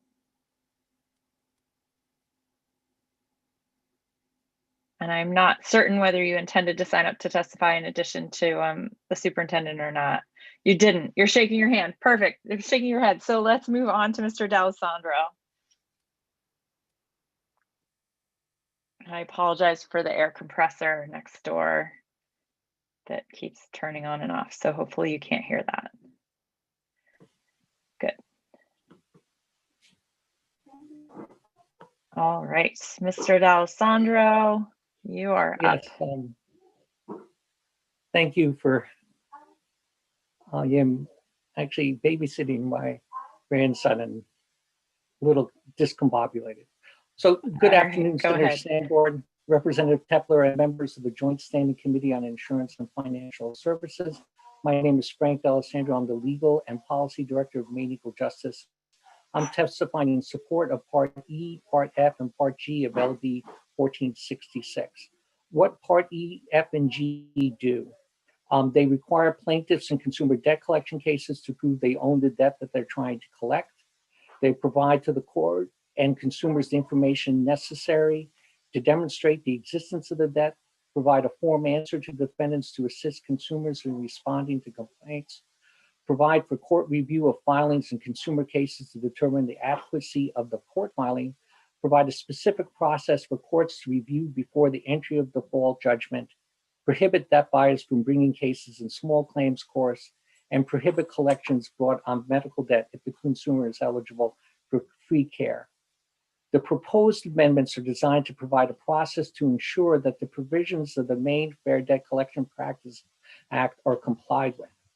And they do that, first of all, they do that by prohibiting cases being brought on in small claims court. This ensures that the main rules of evidence will be applied in all debt buyer and debt collector cases, and will also ensure that greater attention is given to each case. Right now in small claims court, it's not unusual to have 100 cases on the docket before the pandemic. And in that context, it's extremely difficult, if not impossible, for a court, a judge, to give each case the attention it requires. And the importance of these requirements are critical given the lack of reliability of information provided by many third-party debt collectors, particularly debt buyers. Since 2015, the federal CFPB, Consumer Finance Protection Bureau, entered into a consent judgment against two major debt buyers because of their failure to be able to prove their cases. In 2020, the Trump administration as part of the Trump administration, the CFPB brought another case against one of those debt buyers, alleging that they were in contempt of this prior consent to judgment entered into by the prior administration. And in 2017, the CFP has also took action against the National Collegiate Student Loan Trust for illegal student debt collection activities. We believe that the proposed amendments protect the integrity and legitimacy of the court process and prevent abuses by debt buyers. The proposed rules help further this goal by requiring plaintiff debt buyers file cases only after they demonstrate the ability to produce relevant documents. They streamline the process by which defendants can respond, and they require court review before default judgment. And then finally, we're in favor of Part E of LD 1466 because this provision is necessary so that collection actions for medical debt will not be brought against consumers who are eligible for free care. According to a recent study, nearly half, 45% of nonprofit hospitals routinely sending medical bills to patients whose incomes are low enough to qualify for charity care. And that was done by the Kaiser Health News and this has a problem because the collection of medical debt for consumers who are eligible for free care can damage credit ratings and make it even more difficult for low-income consumers. So we urge you to vote ought to pass on LD 1466. Thank you, Mr. D'Alessandro. Are there questions for Mr. D'Alessandro? Mr. D'Alessandro, I think that we're going to hear that small claims court is the place where these things should happen. It's where they've always happened, and it's accessible, and it doesn't put barriers up. So why is small claims court not the right venue for these debt collection cases? Well, traditionally, these cases, it's not appropriate because there's so many cases in small claims court, and the vast majority of cases traditionally that are now being brought in small claims court, again before the pandemic, are brought by third-party debt buyers. And the requirements of this the legislature in 2017 amended the law for third-party debt buyers, placing additional requirements upon them about what evidence they had to bring to prove a case and what documents they had to produce. But the reality is, when you have a docket of hundreds of 60 to 100 cases in small claims court, the majority of which are brought by debt buyers, it's almost impossible for the court to give the attention each of those cases deserves. And that by bringing these cases in district court, not only will they more routinely be subject to the main rules of evidence as just as a matter of course, the court will have more ability to actually pay attention to each case.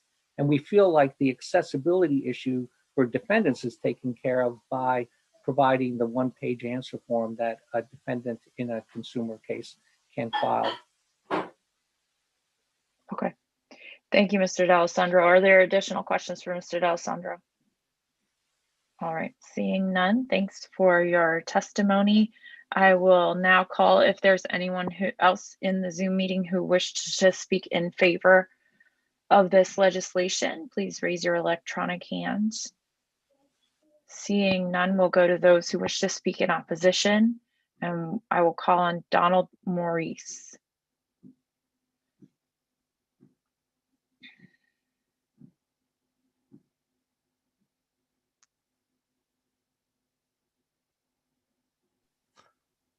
Good afternoon, Mr. Maurice. You can turn on your camera if you can. I will. Hello, good afternoon, everyone. Can you hear me fine? Good. Thank you. Senator Sanborn, Representative Tepler, and distinguished members of the committee. My name is Donald Maurice. I am outside counsel to the Receivables Management Association International, and it is an honor to address you this afternoon. RMAI respectfully opposes LD 1466, and while much in the bill enhances consumer protections, Part F, Section F2 of the bill would do the very opposite and cause great harm to Maine consumers by denying them access to justice in cases involving certain credit card and student loan debt. It is a simple fact that legal services are not available to many people who find themselves engaged in civil litigation. The cost of hiring a lawyer is beyond the means of many, and particularly those already facing financial difficulties. Our goal should be access to justice, and particularly for those who are the most financially vulnerable. That goal can only be achieved by providing Mainers with simple, efficient, and low-cost dispute resolution that encourages participation and avoids complex rules of evidence and procedure that require extensive legal skills. And the small claims courts are designed to do just that. But LD 1466 Part F, Section F2 would deny financially vulnerable people from having credit card and student loan collection disputes heard in small claims court. In doing so, it would deny Mainers access to justice. Because of the efficiencies of small claim court, legal costs are substantially reduced for creditors and for consumers who are able to be represented by counsel. But there is a trade-off that causes the creditor to give up certain rights in small claims court. First, and among the most important, small claims courts conduct their proceedings informally and do not apply strict rules of evidence or procedure. And as the Maine Judicial Branch describes it, the court is simple, speedy, and informal. This takes away a significant advantage for experienced litigation attorneys whose knowledge and use of the rules and evidence of procedure can simply dispose of any opposition to a claim. The small claims court removes this advantage and provides a more level playing field for pro se consumers who, in the case of debt collection, are often the most financially vulnerable, cannot afford legal services, and cannot take time from work to appear in court. A form does not provide legal access. Small claims courts can do this because judges sitting in those courts are not strictly bound by the rules and offer the flexibility and will accept documents and testimony from pro se consumers that would never be admitted in a district court proceeding where the rules of evidence and procedure are strictly applied.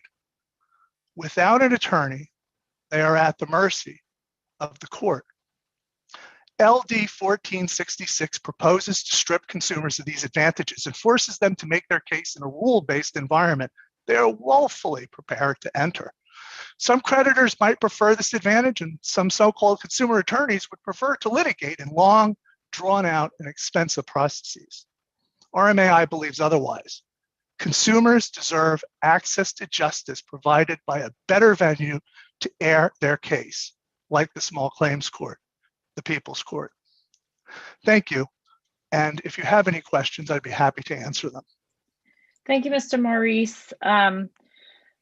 Are there questions? Representative Malrano, go ahead. Thank you, Madam Chair.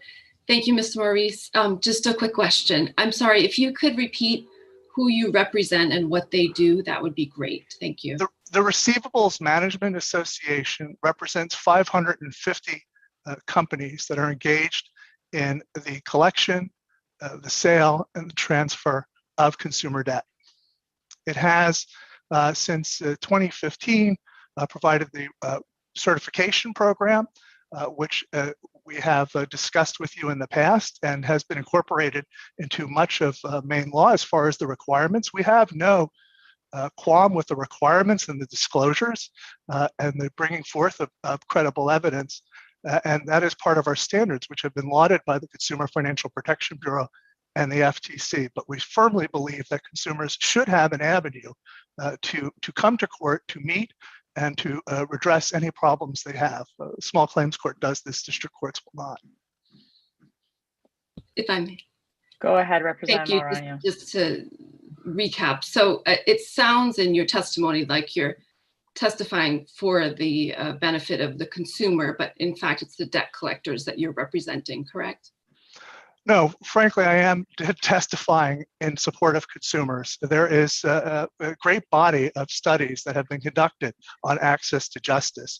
Barriers to that, particularly rules of evidence and procedure, are probably one of the most significant that we have to cross.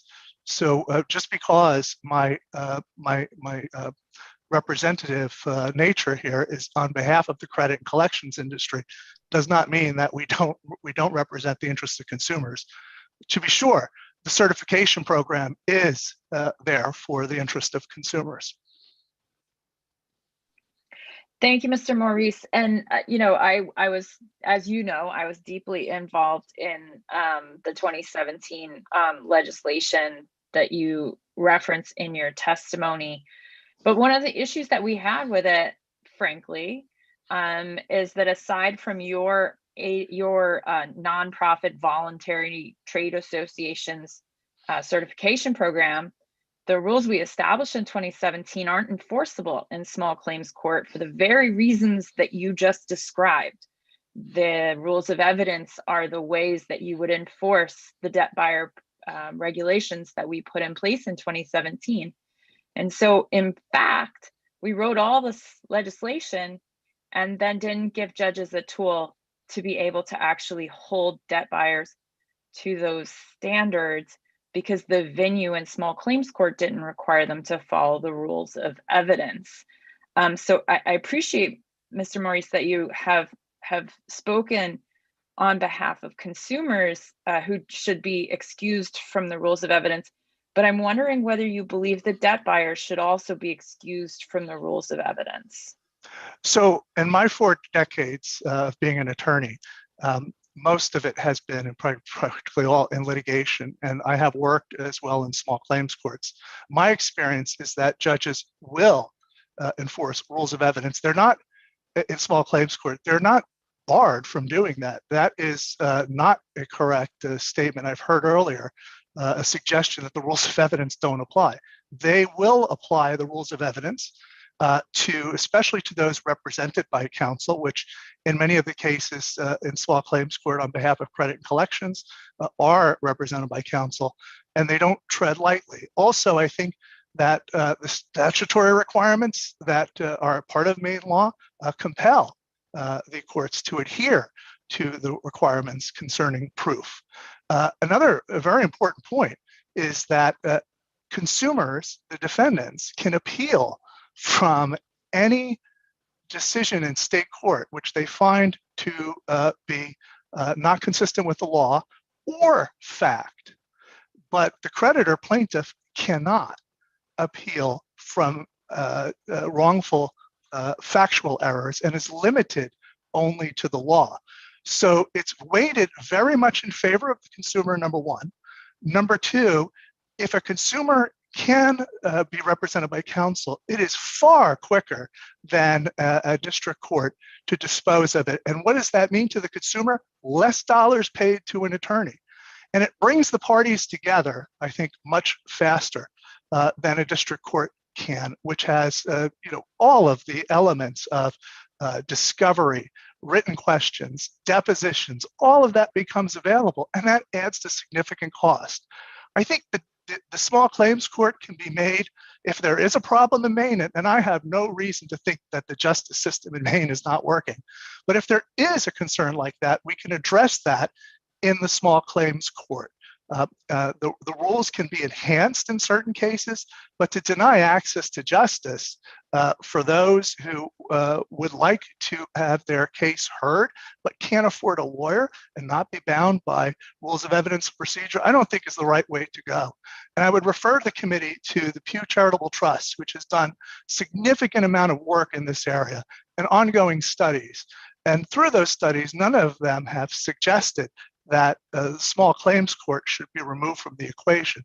And what they talk about is greater access through the use of technology, just like we're doing here, to bring litigants together in an effort to resolve their differences. Thank you, Mr. Maurice. I'm sure that's why this bill also includes the provision to refer to an ADR program, which could provide a mediation solution that would be more amenable. Are there other questions for Mr. Maurice?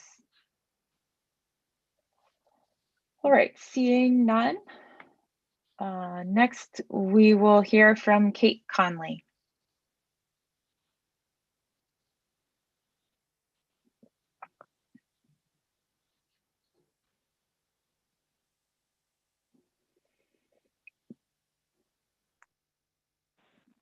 Hello? Hello, Ms. Conley. You can turn on your video if you can and go ahead. Unfortunately, I cannot turn on my video. I am experiencing a problem with my laptop, so I'm participating by phone today. Sorry for the delay there, but all of a sudden my Zoom decided to cut out and rejoin, so that was very inconvenient. Good afternoon. We refer to that as the wormhole, and that was you being brought on to the panel. So it was actually quite intentional, and we're glad that you stuck with us, and you can go ahead. Thank you. Good afternoon, senators and representatives. Thank you for the opportunity to testify today. I have represented a wide variety of creditors in Maine since my admission to the bar in 2005. I have no objection to the majority of LD 1466, and my opposition is limited to only portions of proposed parts E and F. I encourage you to read my written testimony, as my time today will only allow basically a summary of my position. Part E of LD 1466 would add a subsection to the Maine Fair Debt Collections Practices Act, which would prohibit any attempt to collect or initiate a collection action for a debt from medical expenses against a consumer who's been determined to be qualified for free or charity care, or against a consumer who would have been determined to be qualified for free or charity care, but did not apply for good cause. My basic problem with this is vagueness. This problem stems from, first, the phrase, who has been determined to be qualified for free or charity care. There's no limitation on who has made the determination or when. As an example, if a consumer has been determined to qualify for free or charity care at Hospital A, there is no way for Hospital B to know of that determination. Therefore, any attorney or agency hired by Hospital B to collect a debt will be unaware that Hospital A has already determined that the consumer qualifies for free or charity care under Hospital A's program.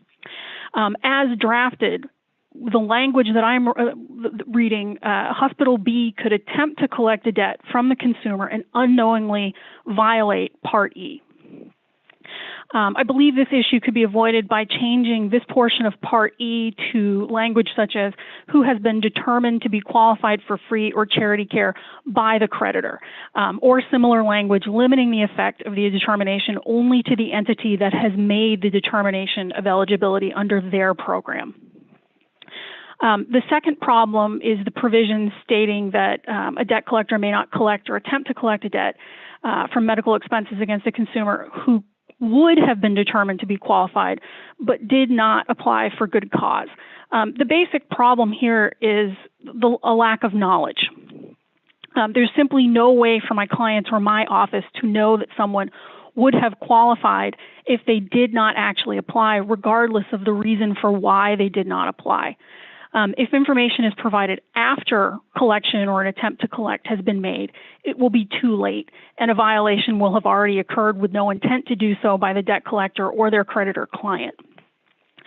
So my main worry is just that it's very difficult as a creditor or the attorney or somebody else acting on behalf of a creditor who qualifies as a debt collector to know who could be eligible, because we simply don't have sufficient information to determine that until or unless somebody provides that information to us. Moving on to Part F. Part F includes a new proposed section to the main FDCPA, adding additional requirements to a collection action brought by a debt collector to collect on credit card and student loan debts, in addition to those already included in Section 11019. I haven't seen an explanation provided in the summary or interim else for why this is limited to only actions brought by debt buyers for credit card and student loan debts. So that has me a little confused. But subsection 3 of this proposed new section of the FDCPA requires a form notice to be included with any collection actions subject to the section that includes a statement that a failure to answer the complaint may result in entry of judgment in the amount demanded by the debt collector. However, exactly such a notice is already included in the form summons served in all civil actions. And this is not the case for small claims, but that if this passes as drafted won't be an issue in the future. I attached a copy of the form summons that gets served in civil actions to my written testimony for your review, but there is a section entitled Important Warning that's offset in a box in the center of the document. And extra care has clearly been taken to draw attention to the important warning, and it warns consumers and everybody for that matter of exactly that. So consumers are already clearly warned in the summons served on all defendants the consequences of failing to file an answer. Subsections 4 and 5 Ms. Conley, would. Ms. Conley, we do have your written testimony. I'm hoping you could go a little bit more briefly through each section. I do want to give you fair time because Mr. Lund got a fair amount of time, but it would be helpful if you could not read it all. Certainly. So I would like to draw attention for subsection 5. Even though it's entitled default judgment, it would also prevent the court from entering a judgment based on a settlement. And the purpose of a settlement is to avoid the cost, burden, and time associated with litigation. If there still has to be an evidentiary showing, that would in part eliminate the very purpose or the goals of settling. And also, proposed subsection 5 ignores the reality that default judgments are also entered for courts other than failing to plead. This is a tool that judges can use to sanction or threaten a sanction for litigants for failing to comply with the litigation process. And it's an important tool for judges to control their dockets in courtrooms, and I'd like the committee to keep that in mind. And lastly, Part F ignores the reality that not all consumers are acting pro se.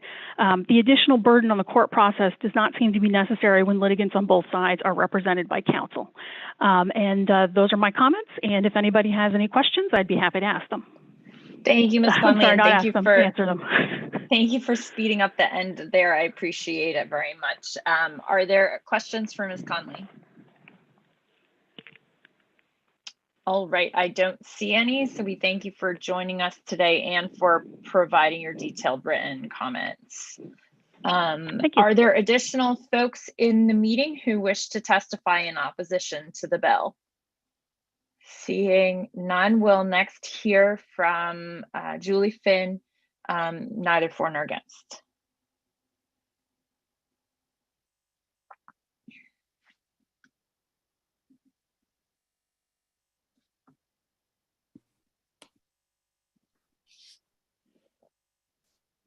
Good afternoon. Go ahead. Good afternoon. Senator Sanborn, Representative Tepler, members of the Joint Standing Committee on Health Coverage Insurance and Financial Services. My name is Julie Finn. I reside in Portland and I represent the judicial branch. I would like to provide some additional information regarding this bill. The judicial branch supports the exclusion of debt collection actions from small claims court. As you've heard, small claims court provides simple, speedy, and informal court procedure to resolve small claims. The defendant is not even required to file an answer, but may simply appear at the hearing and speak to the claim. The court proceeding is informal and the main rules of evidence do not apply in small claims court. The requirements for debt buyer and other collection actions under current Title 32, Section 11019 and proposed new Section 11020 do require evidence that comports with the main rules of evidence. The necessary proof and documentation in these cases is complicated, making small claims court a suboptimal forum. Proposed Section 11020 removes only credit card and student loan collection cases from the small claims docket. It is unclear if this distinction was made intentionally for public policy reasons. However, it may result in uneven and inconsistent exclusion of collection cases from small claims court, leaving that venue open to many cases in which the main rules of evidence should apply, significant documentation is needed, and a simple informal procedure is not possible. The committee may want to consider that the exclusion from small claims court be made a separate section in this chapter to make clear that all collection actions are excluded from small claims. Example of debt collection actions other than credit card and student loan debt are auto loans, hospital debt, and utility debt. With respect to judicial branch case management, we note that the proposed limited applicability of Section 11020 to student loan and credit card debt cases raises concerns about implementation of the procedural and other requirements in that section. With regard to court process, implementation would be more straightforward and administratively easier to apply if the new requirements applied to collection actions across the board. To the extent that the legislature intends to limit the applicability of Section 11020 for policy reasons, the judicial branch does not make a recommendation. Rather, we note the impact on court process. Finally, Part G of the bill is nearly identical to Section 2 of LD 483, which was voted out of the Judiciary Committee on Friday with a divided ought to pass as amended report. So it's in both bills. Probably only needs to be in one. It could end up in the errors bill, or I don't know how, or the revisor's office may deal with it, but I just wanted to bring that to your attention. Thank you very much for your time. I would be happy to answer any questions if I can. Thank you, Ms. Finn. Thank you for pointing out the language issue. I was on the Judiciary Committee work session as well. Are there any questions for Ms. Finn? All right, seeing none, we thank you for your helpful testimony. Thank you. That brings us to the end of those who had registered to speak on this bill. So if there's anyone else who wishes to speak on this bill, please raise your electronic hand at this time. Seeing none, we'll close the hearing on LD 1466. And I'm going to turn over the gavel to my co-chair, Representative Tepler, for the last hearing. Thank you very much, Senator Sanborn, and welcome. And you are the sponsor of LD 1494 that we're now going to open a public hearing on. So please go ahead and present the bill. Thank you, Representative Tepler. So honorable colleagues of the committee, I am here to introduce LD 1494, an act to create limited line self-storage insurance, probably the most riveting way to end your Tuesday afternoon. Today, nearly 1 in 10 US households rent a self-storage unit. When someone rents one of these units, they're responsible for the care, custody, and control of the property inside, and the storage owner's insurance does not cover their property. Approximately 50% of storage tenants are in transition. For example, moving in connection with military service, college graduation, or study abroad, employees on extended assignment outside of their state or country, or downsizing following a divorce or a death in the family. And that means that they do not have homeowners or rental insurance that could cover their stored property. Standalone insurance coverage for stored property is not typically offered by insurance agents because the commission payments would be too low. Moreover, it may make economic sense for those storage tenants that do have some homeowners coverage to choose a storage policy because their homeowners policy might have high deductibles, or the value of the property that's stored exceeds the coverage limitations on their homeowners or their rentals policy. And claims made against the separate storage policy might also not impact their primary policy's rating provisions. This bill would allow self-storage vendors to hold limited lines insurance license to only offer this specialized policy. So meaning self-storage vendors themselves could sell self-storage limited lines insurance. Consumer protections, license requirements, regulatory oversight, and enforcement authority are all included in the bill and are patterned on current Maine law. 40 states have solved this gap in available coverage by permitting storage owners to offer storage insurance to their tenants. New Hampshire and Wisconsin are currently considering bills just like this one. These insurance policies are underwritten by top tier insurance companies with names you could recognize like AIG, Great American, and Hanover. Monthly costs range from $10 to $20 depending on the coverage limits. Thank you for your time, and I'd be happy to try and answer any questions that you may have. Questions from the committee for Senator Sanborn? Seeing none, thank you for your testimony, and we'll move on to proponents of the bill. And I'll call Mr. Charlie Sultan for the Self-Storage Association.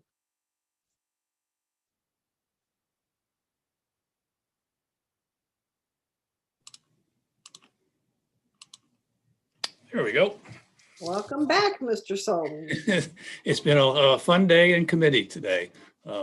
Thank you, Representative Tepler and Senator Sanborn, members of the committee. I am Charlie Sultan, and I am here for this bill on behalf of the Self-Storage Association. First, thank you, Senator Sanborn, very much for agreeing to sponsor the bill. We truly appreciate it. For your information, the Self-Storage Association has for over 40 years served as the official trade association for U.S. and international self-storage industry. And they represent over 61,000 facilities around the world, the bulk of those in the United States. And it is headquartered in Alexandria, Virginia. And I agree with Senator Sanborn that this is a riveting topic and a great way to end the day. But this bill is relatively simple. It is patterned over the insurance method that we use to secure our cell phones and our iPads. When we go to get our cell phones, we are offered coverage to protect that cell phone for when we drop it into the sink, we crack the screen, or do something else that we regret the moment that it slips out of our hand. That is specialized insurance, and it is sold by people at the front desk of the cell phone companies. So they are not insurance agents, but they are given a limited license to sell that because it is supervised and overseen by insurance professionals, as well as the Bureau of Insurance. They're given training so that they can answer questions.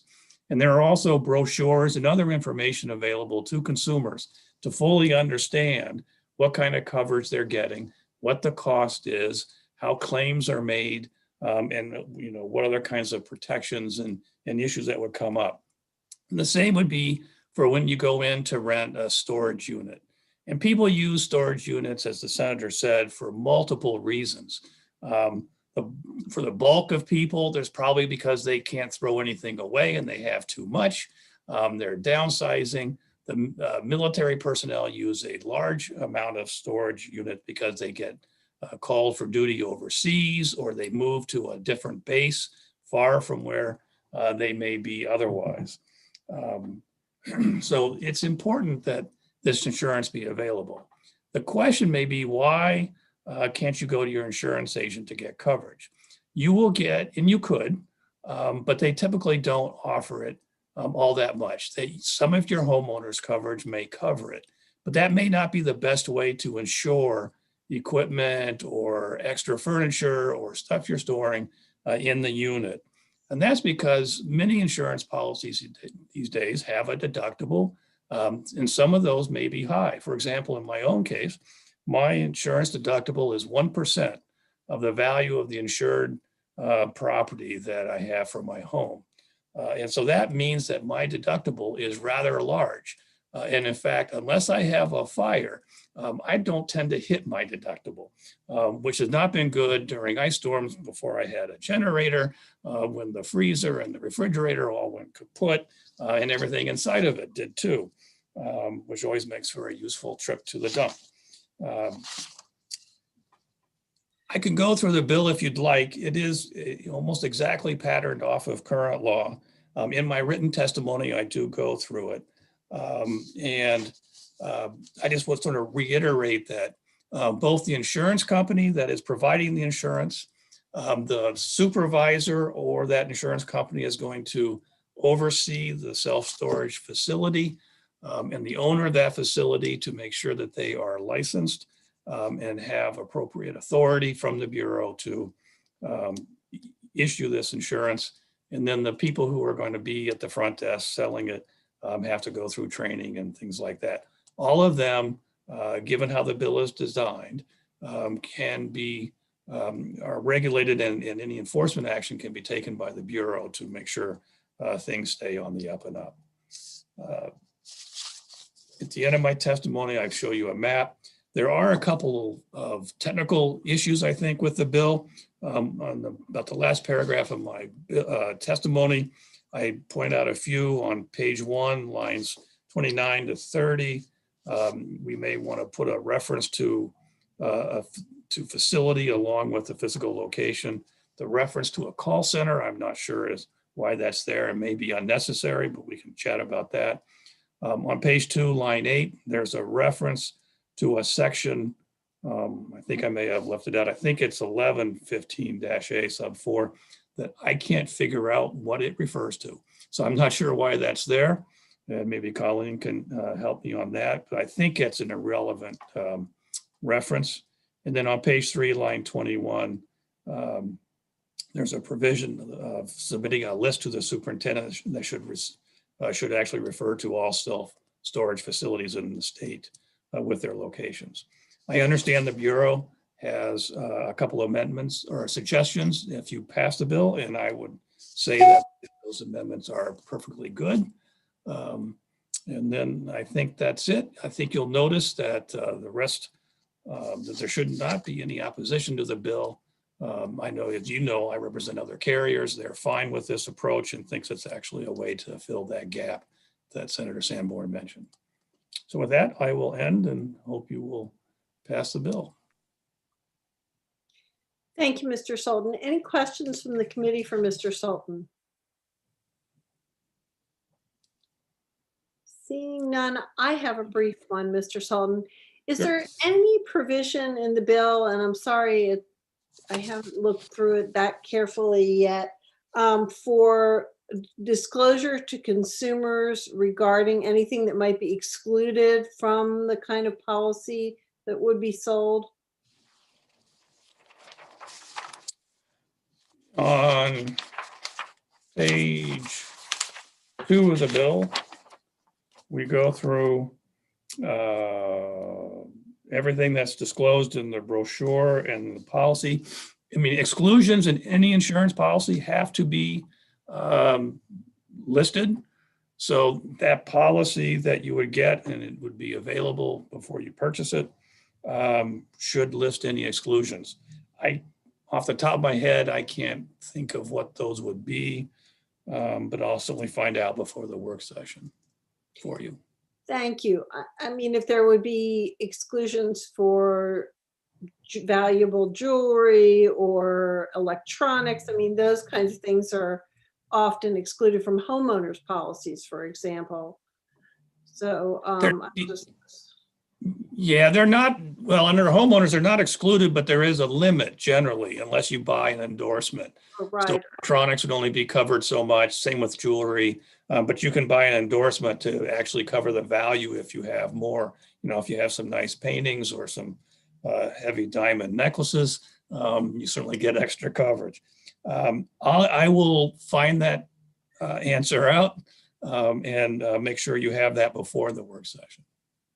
Terrific, thank you. And seeing no other hands up in the committee, I will thank you for your testimony and ask if there's anyone in the attendee queue who would like to testify in favor of the bill who hasn't already sent in documentation. And seeing none, I will turn to opponents. Are there any opponents of the bill? There are none listed. I'm just wondering if there's anybody in the queue. Nope. Seeing none, it is Mr. Yardley's turn to tell us about the Bureau of Insurance's neither for nor against testimony. Welcome back, Mr. Yardley.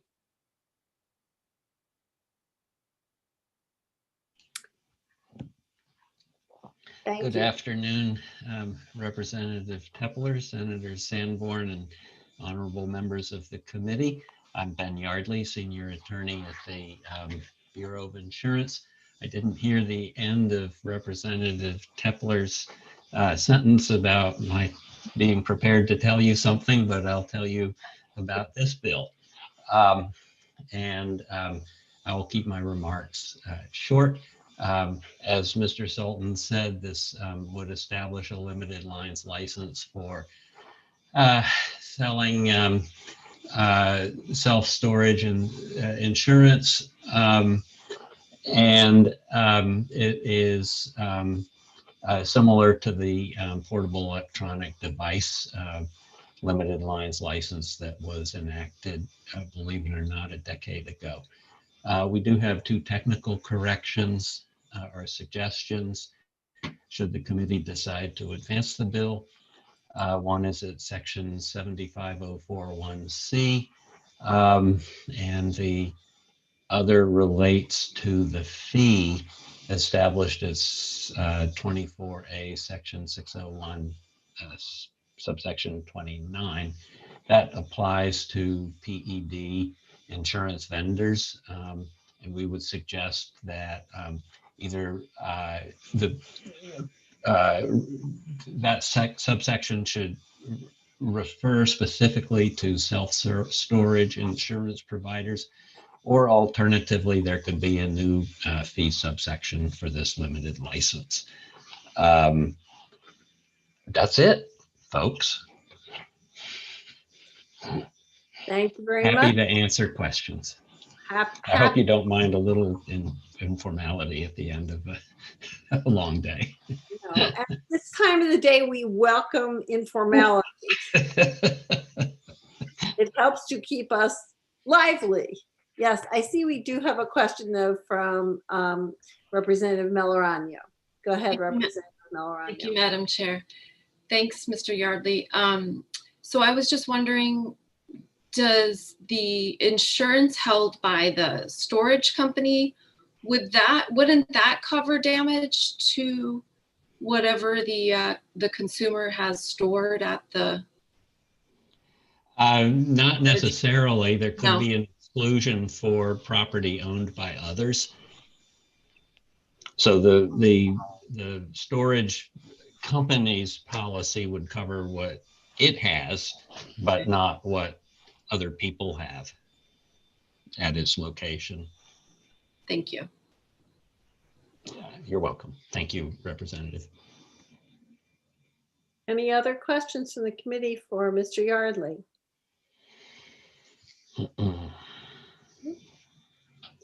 Seeing none, I will bring the hearing on this bill to a close, and that is the last of our public hearings for the day.